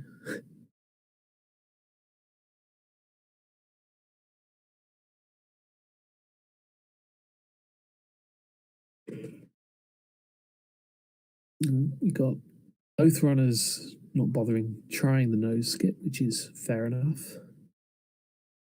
I think you were the only one that gave it a go.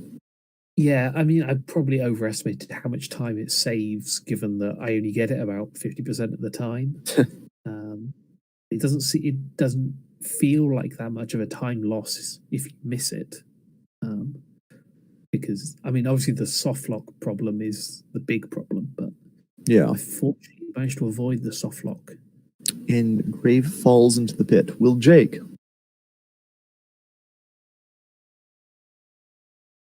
He makes it. Okay. Well, that's a much easier way out of that pit. I did not do that. Ooh, that's definitely a nice, much quicker way of getting back on top of things from Grave. Yes.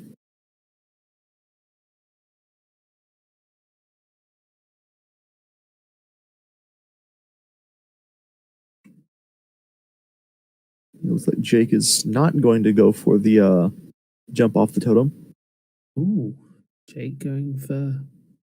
I didn't have a clue that way existed. It's easier, but it loses a little time. It definitely looks a lot easier. I found I was fairly consistent in getting on top of the statue. It's just jump the statue to roof jump that Yeah, I was never able to line up correctly. it's the reverse for me, wherein the camera messes with me to the point where it's really hard to jump backwards onto the totem. But to the roof is no big deal. Awful. Yeah. Both now returning to Summer Forest with a very healthy amount of gems. Yeah. We're still relatively close.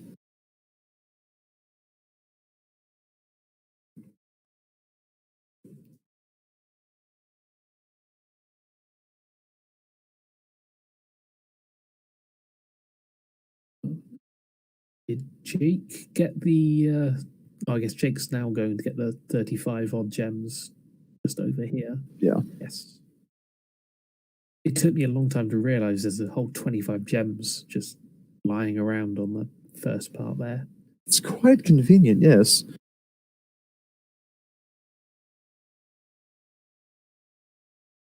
Looks like Grave is still losing some frames here and there.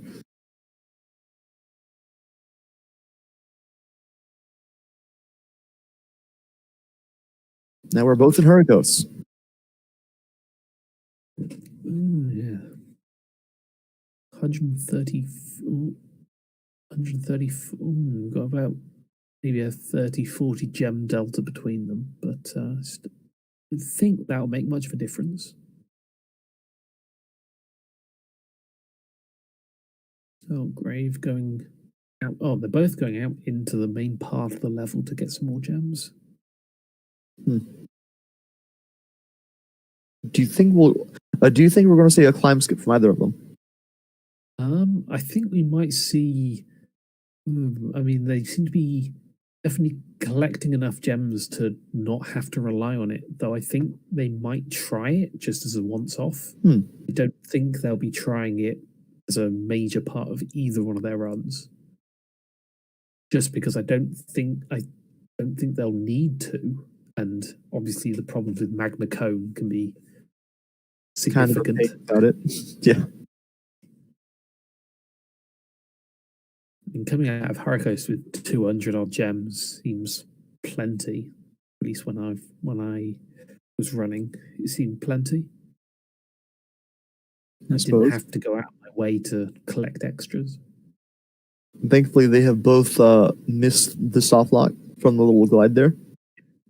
Both fairly good Hurricos. Yeah, so the climb skip mostly saves time because of not having to go out of the way for the gems. But yeah, they both seem to be going out of their way to collect the gems, especially in Hurricos. So yes, they might think. Yeah, it might not be worth it, even if they might want to. Yeah. Yeah. It's like maybe try it once, but if it doesn't work, just don't bother, I suppose. Oh, and Grave missed falls. The jump there. Yeah. But there is the backup strat, which is just going around the other way. Which yeah. isn't too bad. It's the jump is worth it. It's a lot of gems up here. The jump is deceptively difficult, but it's not the worst thing in the world because all the gems everywhere in this room. The problem with the jump I find is that you want to hold down the D-pad until after your jump, but yes, you just walk off. Yeah, you just walk off every time. That is the problem I usually have in Zephyr, trying to do the skip. Landing on the wall, you just walk off. Yeah. Walking off the edge of the cliff and then sort of just falling into the void. Yeah. Because it's clear where the clipping ends.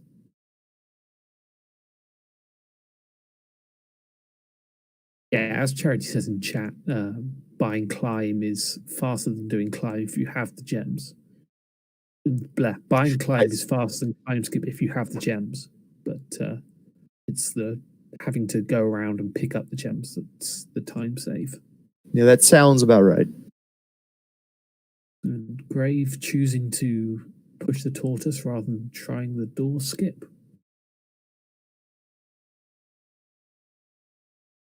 Oh, I see. Jake fell into the pit there. Ooh, not ideal, but there's some nice gems down there, I suppose. It's not too bad. Too bad. Yeah.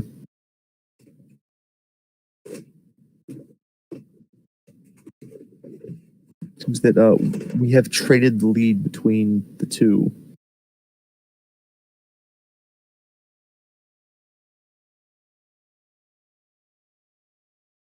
Just got to remember that both of them are like offset by like 7 seconds, so it's kind of, so if they're close, Yeah. it looks like one's ahead. 5 seconds. Yeah.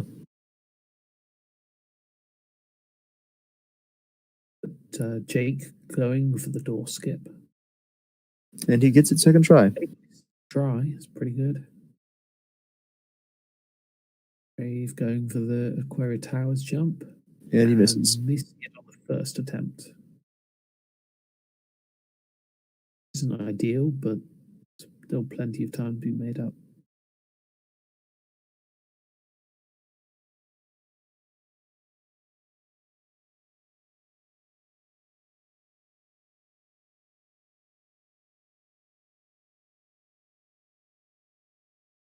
Ooh, misses again. Ooh, that's not ideal.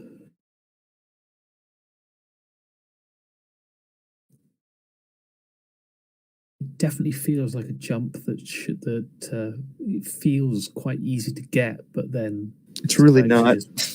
Don't know Yeah. why. Graves got it on his third, and Jake has unfortunately missed it on his first.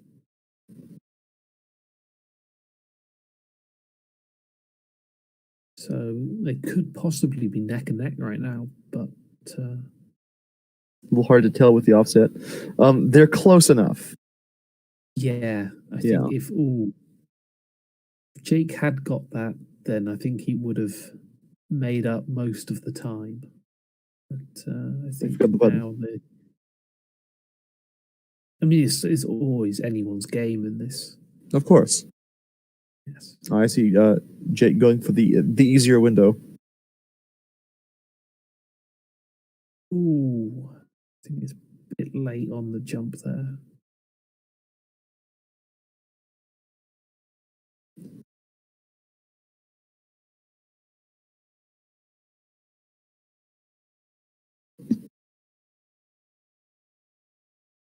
And he gets it. Eventually getting it. It's both players in Aquaria Towers.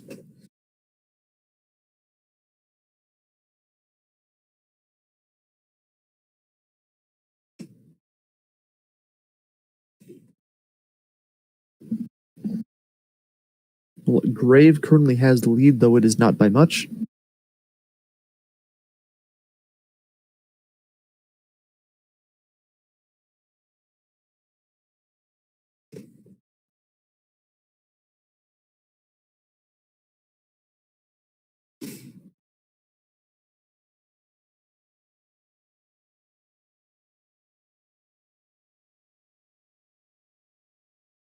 Ooh, Oh, some problems getting out of the water here. the water is rather finicky, and it has the Absolutely. and I've noticed it has the tendency to just eat your input sometimes. Yeah, and Yeah. sometimes it feels like you have to either stop charging, or start charging to get out of the water. Or Yeah. it seems fairly finicky. We've got one player into Crush. It does mean Jake isn't very far behind because he's only got one more button to go. Sorry, no more buttons to go. He's got the end of the level to go. Talisman. Yes.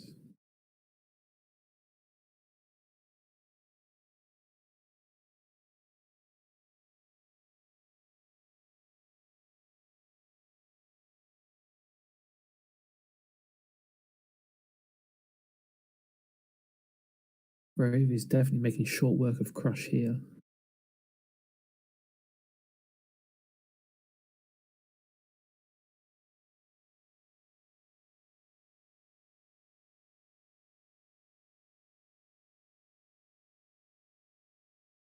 And now both players are in Crush.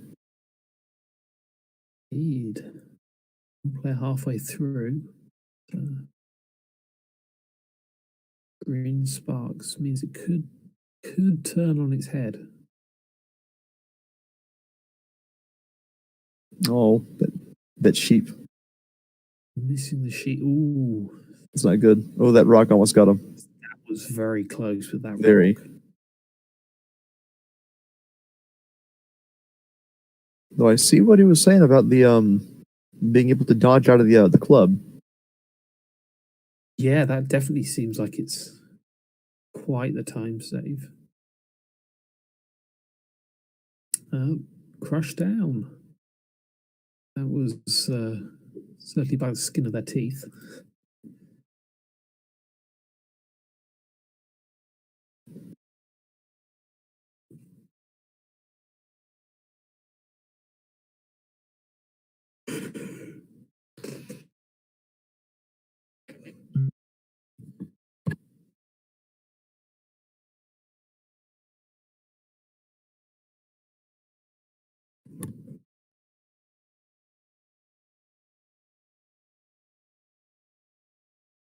Oh, and there's a Oh, death. Unfortunate. sorry, That's- not a game over. That's life lost, at least. Yeah. Definitely unfortunate. On these bosses, losing a life right as they die is just the worst. Oh, absolutely. I mean, I think ooh, got Brave going for the bone skip. Oh, it manages it first go. Yeah, I think for Crush, it's not so bad because it's difficult to die at the same time as you would be killing him. But for Gulp, especially if you're on his last life and you want to get that barrel and you're slightly too close, then the barrel will kill you too. Yeah. Which happened to be at least once. At least once. Yeah. I think it definitely happened. I can't remember if it happened in the race as well as second time because I know I died at least twice. I don't quite remember. I know that it happened to both of you, not just you. Yeah. Ooh. Yeah, we weren't kidding when we said that was really neck and neck. As was said in the chat, Gulp in the Reignited trilogy is definitely a lot harder casually. Because I played the Reignited casually a few months ago, having not played the originals as a kid, like I imagine most people have. And his shot, when he shoots his energy balls, they lead on where you are going with incredible accuracy, and That's it's a almost big painful to try and actually dodge them. But, Brave is appearing to go for the skip for the Crystal Glacier. And Jake is almost done with Crush. almost. Yeah, with details. I think I'm done with Crush. Oh, Grave has missed the jump, unfortunately, to get into the ice prison.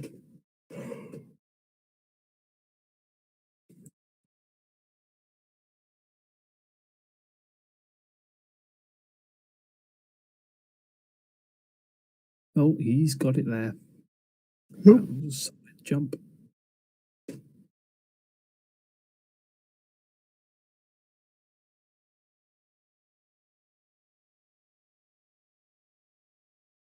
It's a good thing he decided to go for that 25 there. It's easy to miss.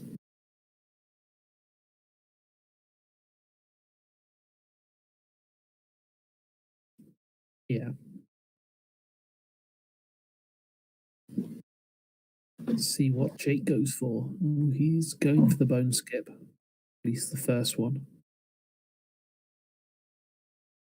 And he makes it and charges off. Ooh, That's rough. that's unfortunate.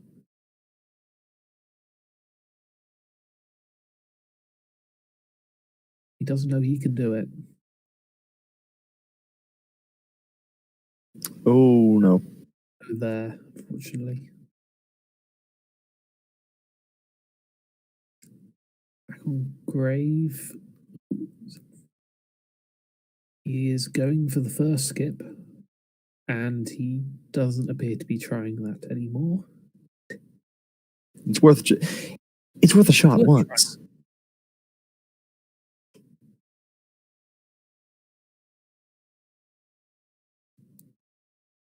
Jake is just going for the regular route on the bone catapult. Playing a little safer. Yeah. I mean, I think he's down to. I think he might be on his last life at this point. He is. So, okay. He either has 0 lives or 1 life. I don't remember. Yeah, it's one of those. Yeah. Okay, so he should be good with this jump.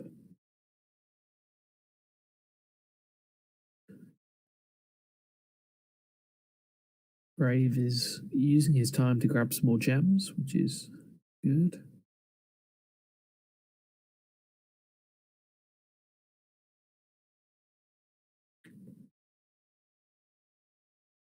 And Grave misses that jump into the building there.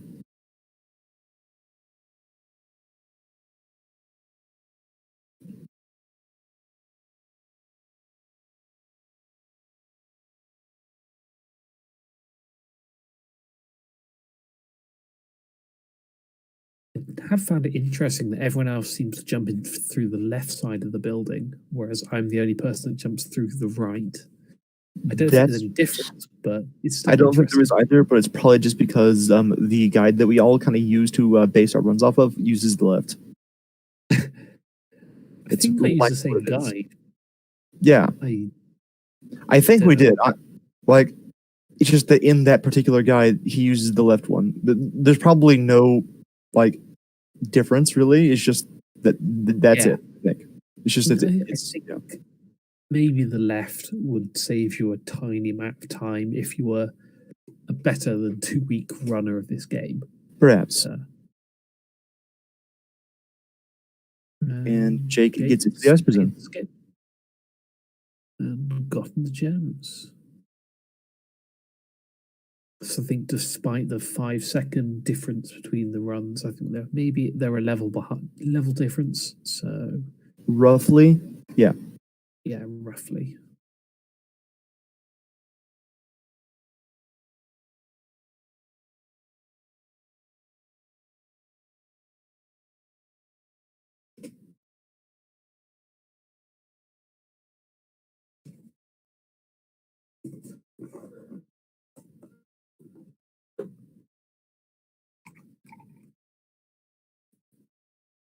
That little rock that comes out of the lava right there at the beginning of Badlands is aggravating when you're trying to get that gem. Oh, yeah, because it stops you charging. It is directly in your path, deliberately so.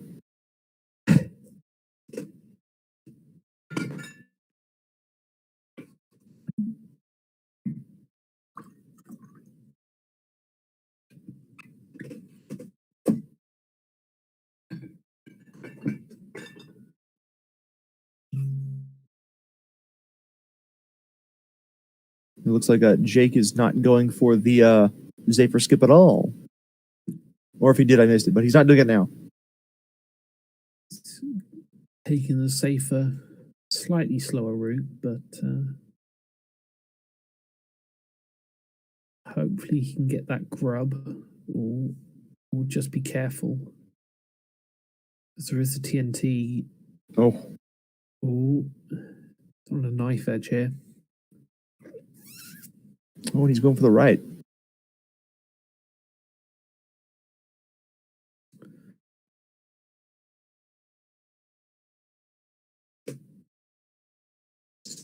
Ooh. Is he still not getting the sparks?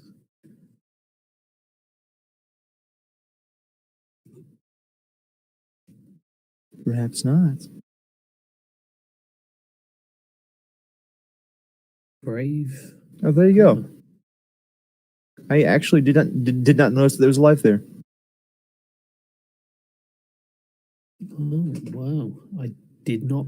I mean, I'm trying to look between the script. They've both got talismans at the same time. Yeah. I didn't realize you could just jump up to the crow's nest of that ship and Yep. skip having to light the fires. Yep. You just gotta do a little I don't even know what you call it, that little wall climb thing. Wall glide, yeah. Off the right corner there. Yeah.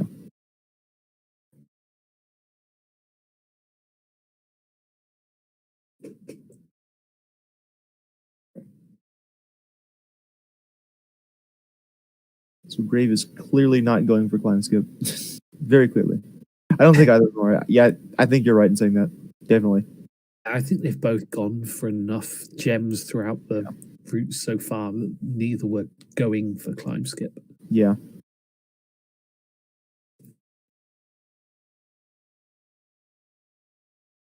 So literally having 17 gems after it's going to be close, I think.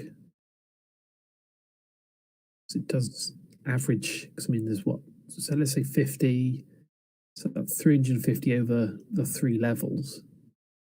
That's plenty of lives. So there are some gems that are just scattered around the near area, but they'll have to lose a little time to go get them. Just a little farther down that hallway where Moneybags is, there's like a little stash. Yeah, I think that's what someone told me about when I was trying to find. But CJ, that's where. Yes, so Jake's getting the secret stash in Badlands and has enough for the climb. I think. Oh, enough for. Almost. Oh no, he's still got Breeze Harbor to go, hasn't he? Yes. Yeah. So Graves is about to attempt that jump there, and he does not get it. That's unfortunate. Fortunately, he has plenty of lives to burn, so it's not a huge loss. He does have a bit of a lead, so. Though I imagine that's going to vanish soon enough. Yeah. Ooh, that's unfortunate. Jake down to 0 lives.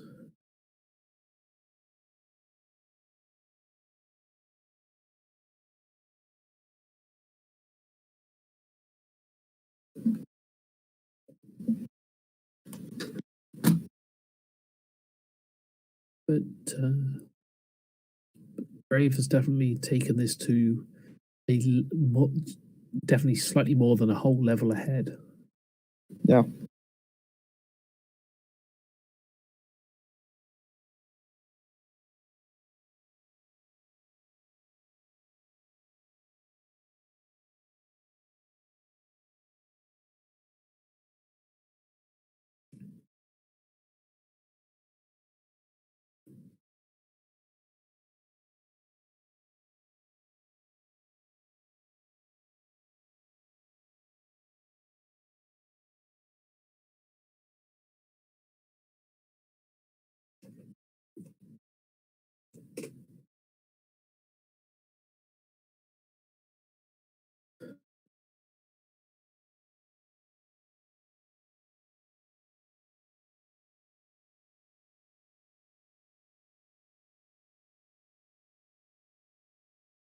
Jake definitely got plenty of gems at this point. That is a surety. I think he has enough that he shouldn't have to worry about running out of gems for paying money back. Yeah. He's climbing this ladder. He's going to enter Scorch with at least 80, 90. Yeah. And I mean, that's less than 120 for each of the next levels.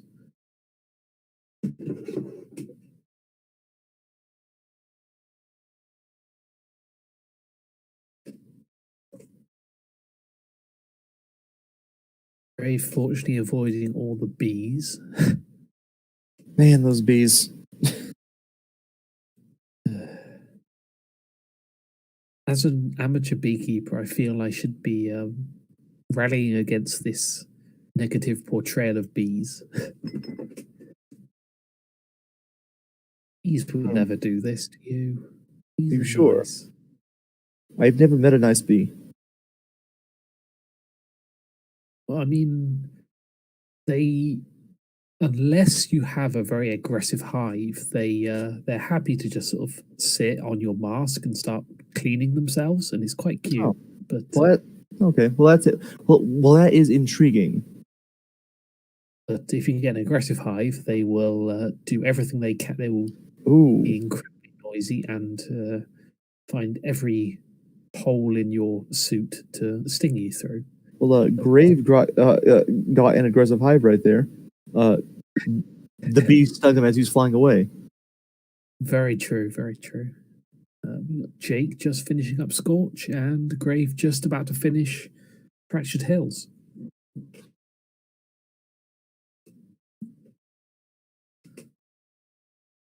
I feel the lead has definitely shortened.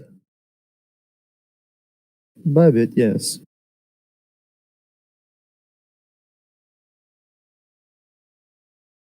Of course, it's still anyone's game, but Yeah. As with the other runs, most of it's going to come down to the last few skips. yeah, Grave has a lot of lives. yeah, missing the the magma cone jump there was slightly Ooh, got it again. good. It's definitely better than missing some of the jumps you could have missed, but Yes, definitely. it's not ideal. Oh, Taking his yeah. time and managed it quite cleanly that time. Oh, he's got plenty of gems. He'll be totally fine. He can head straight towards the bit of the wall. Yeah.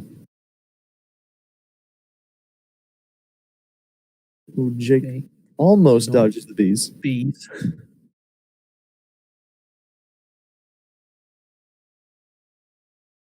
Hope okay, because he's ooh, that's Unfortunate. game over from the bees. Oof. Grave going on a detour for more gems. I really don't think he needs to go on a detour for gems at this point, but Unless it's just faster than climbing, I'm not sure. I guess it's better to be safe than sorry. Yeah, I suppose.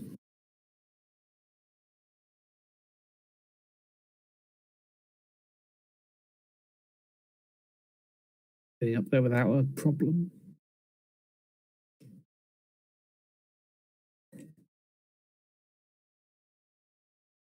Oh, he should be totally fine for gems. I'll first go up to that jump.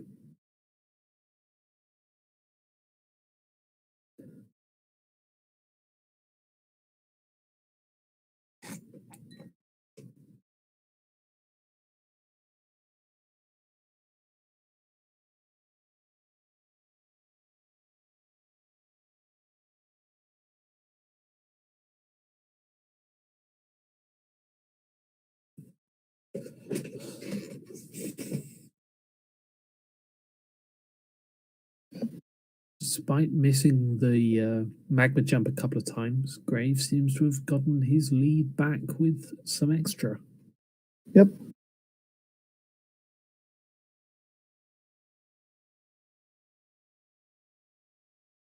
Got enough gems for the rest of the game.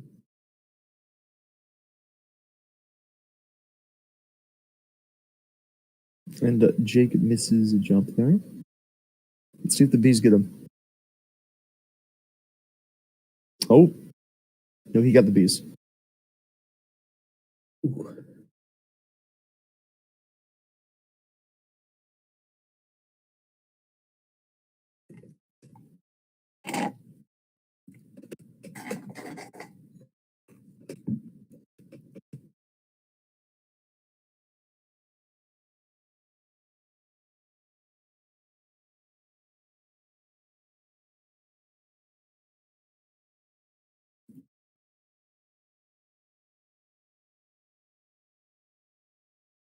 I mean, I'm just judging off my splits here, but I guess it could be looking at possibly a 45-minute gulp fight or sub Hmm. 45 gulp fight if everything goes well.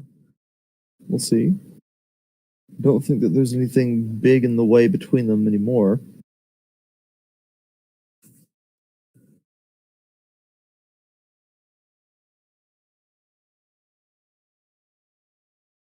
Unless either of them have difficulties getting Shorty to follow them.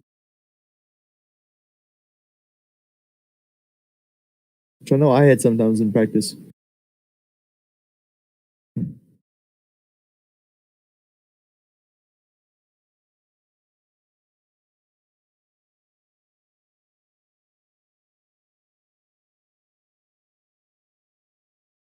It's been good shady oasis for Grave so far, and Jake seems to be doing pretty solid on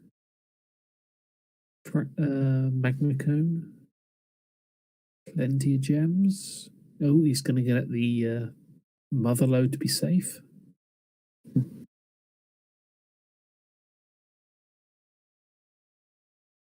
That was a fast shady oasis.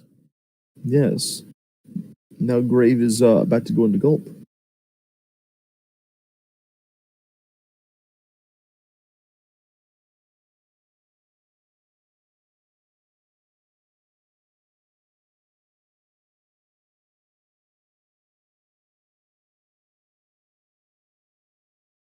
Yeah, up to Gulp already.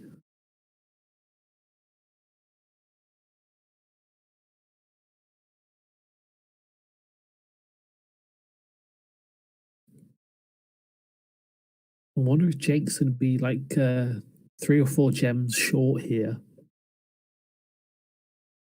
Possibly. Oh no, he should be fine. There is a Both ones around the portal. well, there's one right next to Moneybags. Oh no, he's fine. He's totally fine. Yeah. In the opposite corner up for Moneybags there's an urn with another 10. I mean, I think there's only about 5 or 6 around money bags, and you have to go quite a way before. Right next to them, there's another urn with a 10 gem in it. Oh, Yeah. okay. It's hidden behind that corner that you come around. I swore that was only like a 2 or a 5 or something. Maybe I'm remembering wrong, but I swear it was 10. It could very well be.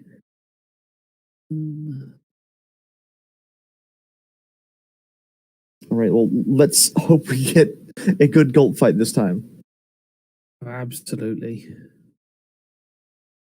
Oh, it is. It is 10. One of the experienced runners, shall we say? One of the runners who knows what they're doing. Oh, well, thank you, Charity. Clarified the chat for us.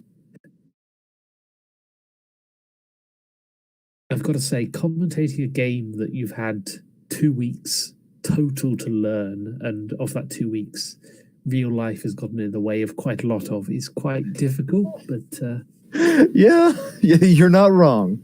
You're not wrong at all. Certainly an experience. I'm totally here for it. But well, yeah, I'm enjoying myself right now, even though I might not be the most talkative guy in the world, I guess. But that's more of that. Yeah, it's an experience with the game. Oh, absolutely, yeah. I've got to say, it does make me. It makes me realize quite how much good work they did for developers in the Reignited trilogy. Because I played through it casually, and I had the time of my life. It was an excellent collectathon platformer. And I never thought that the PS1 version could be quite this broken. Yeah, I've only seen a few people play the Reignited, and I can definitely kind of appreciate how much effort was put into it. It's really staggering how much they turned like how they just remade it this to reimagine it. Is that because they added so much detail everywhere? Oh no! Apparently, the Reignited trilogy is also very broken. Oh, lovely. Well, maybe we should run that then sometime.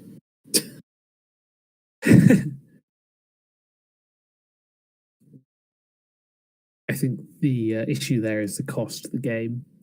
Yeah. But I got it through the Humble Monthly. We aren't no sponsor there.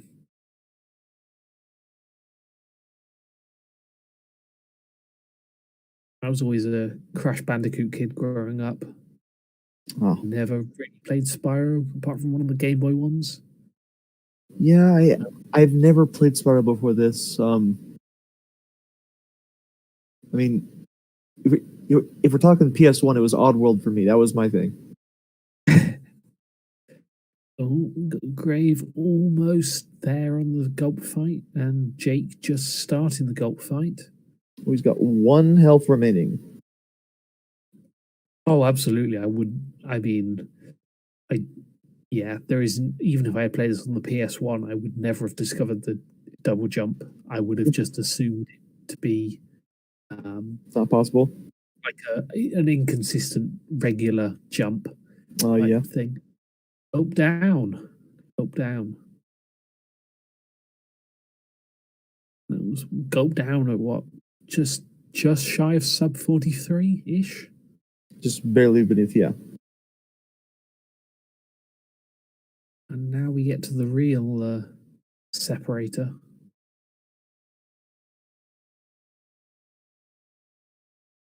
Jake not being able to pick up that rocket.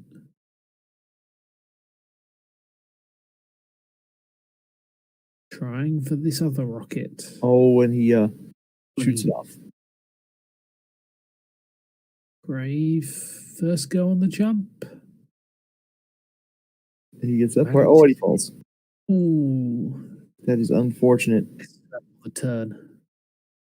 Well, all those extra lives are going to come in handy here. Oh, absolutely.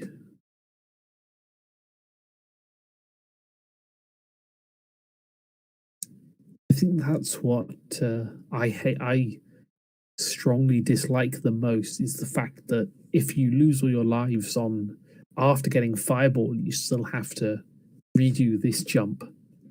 Yes. Oh. And it's so much more painful with fireball. Because you can't Absolutely, quite line up. yes. Yeah. Can't you just fireball money bags and walk through? If only, but he's fireproof.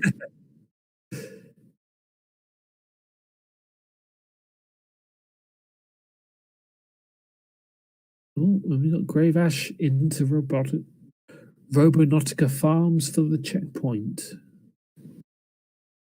I think that almost guarantees him not having to redo it before he gets Fireball, at least. Yeah. 7 lives. Yeah. So I think he'll probably get it within those 7. So I don't think he has that too much to worry about. And Jay gets smashed. Ooh, down to green sparks. But Gulp is very close to death. Of course, we say down to 7, and then we ignore the fact that it took me, for instance, 45 minutes to get it on my first go to even get once into Dragon Shores. I think that was everybody, though. I mean, yes, I do trust both Grave and Jake to be significantly more accomplished at getting the jump than I am. And Gulp is down. Yeah, both players into Winter Tundra. The lead is closing a bit. Yeah, all it would take is one good Dragon Shores clip for Jake to completely turn this on its head.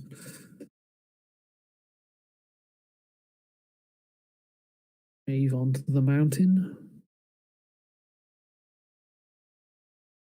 Round and round he goes. Ooh, the camera. Is he going to get it? He did not. Oh. Unfortunate. Jake onto the bridge. Misses the glacier.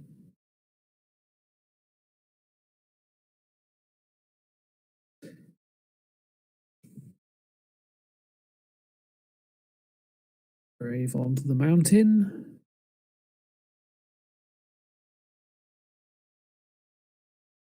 Jake onto the bridge.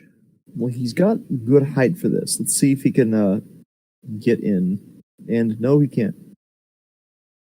Ooh, unfortunate again. But Jake's into Winter Tundra. He's only 20 seconds behind. Yeah, the gap is almost non-existent now. Yes, and If Grave fails this next jump, it'll be pretty much gone. yeah, I can definitely imagine there's quite a lot of delay because of how it. Ooh, into Dragon Shores. I can imagine there's quite a lot of delay with how we are commentating this stream. Yeah, it's like almost 30 seconds behind. Or I something. mean, I was almost 30 seconds behind the actual streamers, but even people watching the Twitch stream, I imagine we are like 5 seconds plus behind. Oh goodness, okay. Yeah. See if Jake gets good. Charity said in the chat. Oh, and Grave got Dragon Shores the skip right away. Wow, that was fast. Yeah. That might be I think that's the fastest among us so far. the clincher. Yeah. He got Fireball there? He did. Oh yeah, I imagine us reacting to it and then the reaction being uploaded to Twitch via I think Jake's got it on the source. So yeah, there's like 6 or 7 levels of being repeatedly uploaded and then streamed and then re-uploaded. Yeah. Well, Jake is now in Dragon Shores. Let's see how he can get this.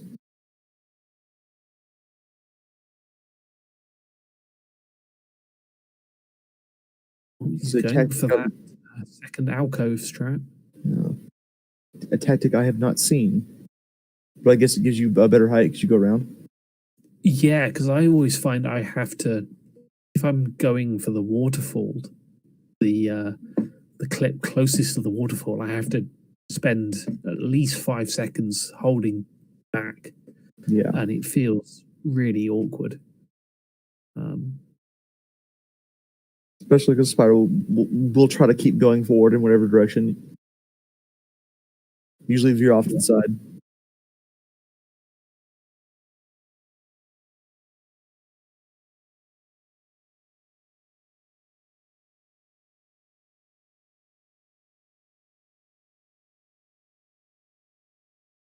And I mean, I do imagine it's being probably streamed in the East Coast given the time, but yeah.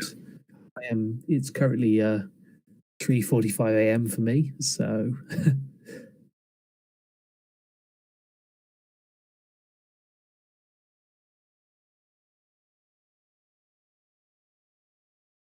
looking box. bonking into the floor. That's unfortunate.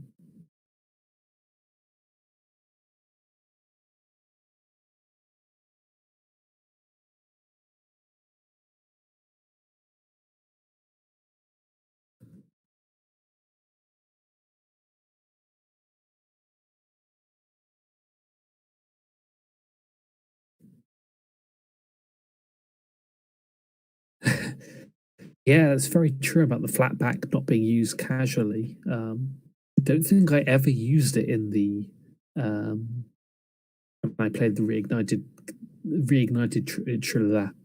trilogy casually. I mean, it's a nice option to have, but it's not something that a lot of people are going to choose to do or even realize they can do, perhaps, because I don't think the game tells you can do it. I mean, it's very nice just that the game is designed that you don't have to make these incredibly precise jumps, I suppose. All the jumps are very forgiving, which I think is good game design. Maybe not from a speedrun perspective, but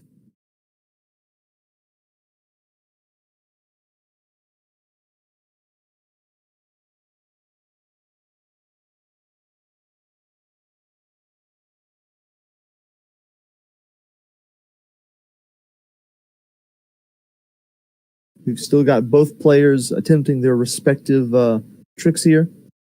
Yeah. And that's definitely true about the hard jumps being about getting distance rather than precision. Yeah. I say this is someone who has a lot of problems with that Crystal Glacier jump, and it's just because I cannot get the distance.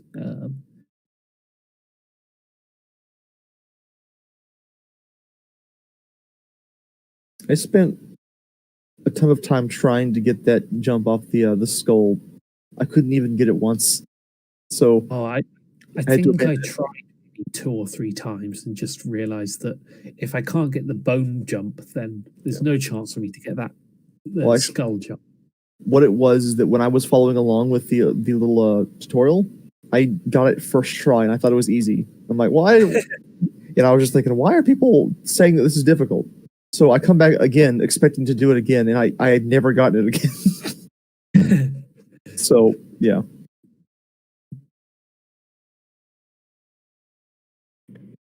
Is that over?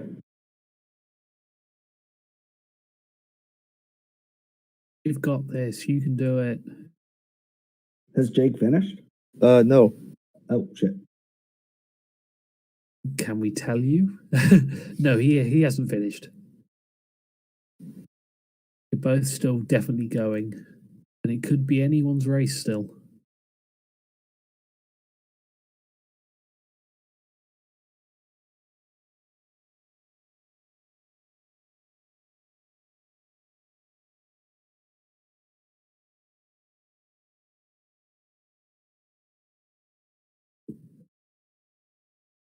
He stopped to, well, ask a question. It's just the delay is so massive that it appears he's just standing still. Yeah, the delay is certainly something, but I guess that's to be expected. Yeah.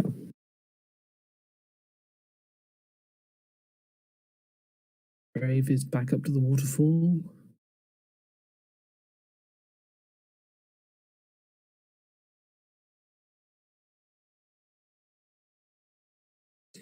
Height's looking good. And he got swimming air. Oh, yeah.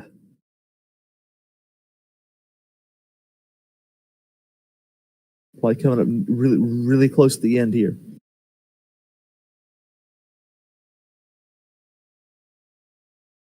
I still definitely think it's possible to. I mean, the final stage of the Ripto fight. Sometimes those green orbs are really quite difficult to get around, I suppose. It's not so much that the orbs are hard to dodge, it's hard to hit him and not get hit. Yes. It's not always clear where the orbs are because there's so much blur going on, in my opinion. Like that blur effect. Yeah, and just the controls being unwieldy. Oh, and he got this. And he got the orb. Jake got the.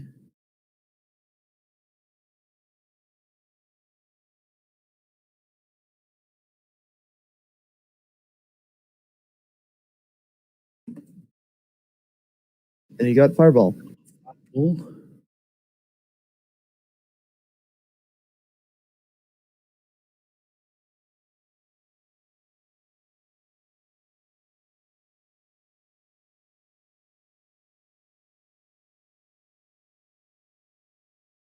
Woo. Alrighty, so that's a nice 56:37 for me. Okay, so we are definitely 20 seconds behind because we still see you. Yeah. Well, that makes you the winner. I think it's all over, and it is now. Yeah. Yeah. Well, Let's congratulations. see where we got Jake here. He is currently attempting to get swim in air. So, how does it feel? Oh, it feels absolutely great. This is our third event, and this is the first one. I've made it into the finals and winning it. Yeah, good job. I've been third place the first couple races. So this feels real good. You know what feels really good though? Yes. Getting that Dragon Shores wall clip like third try. Oh, yes, you got that Yeah, so was fast. impressive. Yeah. Yeah, that would have been a PB if I got swim in air Yeah. any time faster. It was Dragon Shores that decided the run. Oh, did he get stuck on the wall? He did. Oh no. Yeah. I mean, we knew that coming into this. Like, that has been the decider. Indeed.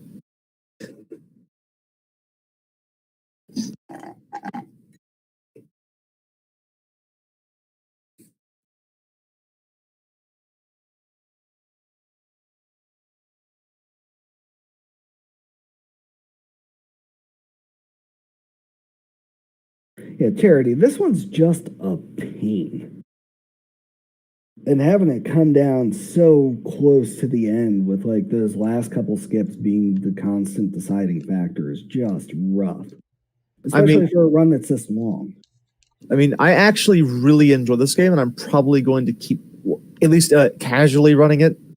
For a tournament, though, it's not the best because of that last jump, I think. Yeah, this last bit is just rough. It's the last 3 tricks that are just a pain. Yeah, I'm just trying to go until I can't PB. So it should just be a few more minutes here because my PB is 102, so it's still possible. Okay. Yeah, you But got this, man. No. not looking good though. No, because the Ripto fight takes like a minute and a half. Yeah, we'll see. I mean, all the speed if you just cut like gulp onwards out of the game, I would be like, yeah, this game's great to speedrun. Right. But Right. The rest of it's fun. Yeah.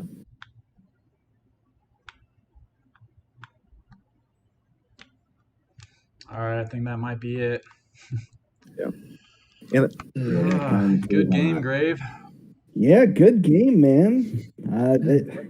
to everyone. Yeah, all the runners here. This has been absolutely fantastic. yes, this was a lot of fun. Everyone did great. Yeah. Good. I'm glad you guys enjoyed it. We've had an absolute blast putting these on. Yeah, and I'm still a little shaky here. I think it's about Same. time to like pour myself a little bit of whiskey and fire up Genshin Impact. Not a bad idea, man. All right. Well, thank you guys for running, for making this tournament awesome. Thank you guys for watching. Those of you that have the stream pulled up and have been paying attention, and this has been a lot of fun. Yeah, this has been absolutely great, and I hope to see you guys next week. I look forward to our next game. Yes. So for those of you in the audience that might not be aware, so we do hold monthly events. So our next event will be 4 weeks from now. So we'll be proposing what our next game should be, and then we'll take 2 weeks to learn it, and we'll have our next tournament. So stay tuned for the next one. And yeah, I'm excited as well to see what game our next one will be. So, all right. So we will crown our champion Grave Ash, and I think with that we will call it a day. So thank you all.